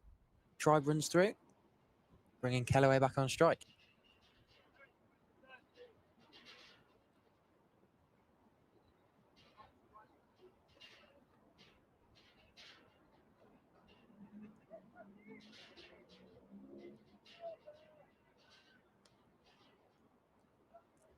Three slips in place now for Guthrie.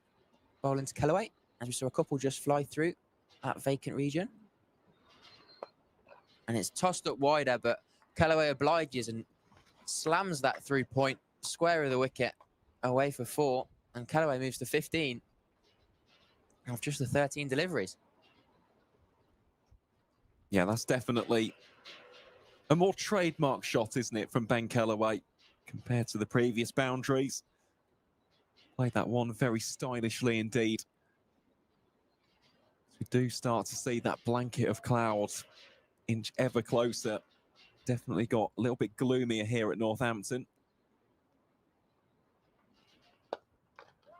Following straight to this time, punch straight back down the ground. Mid-off's moved a little bit wider with the 3rd slip being in place, and it allows the ball just to run through a straightish mid-off, and they'll come through for a 2nd.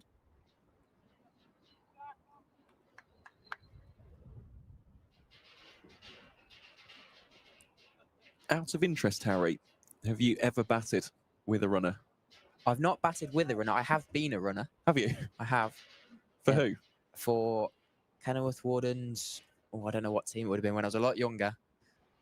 Older gentlemen playing alongside us. Not in the best shape. The short ball goes by. Doesn't get up very high. McManus hobbles away after the ball bounces first, then strikes him on the knee, it looks like. They're horrible ones. Yeah, one of our older players in the, I imagine it was probably the 4th team or somewhere similar to that. I think he'd done his hamstring or something similar to his leg. I went out and was a runner there, and it is very confusing. Lots going on. Especially when some of the pitches are marked up for junior games. So you have to remember which crease is the right one. Yep. But I don't think they'll quite have the same problem here. Shorter, turned off the hip. Tribe runs away from the ball this time rather than running after it. And he gets one.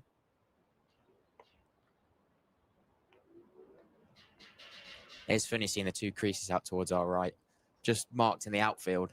Seemingly, you see the pictures of the green English pitches that people always moan about, and that could be one of them.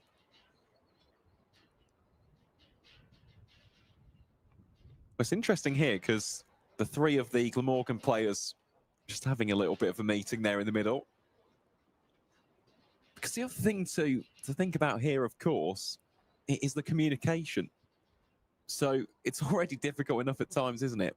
Communicating between the wickets themselves, but you've got to properly shout or you've got to sign something. Of course, Asa Tribe is quite a few paces away there. It's not as though he's 2 or 3 pitches away. He's miles away. He's about 30 yards, I think, from the crease.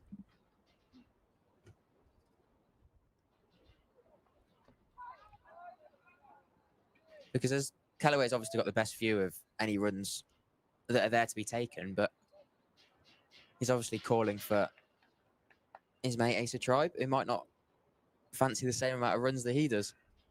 But Tribe can't shout no from as it's bowled him. It's behind the legs. We saw this in the first innings from Calvin Harrison, and this time, once again, it's span out of those foot marks down the leg side of Callaway, and it's just ragged and taken his middle pole, I believe. Well, what a spell this has been from Calvin Harrison today. Northamptonshire's leading red ball wicket taker, working his magic once more, and that is another fine delivery, so much so that it's got Ben Callaway grinning. Beautiful dismissal, that. And look at those figures. 3 for 23. We had a little bit of a sedate start on day 1. The same certainly cannot be said here on day 4. He has bowled quite majestically. Really good to see this. That's turned quite away, bowling over the wicket to toss it out towards the leg side and spin it all the way back. You can tell the foot marks are just having a little bit of a play. Just helping the leg spinner out a little bit. And he takes his 3rd wicket.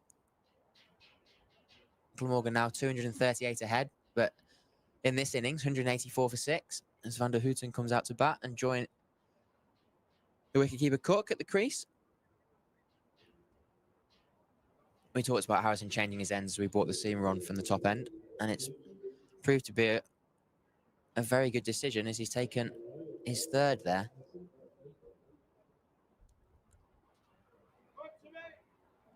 And now Cook, being the only recognised batsman in at the crease, still got the bowlers who can certainly bat. But Glamorgan at one stage would have been thinking, can we carry on batting and set a big total and make sure we're not out of this game? But at 238 ahead, if Northants can just pick up the next few quickly, they might feel like they've got a chance in this game. Especially in one that Glamorgan can't really afford to lose with the context of the division elsewhere. As Harrison comes in again to the new bat. Looks like he bowls a googly there. Back in towards the right-handed Van der Houten. The question here, though, is time, isn't it? Because that lead, 238, 44.3 overs remain. So that one is cut away very proficiently by Tim Van der Houten. Out towards deep cover for 1. Gets to a stage where, let's say that Glamorgan even bat for another 10, 15 overs. That's a very difficult task. And to be honest, I don't think that Northamptonshire would want to be risking it at this stage either, especially the finals day coming up on Saturday. That next one is defended. Of course, the likes of Sanderson, Willie, Scrimshaw not featuring in this game, but even so, McManus will feature in that fixture. So too with Vasconcelos, safe save himself. It's one of those where, if it is to that stage, I imagine that handshakes would be taken because the risk for both sides playing on doesn't really justify it compared to an earlier season fixture. That is the end of the over. Glamorgan 185 for 6.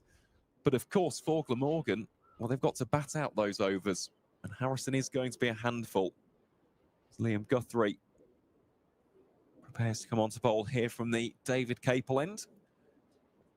It's just such a shame, really, that yesterday was so truncated by the weather, because those first 2 days were really eye-catching. It was engrossing cricket, and I know that obviously they're relatively high scores, 467 and 413.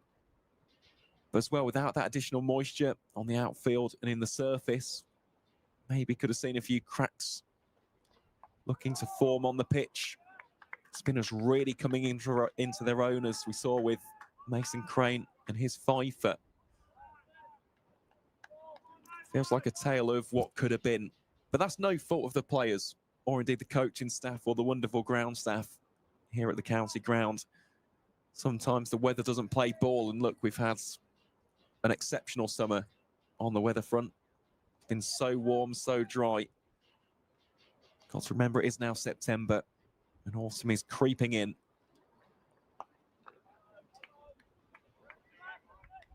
Yeah, certainly we've had a really good game here this week. Just a shame we've had so many overs lost on that day 3, because it really could have come into a very good finish. But we are just slightly running out of time as we come to the end of the English summer. What a summer it's been, though. Guthrie in here too. Van der Houten leaves that one well alone. Yeah, I must say I've thoroughly enjoyed it. Really have, across the Championship, the Blast. I know the One Day Cup for Northamptonshire did not go to plan. But even so, just seeing the next generation of cricketers, 2 of whom we're seeing here today. Of course, unfortunately, Nirvan Ramesh off the field through injury, but Ben Whitehouse also making his first-class debut. Watching the likes of Aryaman Varma and Stuart van der Merwe as well. It's been one of those memorable summers, I'd say. And of course, across the country. Someone else who, of course, would be amiss to mention is Asa Tribe himself. I mean, he has definitely contributed to that. He's been one of the breakout stars, so too was Dan Lassagan at Worcestershire. Been very lucky with the weather as well. So we can't complain too much if the last few rounds are a little bit rain affected by comparison.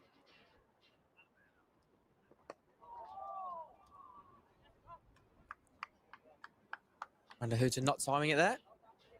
But no, we've had, especially at the start of this year, we had such a good April that we don't normally get in England. The early part of this summer was a lot drier than usual.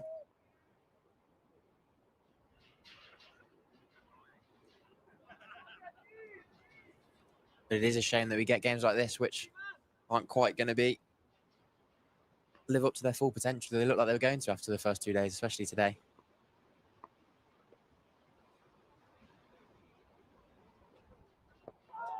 Go through again onto that line of length. Chopped down on by Van der Houten.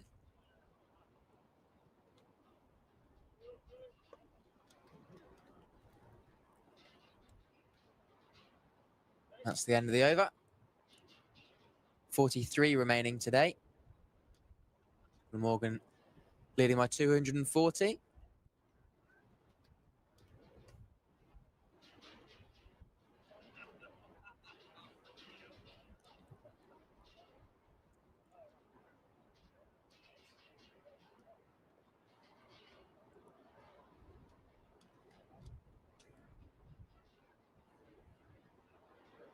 Those overcast clouds that we mentioned earlier, just rolling over the top of the county ground here.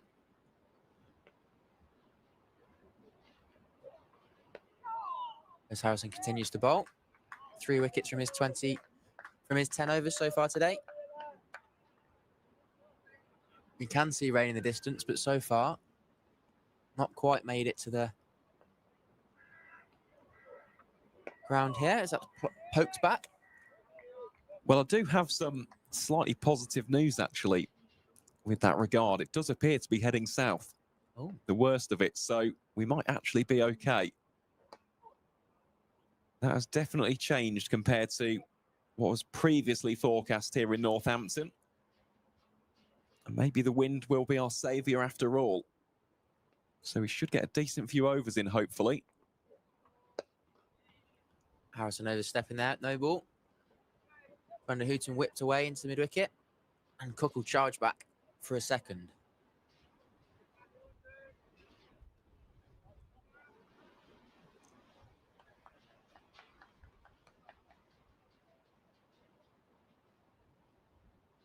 Proctor doing the fielding there. Wonder if he'll see the captain bring himself back onto bowl. Bowled very nicely in this innings and indeed the game today. And this week, is that turned sharply from a back leg stump of Van der Houten plays inside it. As he'd describe anyway. Northamptonshire will say he missed it.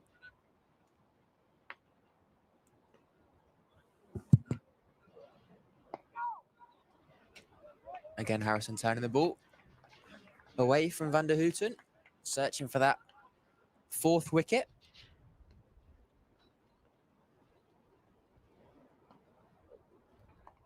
Little flatter there. Not quite as prodigious turn. And that'll be the end of the over.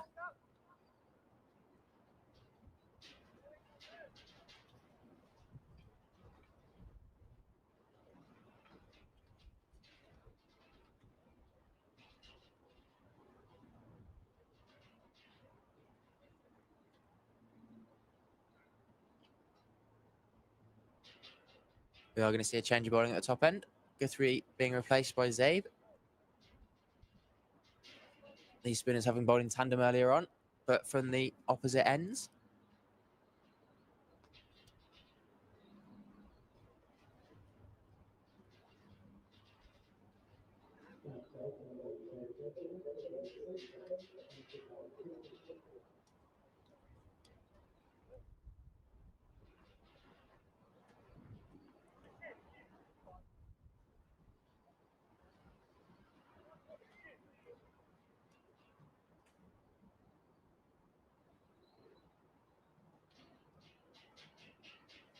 Here's then left armour back onto bowl. Starts with a slightly shorter ball and it's pushed out towards that backward point. He dives, only bounces a couple of yards in front of him, but he can't get there. A little bit of extra bounce from Zabe.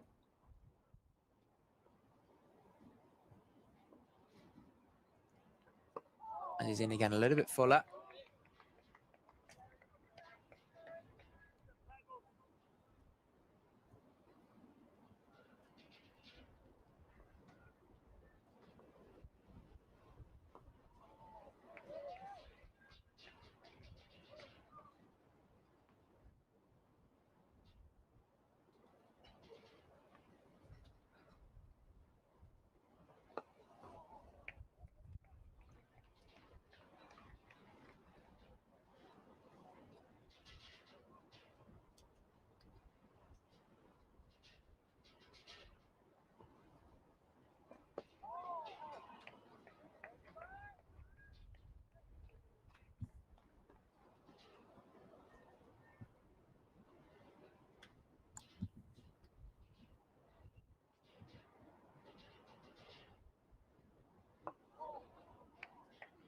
And slightly shorter than Zabe's first over back from the David Capel end.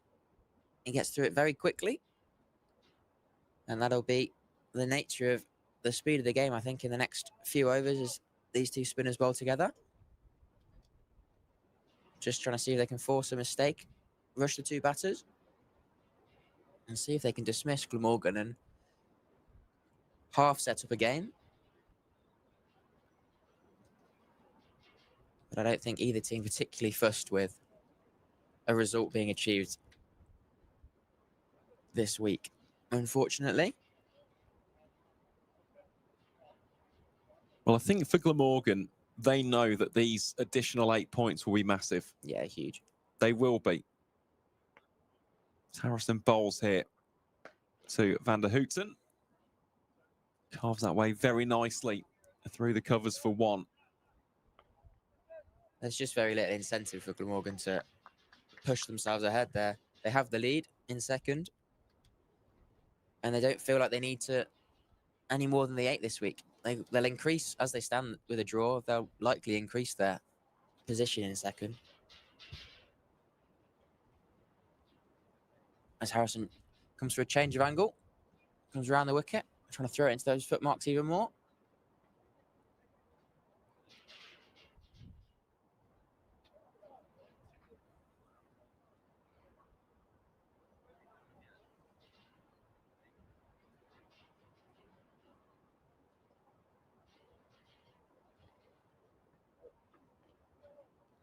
And Cook's just going to be happy to kick it away from round the wicket. As we mentioned, the draw, very helpful for Glamorgan.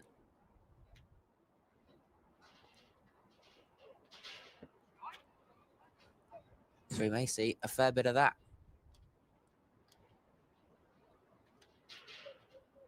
Of course, no run being able to be taken if you don't attempt to play a shot for a leg bye.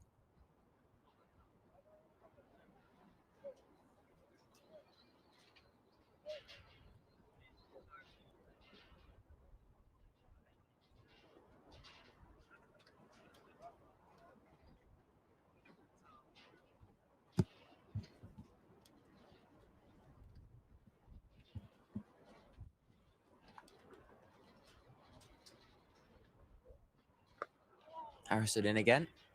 This time it's just straight enough for Cook to rock back and punch it out to the deep point boundary.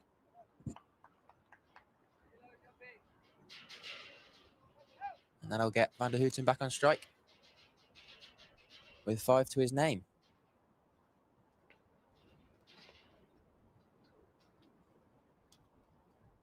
Harrison calling an extra catcher in to short cover. Van der Houten turns it off the front foot. Over to the captain, Luke Proctor at mid-on.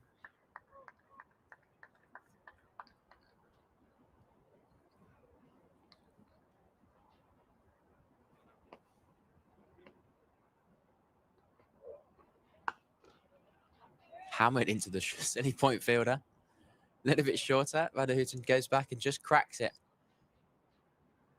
Straight into silly point. He wasn't into too much discomfort, thankfully. But they're not nice standing there, I can tell you. Definitely not. Well, just looking around the grounds, it is still raining at Lord's. So at this stage, Glamorgan doing absolutely the right thing. Just seeing out this game, not doing anything too harsh or too hot-headed. Just play every ball on its merits. Eke away every single ball, every single over, and just secure those 8 additional points. Of course, the Welsh outfit would take 15 away from Wantage Road this week as Zabe bowls here to Cook, and he knows exactly his role. He's just got to stay there, marshal whatever is remaining of this innings. Been very watchful for his 14 as he turns that into 15 with a nice shot off the back foot down towards deep cover point. As for Northamptonshire as well, they too will take 15 points away from this fixture in what does seemingly appear to be fast developing into a draw. So that one defended back to Zabe for no run. Of course, for Northamptonshire, after today, a very, very big target on Saturday. And that is to try and win the 2025 Vitality T20 Blast. Alternatively, for Glamorgan, well, that is pretty much the ideal result down at Lord's. Because it's the draw, it almost keeps that status quo very much as it is, but also they've gained on that. So Derbyshire and Middlesex would at this stage pick up 12 points each. So that one sneaks in a little bit lower from Zabe. No, it's ideal for Glamorgan, short of winning and everybody else losing. They'd have come here this week and not hope for much more than that. Maintain and slightly improve. And so they'll be happy with how this game is developing. And they've earned it as well. Yeah, definitely. Nobody can deny that with Glamorgan this season. Already spoken about Colin Ingram scoring 1,000 runs. Sam Northeast has been good. Asa Tribe has been on another world in recent weeks. Kieran Carlson has also battled away with some really good knocks this season. Scored 3 centuries, a couple of 50+ as well. Ben Kellaway has stood up and been counted, the young 21-year-old from Newport. There are some bowls here to Van der Houten. And of course, with the bowlers, I think of someone like Mason Crane. Mason Crane's strung together some match-defining displays. That one just guided away towards deep cover for 1. Lead now just 1 shy of being 250.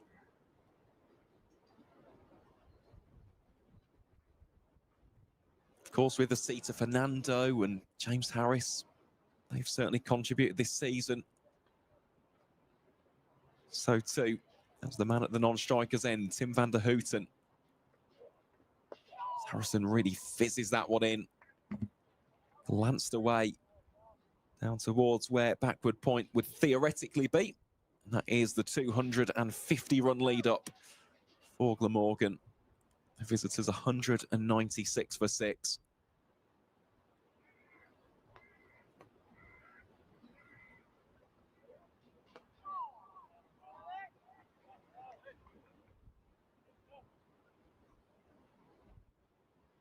As predicted as well, over to our right, I can see some bright blue skies, which is very welcome. That blanket of cloud, almost miraculously, hasn't touched us here. It's looked very dark and very ominous, but nothing more than that.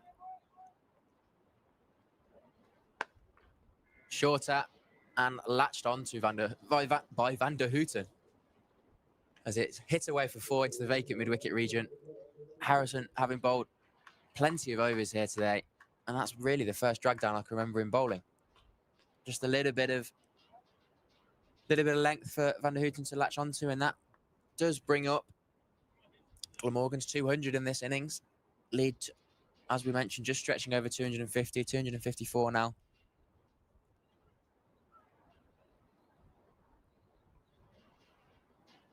And a hopeful glance over to the Glamorgan dressing room isn't very hopeful. There's lots of settled faces, settled bodies with big coats on in this windy day in Northampton. They're just going to let their mid to lower order bat and see where it takes us as we're in the run-up to tea in about 15 or so minutes.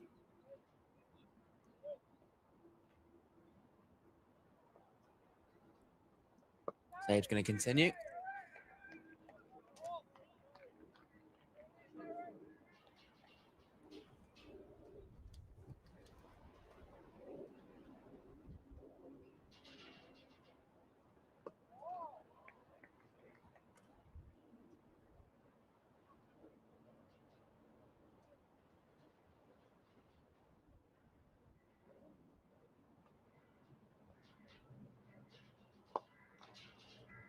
Cook very much happy to just poke out and push forward.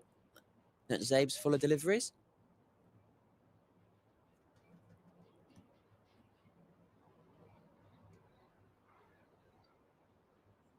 As he pulls out from that one. 16 off 54 for Cook. Very patiently batted. As he covers up again. Well, he's just done his job, hasn't he? 2 of tea. He was the foil for Colin Ingram a little bit earlier on. Of course, he was the more patient operator alongside Ben Kellaway. And you've got to think of the bigger picture here. For Glamorgan, they are setting this up for next week. Because you never know as well with the weather for the rest of the month. I mean, the rain could also very much play a factor in those later rounds, as well as that is another maiden bowled by Safe Zabe. Glamorgan still 200 for 6 with 37 overs of the day remaining. I'd be very surprised if there wasn't another rain-affected game in the following rounds. And Glamorgan keeping themselves just that arm's length away from the chasing pack, as they're able to do here today.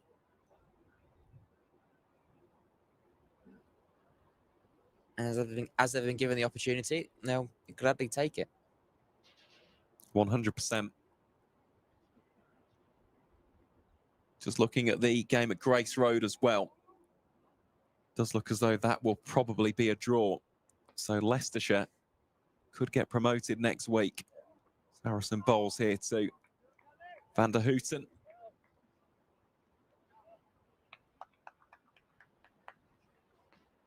Already building for 2026 as well of the Foxes. The signings of Stephen Eskenazi, Ben Green, Josh Davey. Looks quite the squad being built up. And of course, that'll be the next question of, won't it, for Glamorgan? Should that Division 1 status be obtained? Who gets brought in? Harrison beats the outside. Van der Houten's bat with an absolute gem. Because as we've seen, teams like Sussex and Durham who've dominated in this division. Half a shout from Harrison. Umpire not interested. I think that's the fair decision in the end. So that last one almost catches the outside edge. Another beautiful delivery that from the leg spinner. And that is back-to-back maidens here for Northamptonshire. But just going back to that previous bit of dialogue with regards to the likes of Sussex and Durham, it's one thing to get promoted. You want to stay there. That is the absolute worst feeling in the world when you get promoted and drop straight back down. So certainly some decisions to be made over the winter. Of course, though, Glamorgan boosted by the news of Sean Dixon's signing, which, I mean, what a shrewd acquisition that is. It's a great acquisition. He's seriously a good player in all formats as well. Very good player and great one to have in your ranks at pretty much all times. You're always happy to see him batting.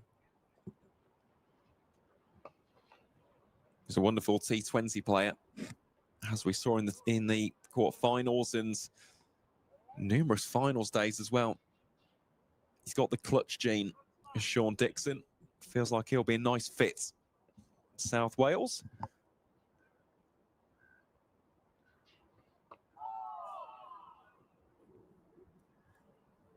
Just chopped off his off stump. Zabe almost excited for a second.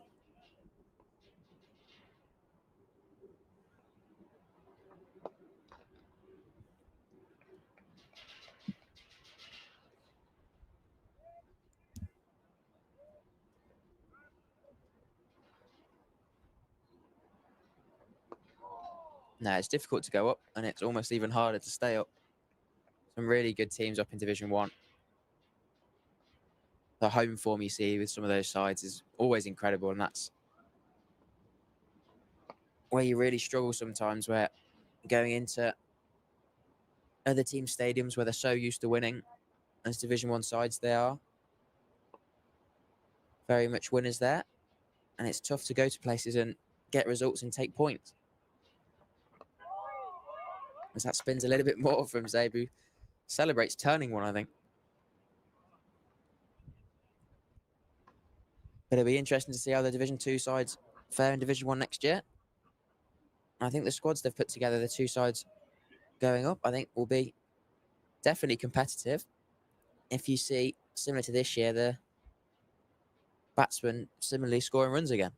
And that is your only sort of currency going up a division. You've got to continue to score the runs that so many Division 1 batters just pile on.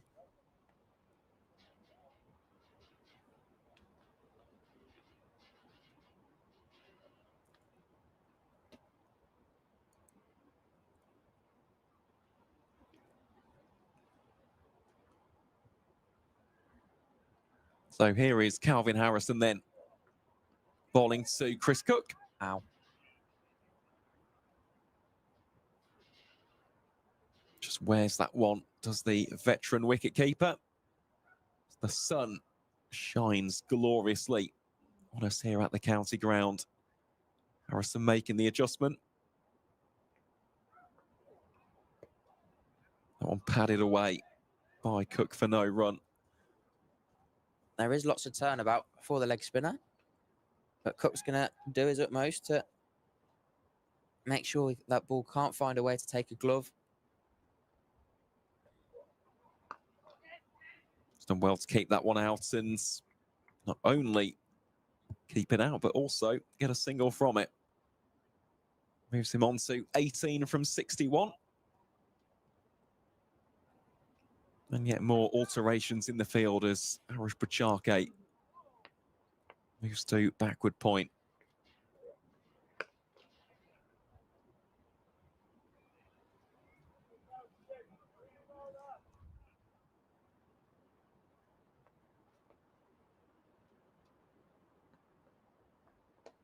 His latest one is defended. Something else that I don't think will come into the equation is over rate, because looking at the scoreboard, currently 7 ahead in the innings so far, which is very good to see. And they have been all the way through. They've been so far ahead all day. Harrison having bowled his 15th. Save Zabe 10. Ramesh 6. Plenty of spin. But even the seamers have got through overs pretty quick. It's been good to see lots of cricket being played.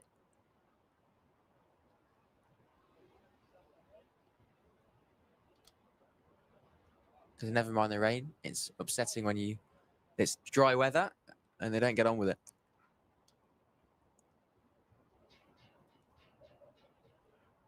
So it will be safe Zabe to continue from the David Capel end.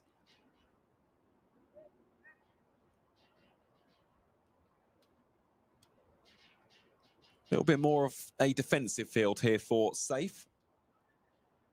By comparison. And as soon as I say that, Adi Sharma will go under the lid. Just wait and see if we'll be at short leg. Indeed he will.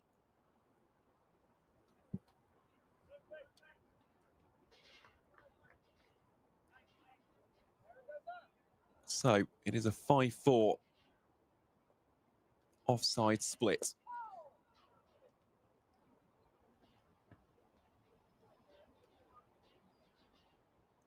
And in fact, for the first time in the afternoon session, the ground staff actually moving away from the covers.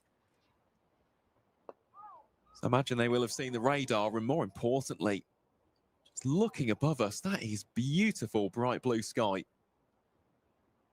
Hardly a cloud just behind the Briggs and Forrester family stand. And it's just a real shame that we didn't see that sight yesterday, because this could have been very different indeed. As Cook turns that one away. Either way, this has been thoroughly professional batting display from Glamorgan today. Of course, they could have maybe had the eyes light up, try and make this a little bit of a one inning shootout, but they've decided the points more valuable. I've got to say, I completely agree with them.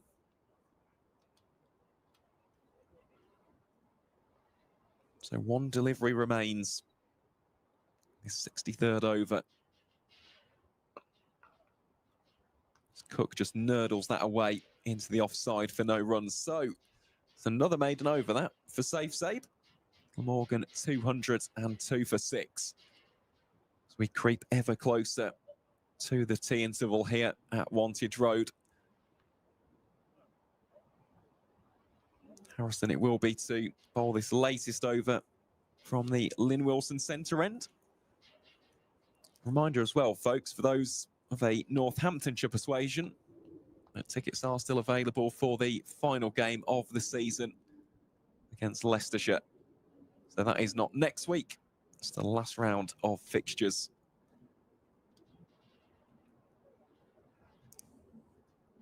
Of course, we love having your company here on the live stream, but if you fancy coming down to Wantage Road, watching some county championship action as the 2025 season comes to an end. That game taking place from Wednesday, the 24th of September until Saturday, the 27th. So if you are in the area, please do join us. Calvin Harrison bowling here to Van der Houten, who defends that for no run.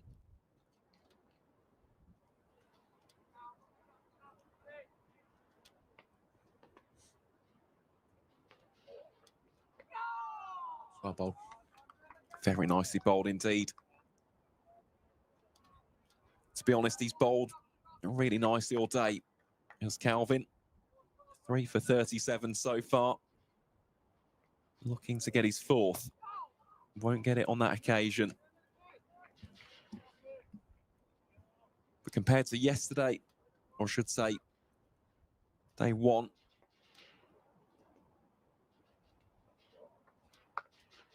that have been slashed away, won't be cut off, but there's a fielder out at deep point, so single taken.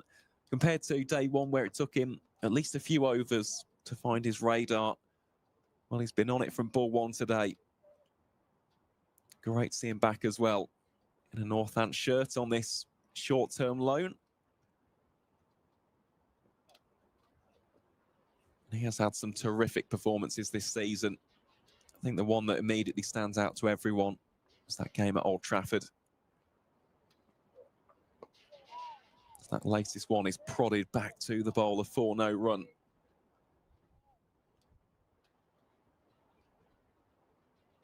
Short leg and silly point. Both got bored and had a swap. Which one would you prefer to do? That's a very good question. I think for me, short leg. I think you're dead right. I hate his silly point. I've done them both. Neither are fun. But at least with short leg, you can see the ball coming down. Silly point, you just see the batsman shape up and try and whack it at you. Correct. Exactly my reasoning as well. Although I must say, if you do take a catch at silly point, you've done an outstanding job. Yes, definitely. It's never easy in either position. With short leg, you kind of get those glances, don't you? Slightly more time to actually see the shot. Whereas if you get one rifled at you at silly points, where you've not got any time to react, really. It stings as well. That's the other aspect, I think. Well, here we go. This is something a little bit different. Going to see a little bit of Adi Sharma from the David Capel end. So he'll come on to bowl. A little bit of spin.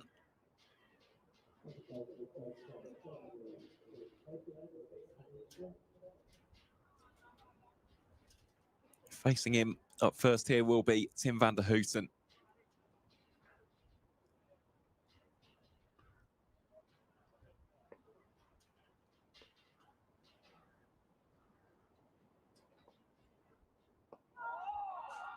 His first delivery is defended there. Massive grin on the face here, isn't there, on the 19-year-old?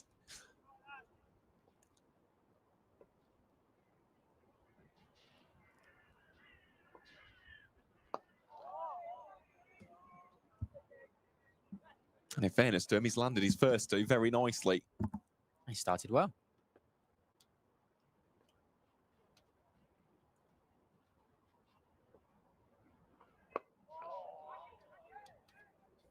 On a bump ball back to the bowler. Yeah, got the leg slip in play alongside Vasconcelos in at first slip. No men hovering around the bat. Sharma again really rips that one. Plenty of revs on it. Just clipped away off the hip of van der Houten. So, 2 deliveries left in the over. Tea will be taken very shortly.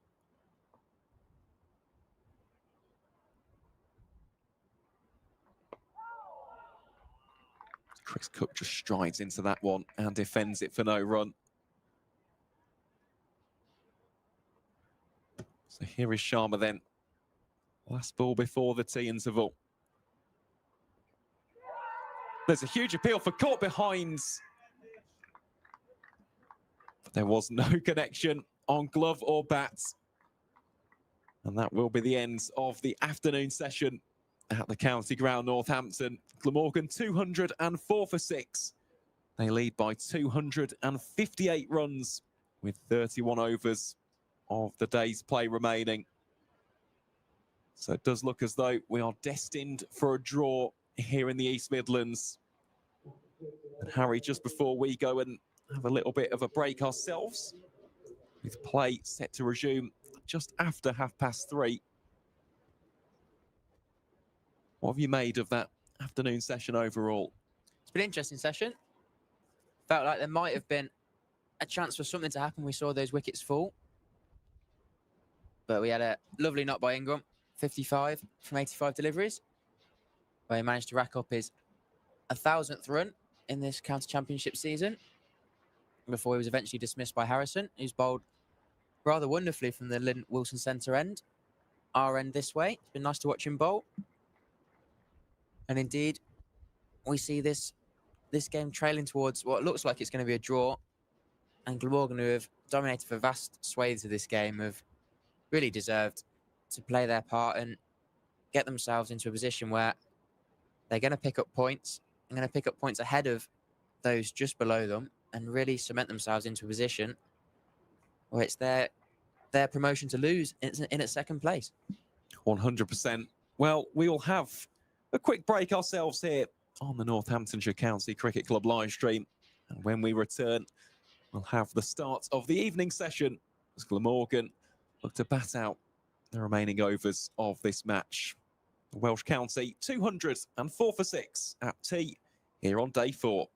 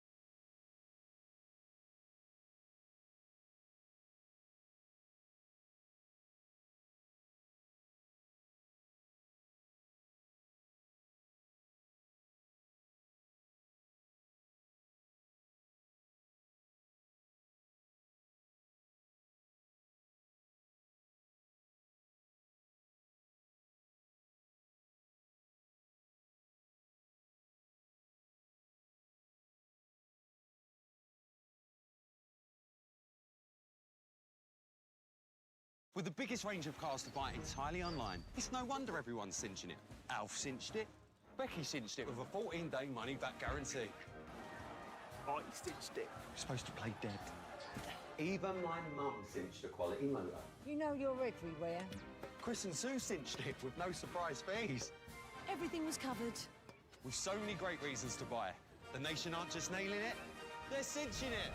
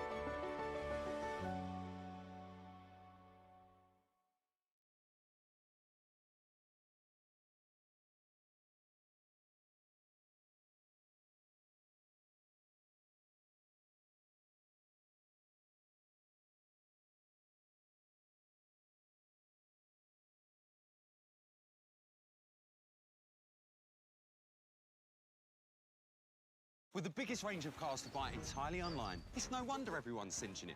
Alf cinched it. Becky cinched it with a 14-day money-back guarantee. I cinched it. You're supposed to play dead. Even my mum cinched a quality motor. You know you're everywhere. Chris and Sue cinched it with no surprise fees. Everything was covered. With so many great reasons to buy. The nation aren't just nailing it, they're cinching it.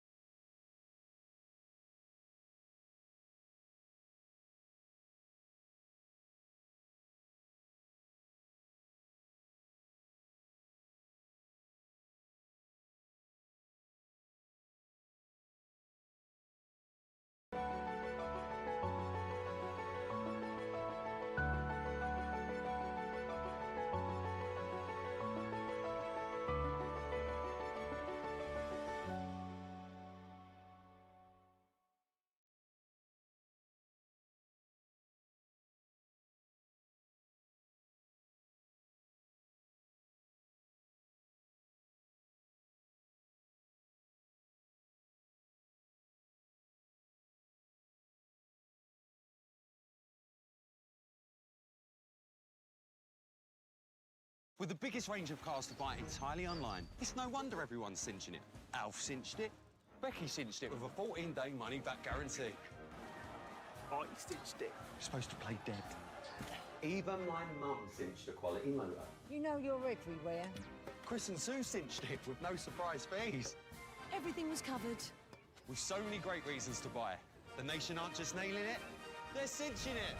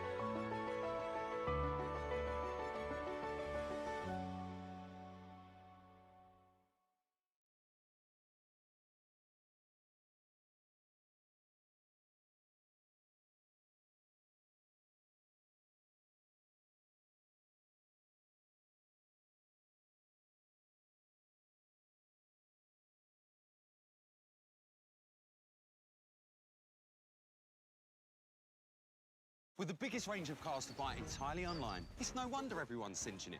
Alf cinched it. Becky cinched it with a 14-day money-back guarantee. I cinched it. You're supposed to play dead. Even my mum cinched a quality motor. You know you're everywhere. Chris and Sue cinched it with no surprise fees. Everything was covered. With so many great reasons to buy. The nation aren't just nailing it, they're cinching it.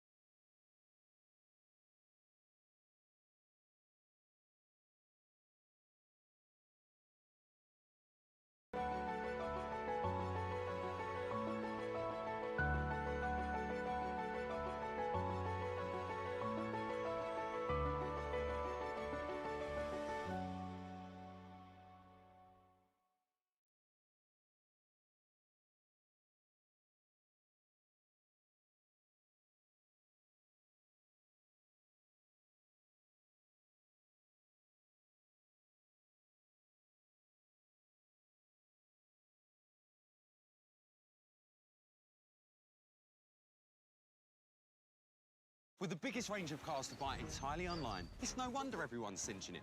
Alf cinched it. Becky cinched it with a 14-day money-back guarantee. I cinched it. You're supposed to play dead. Even my mum cinched a quality motor. You know you're everywhere. Chris and Sue cinched it with no surprise fees. Everything was covered. With so many great reasons to buy. The nation aren't just nailing it, they're cinching it.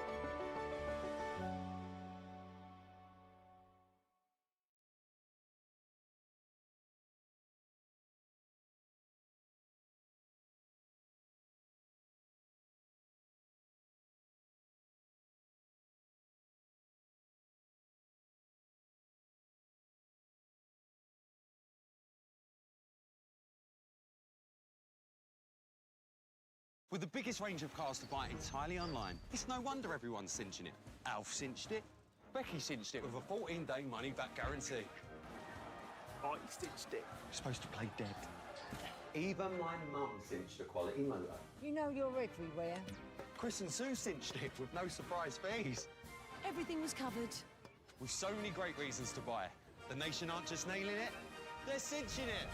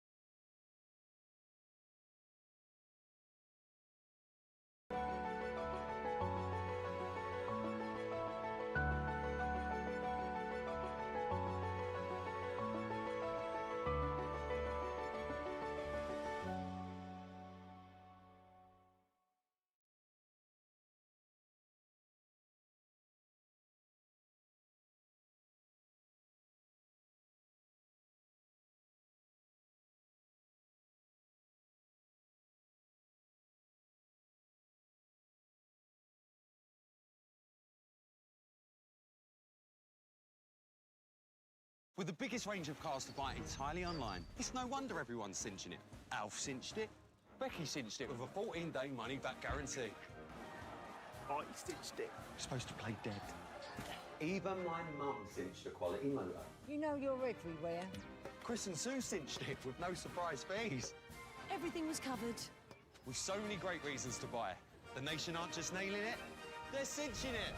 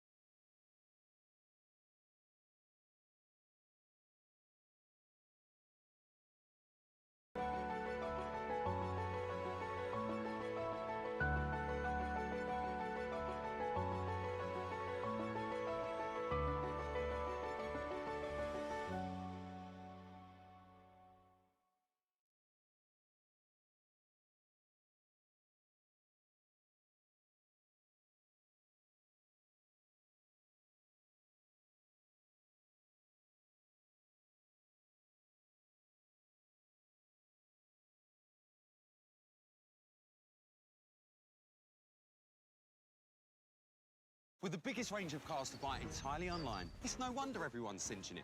Alf cinched it. Becky cinched it with a 14-day money-back guarantee. I stitched it. You're supposed to play dead. Even my mum cinched a quality motor. You know you're everywhere. Chris and Sue cinched it with no surprise fees. Everything was covered. With so many great reasons to buy. The nation aren't just nailing it, they're cinching it.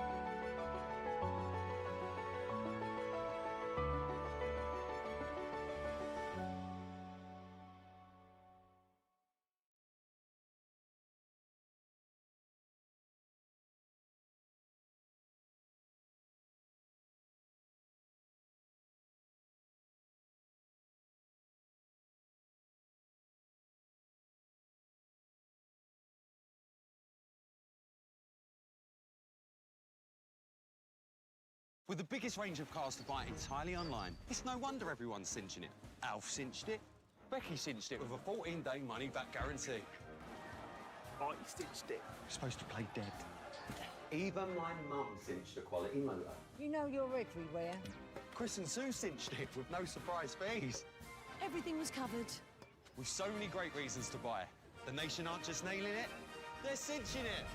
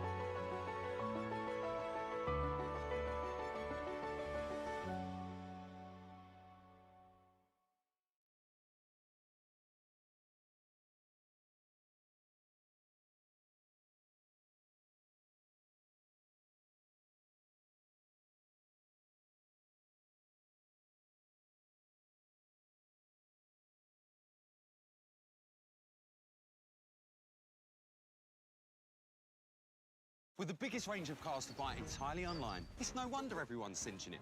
Alf cinched it. Becky cinched it with a 14-day money-back guarantee. I cinched it. You're supposed to play dead. Even my mum cinched a quality motor. You know you're everywhere. Chris and Sue cinched it with no surprise fees. Everything was covered.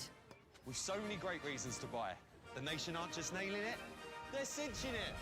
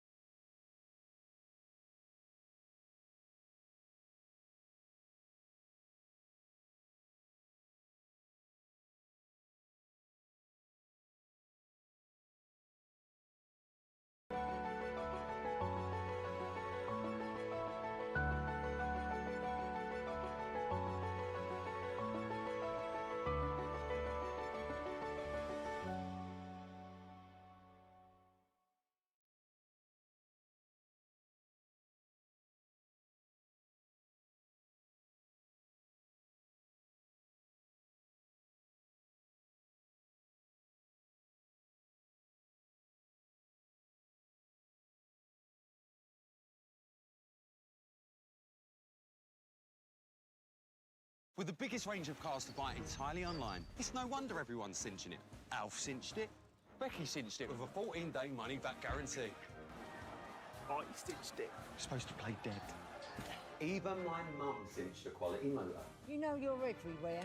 Chris and Sue cinched it with no surprise fees. Everything was covered. With so many great reasons to buy. The nation aren't just nailing it, they're cinching it.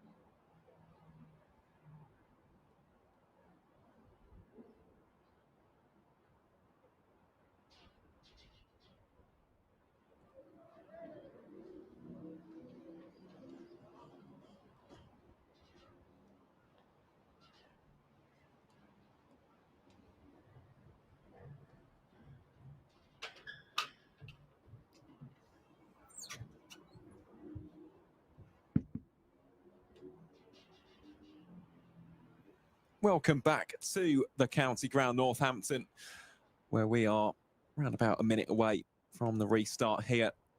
The evening session on the fourth and final day's play in this county championship fixture between Northamptonshire and Glamorgan. My name is Aaron Viles. Alongside me here on commentary is Harry Butler. Delighted to have your company as we enter the final stages of this clash between promotion chasers Glamorgan and the home side Northamptonshire. Appears as though this one is heading for a draw. The visitors 204 for 6 at tea, leading by 258 runs, with Chris Cook on 18 and Tim van der Houten on 13. And it will be Calvin Harrison to bowl the very first over after the tea break.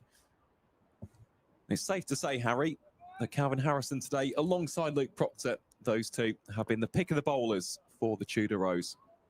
Yeah, he's bowled very nicely since he's come on from this Lynn Wilson end. Bowling his leg spinners. That's pushing to the leg side. Of course, Northampton's leading wicket taker this year in the county championship. The man on loan. Bowled nicely. He's looking.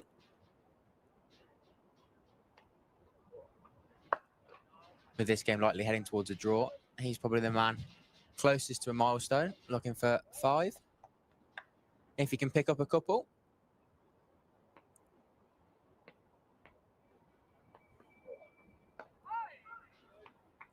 Just the one man out at deep cover. No protection on the leg side for the leg spinner.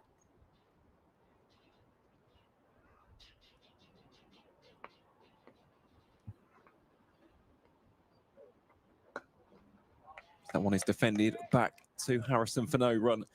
Yeah, it's a 5-4 spread, isn't it? On the offside, Vasconcelos in a slip, backward point, short extra cover, mid-off and deep cover in play. So that one attempted to be swept around the corner by van der Houten. Some smart glove work there by McManus behind the stumps. As for the onside fielders, we can see Adi Sharma, short leg on your screen. Also got Proctor, who was at wide mid-on, a mid-wicket, and a backward square. That is the end of the first over, a maiden here in the evening session. Glamorgan look to tick away these overs and secure those 8 additional points. A reminder for those who may be late tuning in to the coverage, out towards the vacant deep third space, and that will be a 4 for Chris Cook. He's bided his time, he's been patient. That one, though, short, wide, and inviting. And the veteran wicketkeeper bats was all over that one in a flash. Glamorgan now 208 for 6. They lead by 262 runs. Yeah, I mentioned about Harrison looking to see if he can get another couple wickets, but this is the other one. Whitehouse seeing if he can get his first in county cricket. And that's wide outside the off stump. We've seen him get some variable bounce throughout today. A little bit of a softer ball. Now bowling in the 67th over. But he'll look to try and use that to his advantage. See if he can get one to slide through and dislodge one of these two Glamorgan batsmen for his first.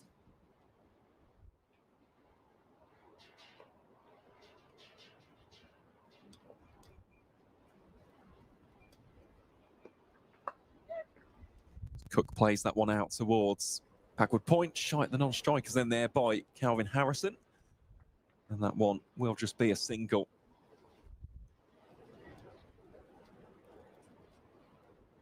I've been impressed by Whitehouse today. Thought he's bowled nicely, had some good rhythm. Running into bowl, lots of energy, bit of extra pace. It looked like he's really grown into the debut after his first innings. Second, much better. Most definitely. He's been sharp, hasn't he? Here he is bowling to van der Houten. Has a little flirt with that one. Looking to maybe loft it over the top of the slip cordon. In the end, pulls out of the shot last minute. Probably the wise thing to do. But yeah, I think that is the one target here for Whitehouse. Just get that first wicket on the board. As you said, Harry, shown a lot of character in this second innings. Was this one a tad bit fuller, and a lot straighter as well. Out Van der Houten. He'd love to get that first wicket here, but it's going to be tough. These two batsmen having settled in very much so. Just looking to bat the overs. So he's going to have to work for it. He is, but it's a good proving ground, isn't it? The county championship. Already seen White House on a couple of occasions in 50-over cricket.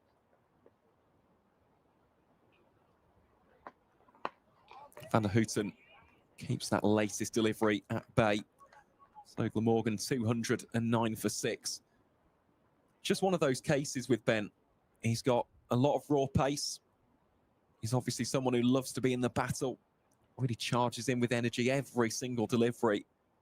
It's just a case of getting experience and honing that and turning it into more consistent control, knowing his areas of strength in the professional game. And to be honest, I think that Northamptonshire will give him that time. The fact is, the raw attributes, you can't coach those. But that's something you either have or you don't, and he's got them. They're intangibles. So, personally, I think there's a player there. It's just going to be a case of almost smoothing out those current bits of inexperience. As Harrison bowls here to Chris Cook. Yeah, I definitely agree. In regards to White House, it's clear the building blocks are there for a very good fast bowler. He's got the pace, he's got the height, runs up well. He's just looking to get going. You can just see he's hungry. Yeah. We could see that right off the get-go in the One Day Cup as well. He's looking to make a mark.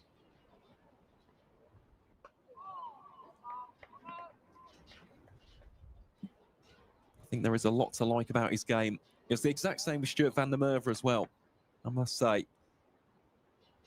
Across all three facets of the game. He was very impressive. Scored a first list day 50. That on debut as well. Also got a wicket and pulled off a spectacular catch off the bowling of Nirvan Ramesh. Certainly one of the highlights of the One Day Cup campaign here at Wantage Road. That really was something special.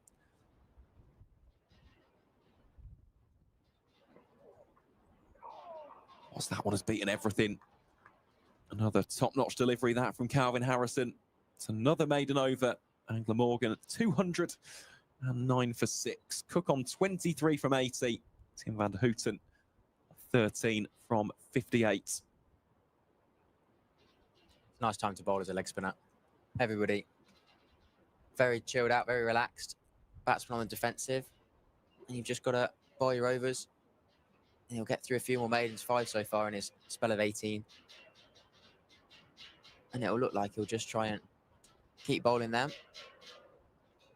He can bowl at one end while the debutant bowls at the other.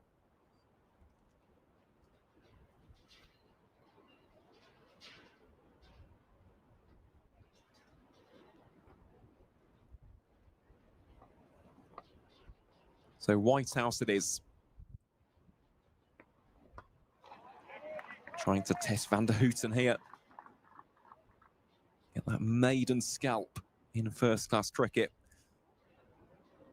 And well, as for other games taking place in Division 2, they are still off for rain at Lords. So that one looking destined for a draw.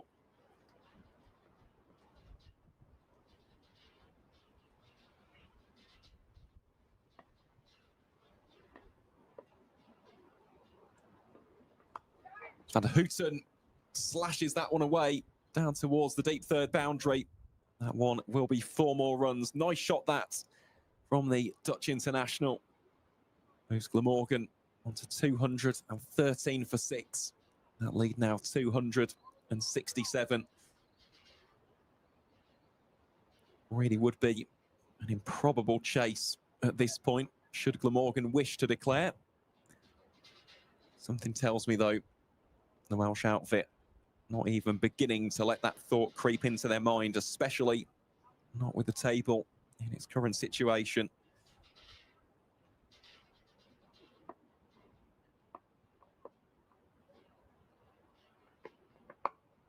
You never know. One of the bowlers might fancy a few more wickets. Send Northants out for 15 overs to chase 350. No, it's one of those you've got to measure up the risk and reward.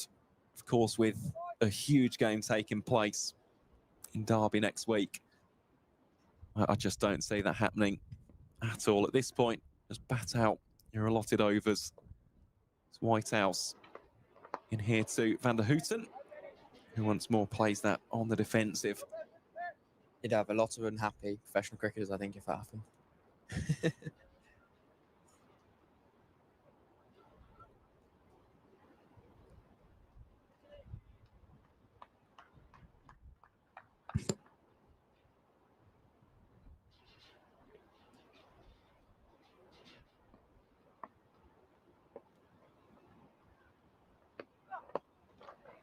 That one is turned around the corner down towards deep backward square.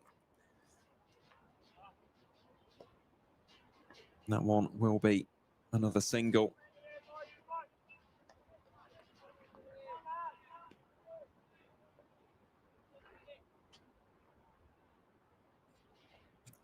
You can really see how hard Whitehouse is working here, trying to work away for that first wicket, and everybody in the field really willing him in.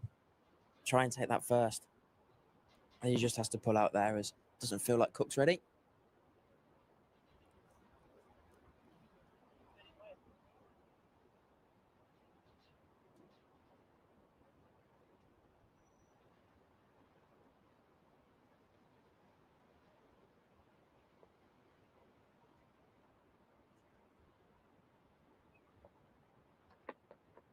That one very short. No shots attempted there by Chris Cook.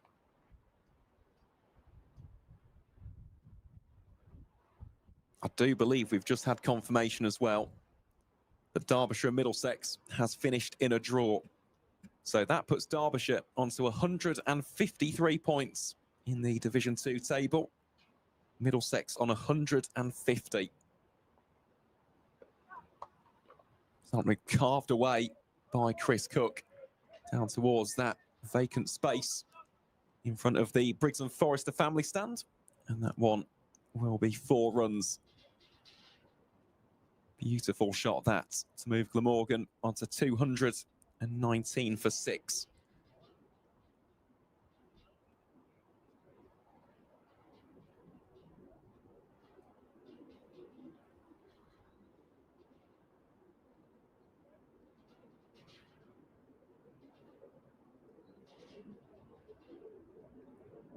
So with the 7 bowling bonus points and the 8 for the draw, that would move Glamorgan onto 180. So that in itself is already a nice little cushion. 27 points they'd be above Derbyshire in 3rd. So it almost gets to the stage where, well, if you get one of those draws where you can just edge out Derbyshire in that game, get an additional bonus point, well, there you are. You're in Division 1 in 2026. Of course, Middlesex themselves might still have something to say about that. That one is played away out towards deep point for 1. I imagine it'll be a fiery contest next week. Glamorgan will just look to stay solid in a game that they don't need to win, just not to lose.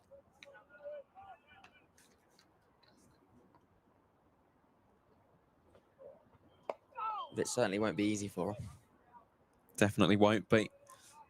With regards to those matches taking place, starting on the 15th of September, as we've alluded to there, Derbyshire versus Glamorgan, the real big-ticket clash in Division 2.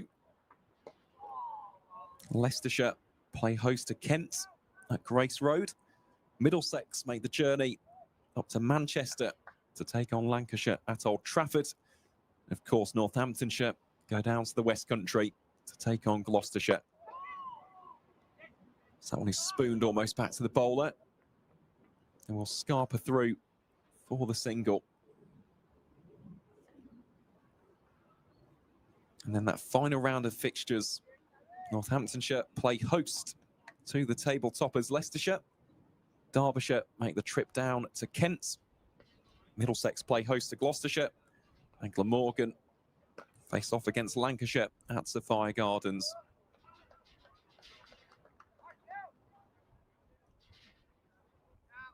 Lots of good games in there.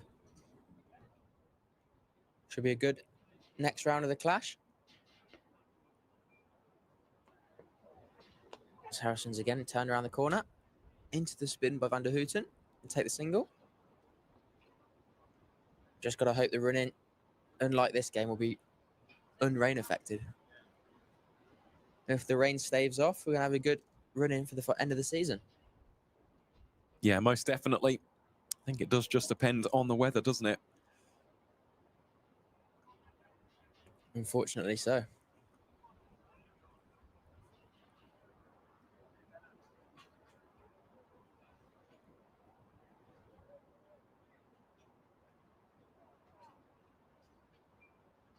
So will be Whitehouse then from the David Capel end.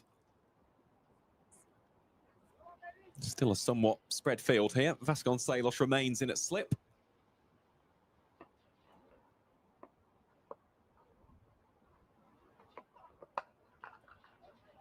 That one is clubbed down towards mid-off for no run.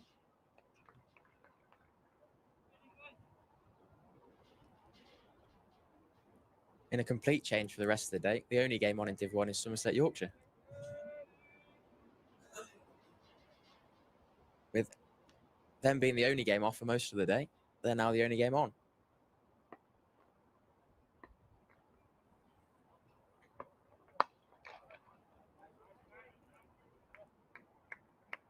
Well, that is one fortunate thing about the weather here in Northampton at the moment. It is looking picture perfect overhead. Fluffy white clouds and bright blue sky. Really does look lovely out there. And we have been very fortunate today that we've not been impacted at all by the inclement weather. As Whitehouse looks to bring the stumps back into play. Yeah, it feels like we've been lucky to miss a lot of the ominous clouds we've seen, but none of them have, well, let's say that, some have come overhead, but not rained at all, so we've done well. We've had quite a wind all day, and it's just meant that the clouds have kept whipping across, and none of them have settled over the ground. We've had blue skies for a lot of the time. We have indeed. That one dug out well by Van der Houten. That'll be another dot ball in the over.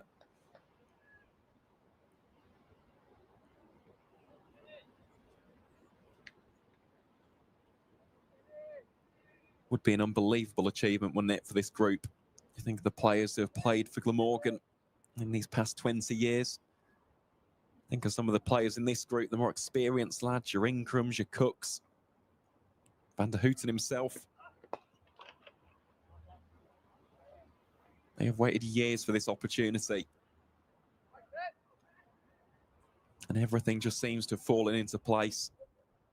Put together some brilliant innings with the bat, especially with the likes of Northeast, Ingram himself. Carlson's chipped in, Kellaway as well. Asa Tribe in recent fixtures. It's been a run machine. 2 more games away from destiny. As Whitehouse finishes off the over with a short ball. Still wicketless from his 12 overs. And Glamorgan 222 for 6. Harrison takes off the cap. He will bowl this next over from the Lynn Wilson centre end.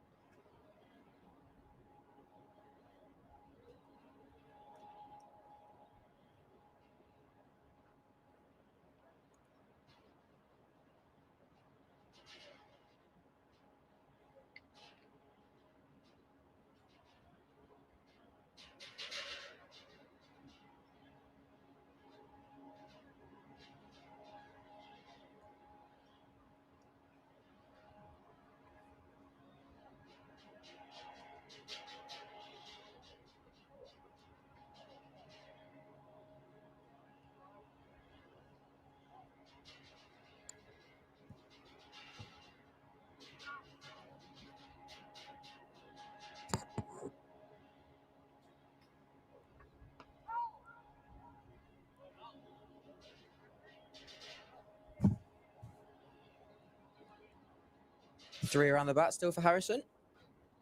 Short leg and silly point both in play. Just looking for anything loose.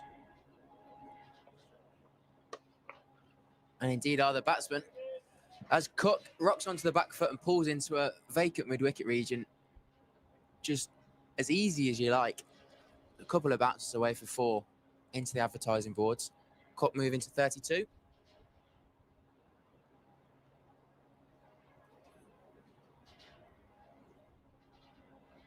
Having faced 87 balls now, Cook been the mainstay in this end of day action.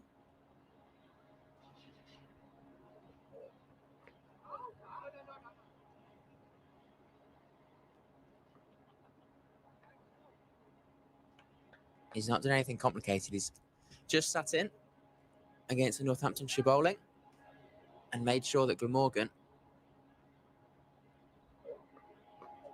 put themselves into a good position in context for this championship, having picked up already the bonus points in the first innings, batting and bowling.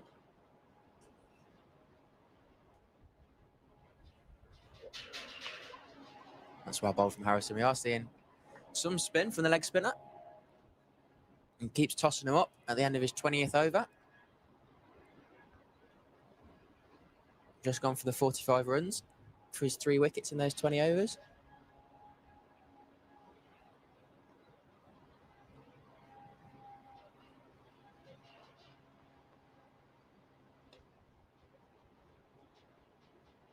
So it will be Whitehouse again from the David Capel ends. Of course, with the game at this stage, you just want Ben to get this first wicket. He has bowled his socks off. Came into bowl with real intent and purpose with every single delivery. Can he get that first wicket in the column, though? Join Nirvan Ramesh, who got 3 in the first innings. Takes the inside edge of Van der Hooten's bat and just can't get the look to take it back onto the leg stump. It goes down to long leg for a single. He's just going to keep running in and running in and running in until his legs won't let him. In his first county championship game, he'd be desperate for that wicket, and you can sort of feel on that Northamptonshire fielders as well. They're really wanting to get started in the red ball stuff. Oh, 100%.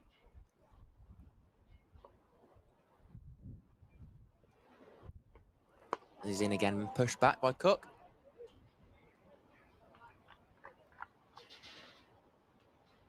I think it is also just worth quickly touching upon the state of Division 1, because Nottinghamshire winning today puts them onto 185 points. Now, with a draw, Surrey will be on 186. So there will be 1 point separating the top 2 in the top flight. Struck on the pad, got high and leg side. And down the other ends of the table, well, it is a little bit scrappy and scratchy, because Worcestershire, unfortunately, appear to have been cut adrift. The pair's on 88 points. But then you've got this quintet of teams who are separated by just 14 points at this stage. Gosh. So 5 teams separated by 14 points. And they will be Essex in 5th, Sussex in 6th, Yorkshire in 7th, Hampshire in 8th, and Durham, who of course stormed Division 2 a couple of seasons ago, will still be in 9th. So this is if things stay the same. Essex will be on 140, Sussex on 138, Yorkshire on 135, Hampshire on 132, and Durham on 126. So to say that it's tight down the bottom is a little bit of an understatement. Full ball there from Whitehouse, pushed away into the vacant cover region, and deep point can't get round to cut it off, and it'll go for 4, just trickling away over the outfield to the slightly shorter boundary out to our right. And it'll go for 4, unfortunately, for Whitehouse. His figures, I don't think, reflect how well he's bowled in this second innings. I don't think they do. I think it's the classic case of a young bowler who's had a really top-notch 5-over stint, and then after that he's gone searching for his wicket, because he knows that the game situation is probably gone. He bowls here to Chris Cook. That one is short and helped along its way. That one will be cut off. So it's the 1 run scored on that delivery. End of the over, 6 runs from it. And Glamorgan now 232 for 6. But you can tell, like, he's going through his variations now, almost a little bit more to what you'd expect to see in 50 over or T20 cricket. And the result of that, the impact from that different approach, is that you do concede a few more runs. But I think compared to the first innings, he really has improved quite a bit. Yeah, definitely. Even that one there, the one that went for 4. Attacking field with the game sort of gone. He hasn't got that man in at cover or out on the rope. And he just goes for that Yorker. It just gets squeezed out and somehow trickles away for 4. But he'll keep running in as long as his captain will let him. And Harrison's going to be a mainstay at this end. Just going to keep bowling those leggies, see if we can get something else to happen. As he's in, Cook's forward, pushes out again, as we've seen so many times during this innings. Just nice and compact, staying solid, batting for his team. More flight from Harrison. He knows how solid Cook's been and just really wants to try and drag him forward, just to get something out of the veteran wicketkeeper. And he'll go around the wicket here as he tried a little bit earlier, just trying to spin it out those foot marks. 3 catches around the bat. Slip, leg gully, short leg. As Cook's down the pitch, into those foot marks and blocks it out into a vacant mid-wicket region to get himself off strike.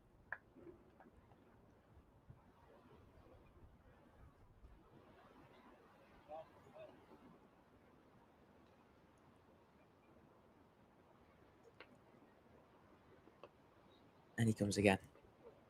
Loads of flight, nice and full. From square of the wicket. Square legs there just to collect. Not out on the boundary, of course, now, as he goes searching for the wicket. Just trying to tempt either batter, see if they want to sweep out of those foot marks.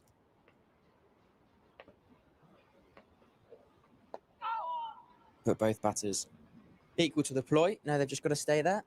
Play it nice and straight. And one more ball to come in Harrison's 21st over.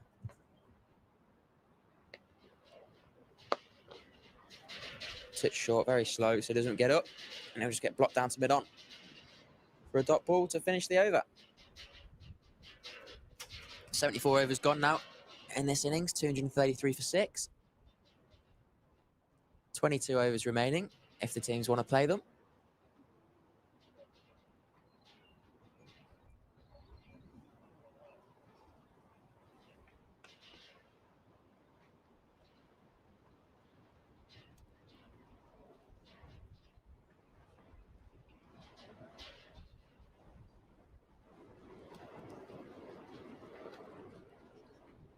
Whitehouse on for his 5th of the spell.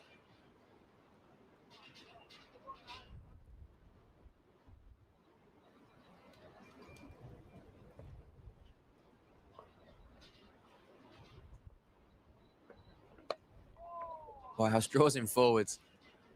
Cook plays it on the up, and it just gets squirted out through point to that deep point fielder for a single. Just the older ball there. Not quite flying through as it would have been earlier.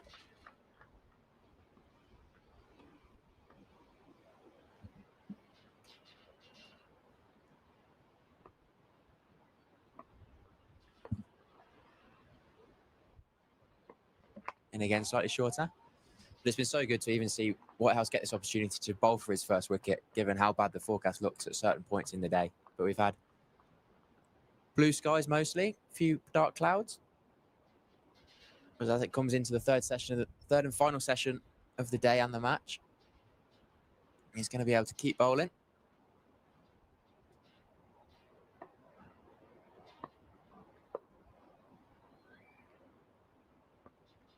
As he comes again and he beats the bat this time.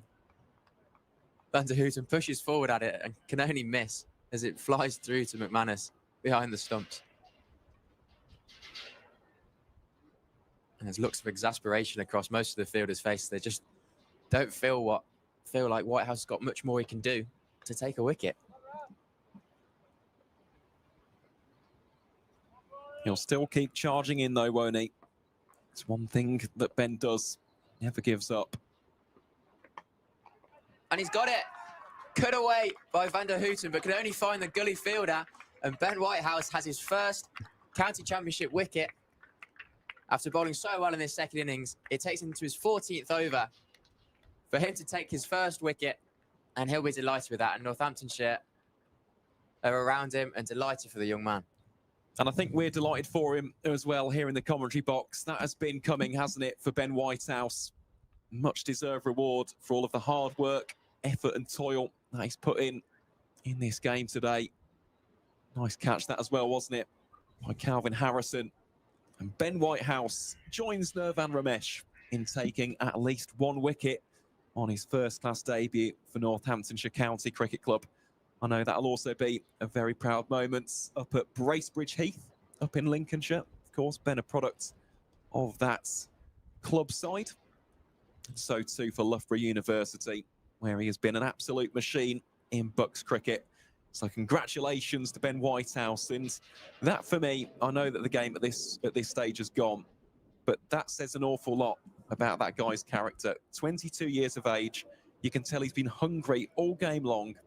He's not really gone out of his stride. He's not taken the attack that he saw from Sam Northeast and Colin Ingram at times in this game to heart.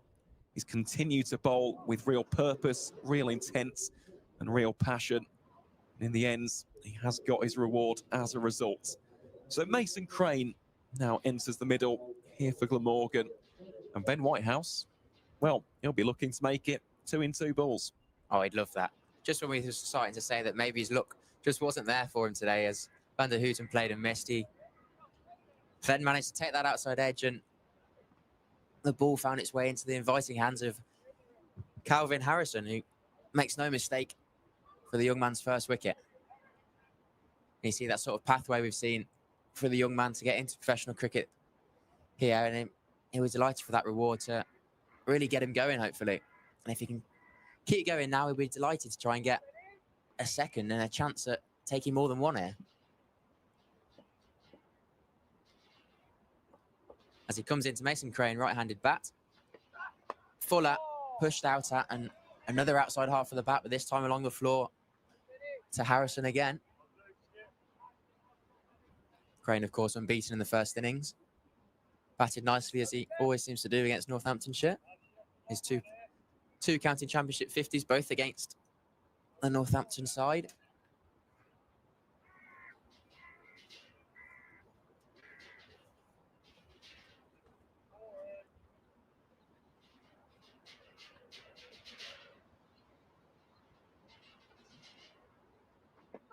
Short ball into Crane, negotiates it round the corner.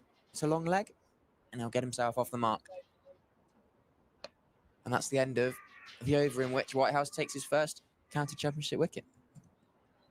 Yeah, really pleased for him. As we said, showing a lot of character throughout the duration of this game. And even those figures of 1 for 63, I don't think they quite do justice as to how well he bowled in that first 5 to 6 over stretch. Certainly someone for Northamptonshire to invest in heading into the future. I must say, the more that I see of Ben Whitehouse, the more that I like. Exact same thing to say as well about Nirvan Ramesh, who unfortunately was taken off the field a little bit earlier. Fell down rather heavily, trying to take a catch on the deep fine leg boundary. Just appeared to contort his left knee. So we are wishing Nirvan a speedy recovery. Never like to see anybody get injured in this great game of ours, as Harrison bowls here, full toss. Up first to Mason Crane. But always nice, isn't it, to see the young guns given an opportunity in the longest format.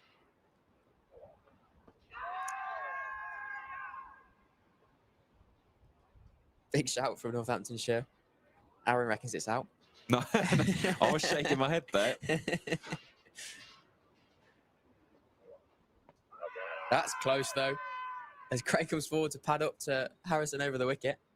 Umpire says no, hasn't done enough. No, definitely sliding that first one. Yep. It's one of those where you instinctively go up and then Hope logic it's out. sets in. You just hope it's out. Harrison again. Oh, Crane goes back to a foolish delivery. Can only jam down with the inside half of the bat.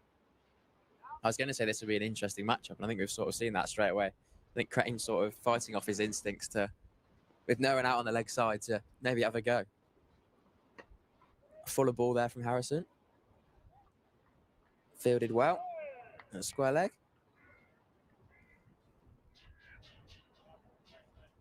Safe throws it into the sun and McManus can't see it. It bounces over his head. Harrison in again, last ball of the over. Tossed up round the leg of Mason Crane. We've seen 2 dismissals already from Harrison, bowling Glamorgan batsmen around their legs, but on this occasion it doesn't quite turn enough out of those foot marks, and it just goes down the leg side for a dot ball. Indeed it does. Glamorgan 235 for 7 then after 76. The lead 289. So it is just a case of, well, seeing out the final overs now of this encounter before the inevitable handshakes. As for both teams, though, I think there's plenty to be positive about in a batting sense. So I think we're going to see Adi Sharma come back onto bowl, which is, again, nice to see. And I think we were both in agreement, Harry, that first over, the one immediately before tea, he's actually landing it quite nicely. Yeah, definitely. It was befitting a person not having to be made to wear the pads at short leg. But we see a little bit of a dressing room in the middle of the pitch, and he takes them off. And Aaron puts them on, I think.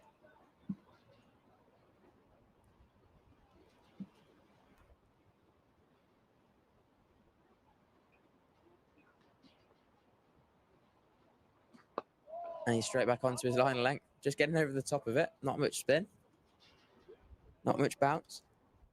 Well, just confirmation there, it is Arush Bachake under the lid at short leg. You know, Arush is a wicket keeper by trade. Should have been there the whole time then. That's why I get made to do it. Harrison in at leg slip and Vasconcelos awaiting at first slip as well. So that one defended back to the bowler. Full credit as well to Chris Cook. Really has blunted the Northamptonshire attack. He's frustrated them with these defensive shots. And goes through the legs with the short leg fielder. He's done his job fantastically well. Always nice, isn't it, when you've got that experienced head in a batting unit. So comfortable, so assured, so reliable in their defence.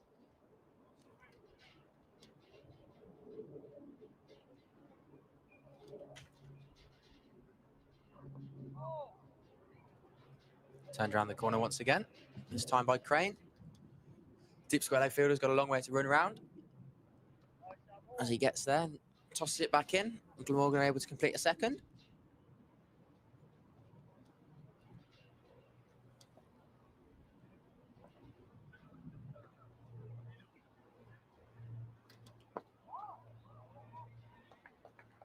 And that will be the end of the over. So 77 played, Glamorgan 238 for 7. And well, we have just had some big news from Grace Road. That has ended in a draw, and Leicestershire have been mathematically promoted to Division 1 as a result of that draw between Derbyshire and Middlesex at Lords. So massive congratulations to the Foxes of Leicestershire. It will be their first season back in Division 1 since 2003. Absolutely unbelievable stuff. Of course, for Glamorgan, they'll be hoping that next week they too can add their name and become the second team to reach the top flight in 2026. There's again Harrison searching for that one round the wicket, round the legs. Yeah, what an achievement by Leicestershire. Massive shout out to my teammate, Chris Wright, playing in that side, getting himself back into Division 1. He'll be delighted with that. I most definitely will be. He's a character, isn't he? Chris Wright. A good man. I bet that'll be strange for him though, won't it? Being back in Division 1 and bowling against Warwickshire and Essex. Of course, if Essex are to survive, that is, because it's so tight in that relegation mix. But no, that is an incredible achievement. Huge congratulations as Harrison will test the pad there of Chris Cook. Yeah, what a turnaround it's been, especially after the late 2010s. Felt like Leicestershire were a club who'd completely lost their identity. In fact, set a record for the most number of days between county championship wins. Gosh. Which is very much an unwanted record for any county. Felt as though they were a million miles away from ever challenging in Division 2. And yet since 2020, 2021, with this rebuild, investing in the youth, acquiring those shrewd acquisitions from other counties, one of which was, of course, Chris Wright from Warwickshire. They really have turned the corner, both on and off the field. So huge congratulations to Peter Hanscom, the captain, and of course the coach, Alfonso Thomas, and everybody associated with that cricket club. Great to see Leicestershire well and truly back on the map in red ball cricket. I'll be saying the exact same thing about Glamorgan as well, hopefully, in a week or so's time as Crane fends this latest one from Adi Sharma. Adi Sharma back onto bowl, looking for his first wicket now, after we've seen White Houses.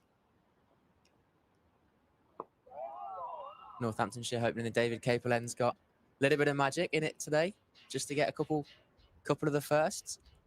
Oh, fingers crossed. That is the hope.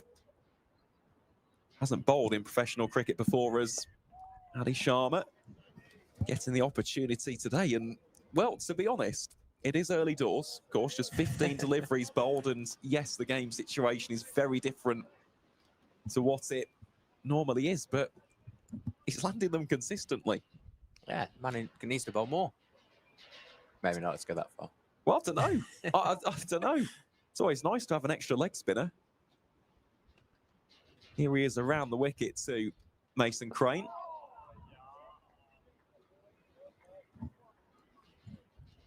Who knows, we could be seeing the birth of Adi Sharma, the all-rounder.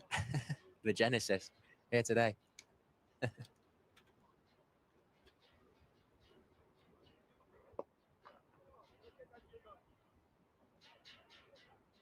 No, but in all seriousness, like in terms of the actual delivery so far, He's bowled nicely, yeah. Hasn't offered any looseness. No. Which for someone who may well have thought, well, I'm not going to be bowling here today. We didn't really see him warming up or stretching earlier on as Glamorgan see out over number 79. 238 for 7 is the innings score with the lead on 292. No, I think he's done a more than admirable job, and of course the hope will be that he can get that first wicket as a professional. Looks as though we are going to have another change of bowling here as well from the Lynn Wilson centre end. James Sales coming on to bowl.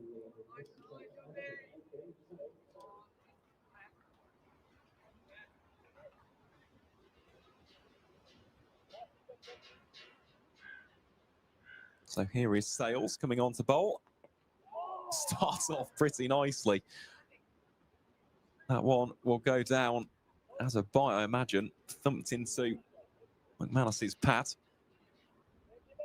Slightly different role here for James Sales with regards to his bowling. For those who saw him a little bit earlier on in his Northamptonshire career. And of course, for the England under-19s, used to seeing him bowl seam. Here he is with the right arm off breaks.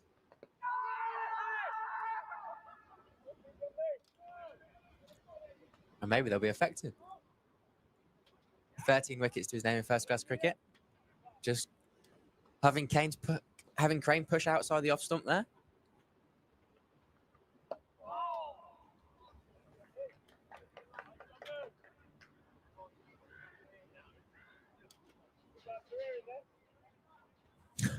I'm not sure if you heard that through the effects mic, but one of his Northamptonshire teammates, they're just saying, I think you got a career in this, James.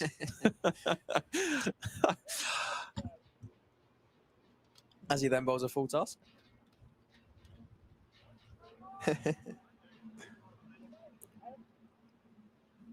Crane will take 2 more, down to backward point.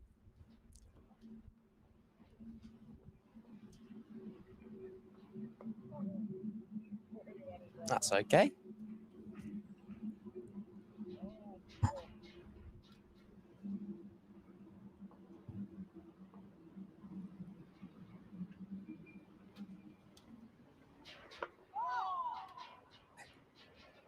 Much slower there.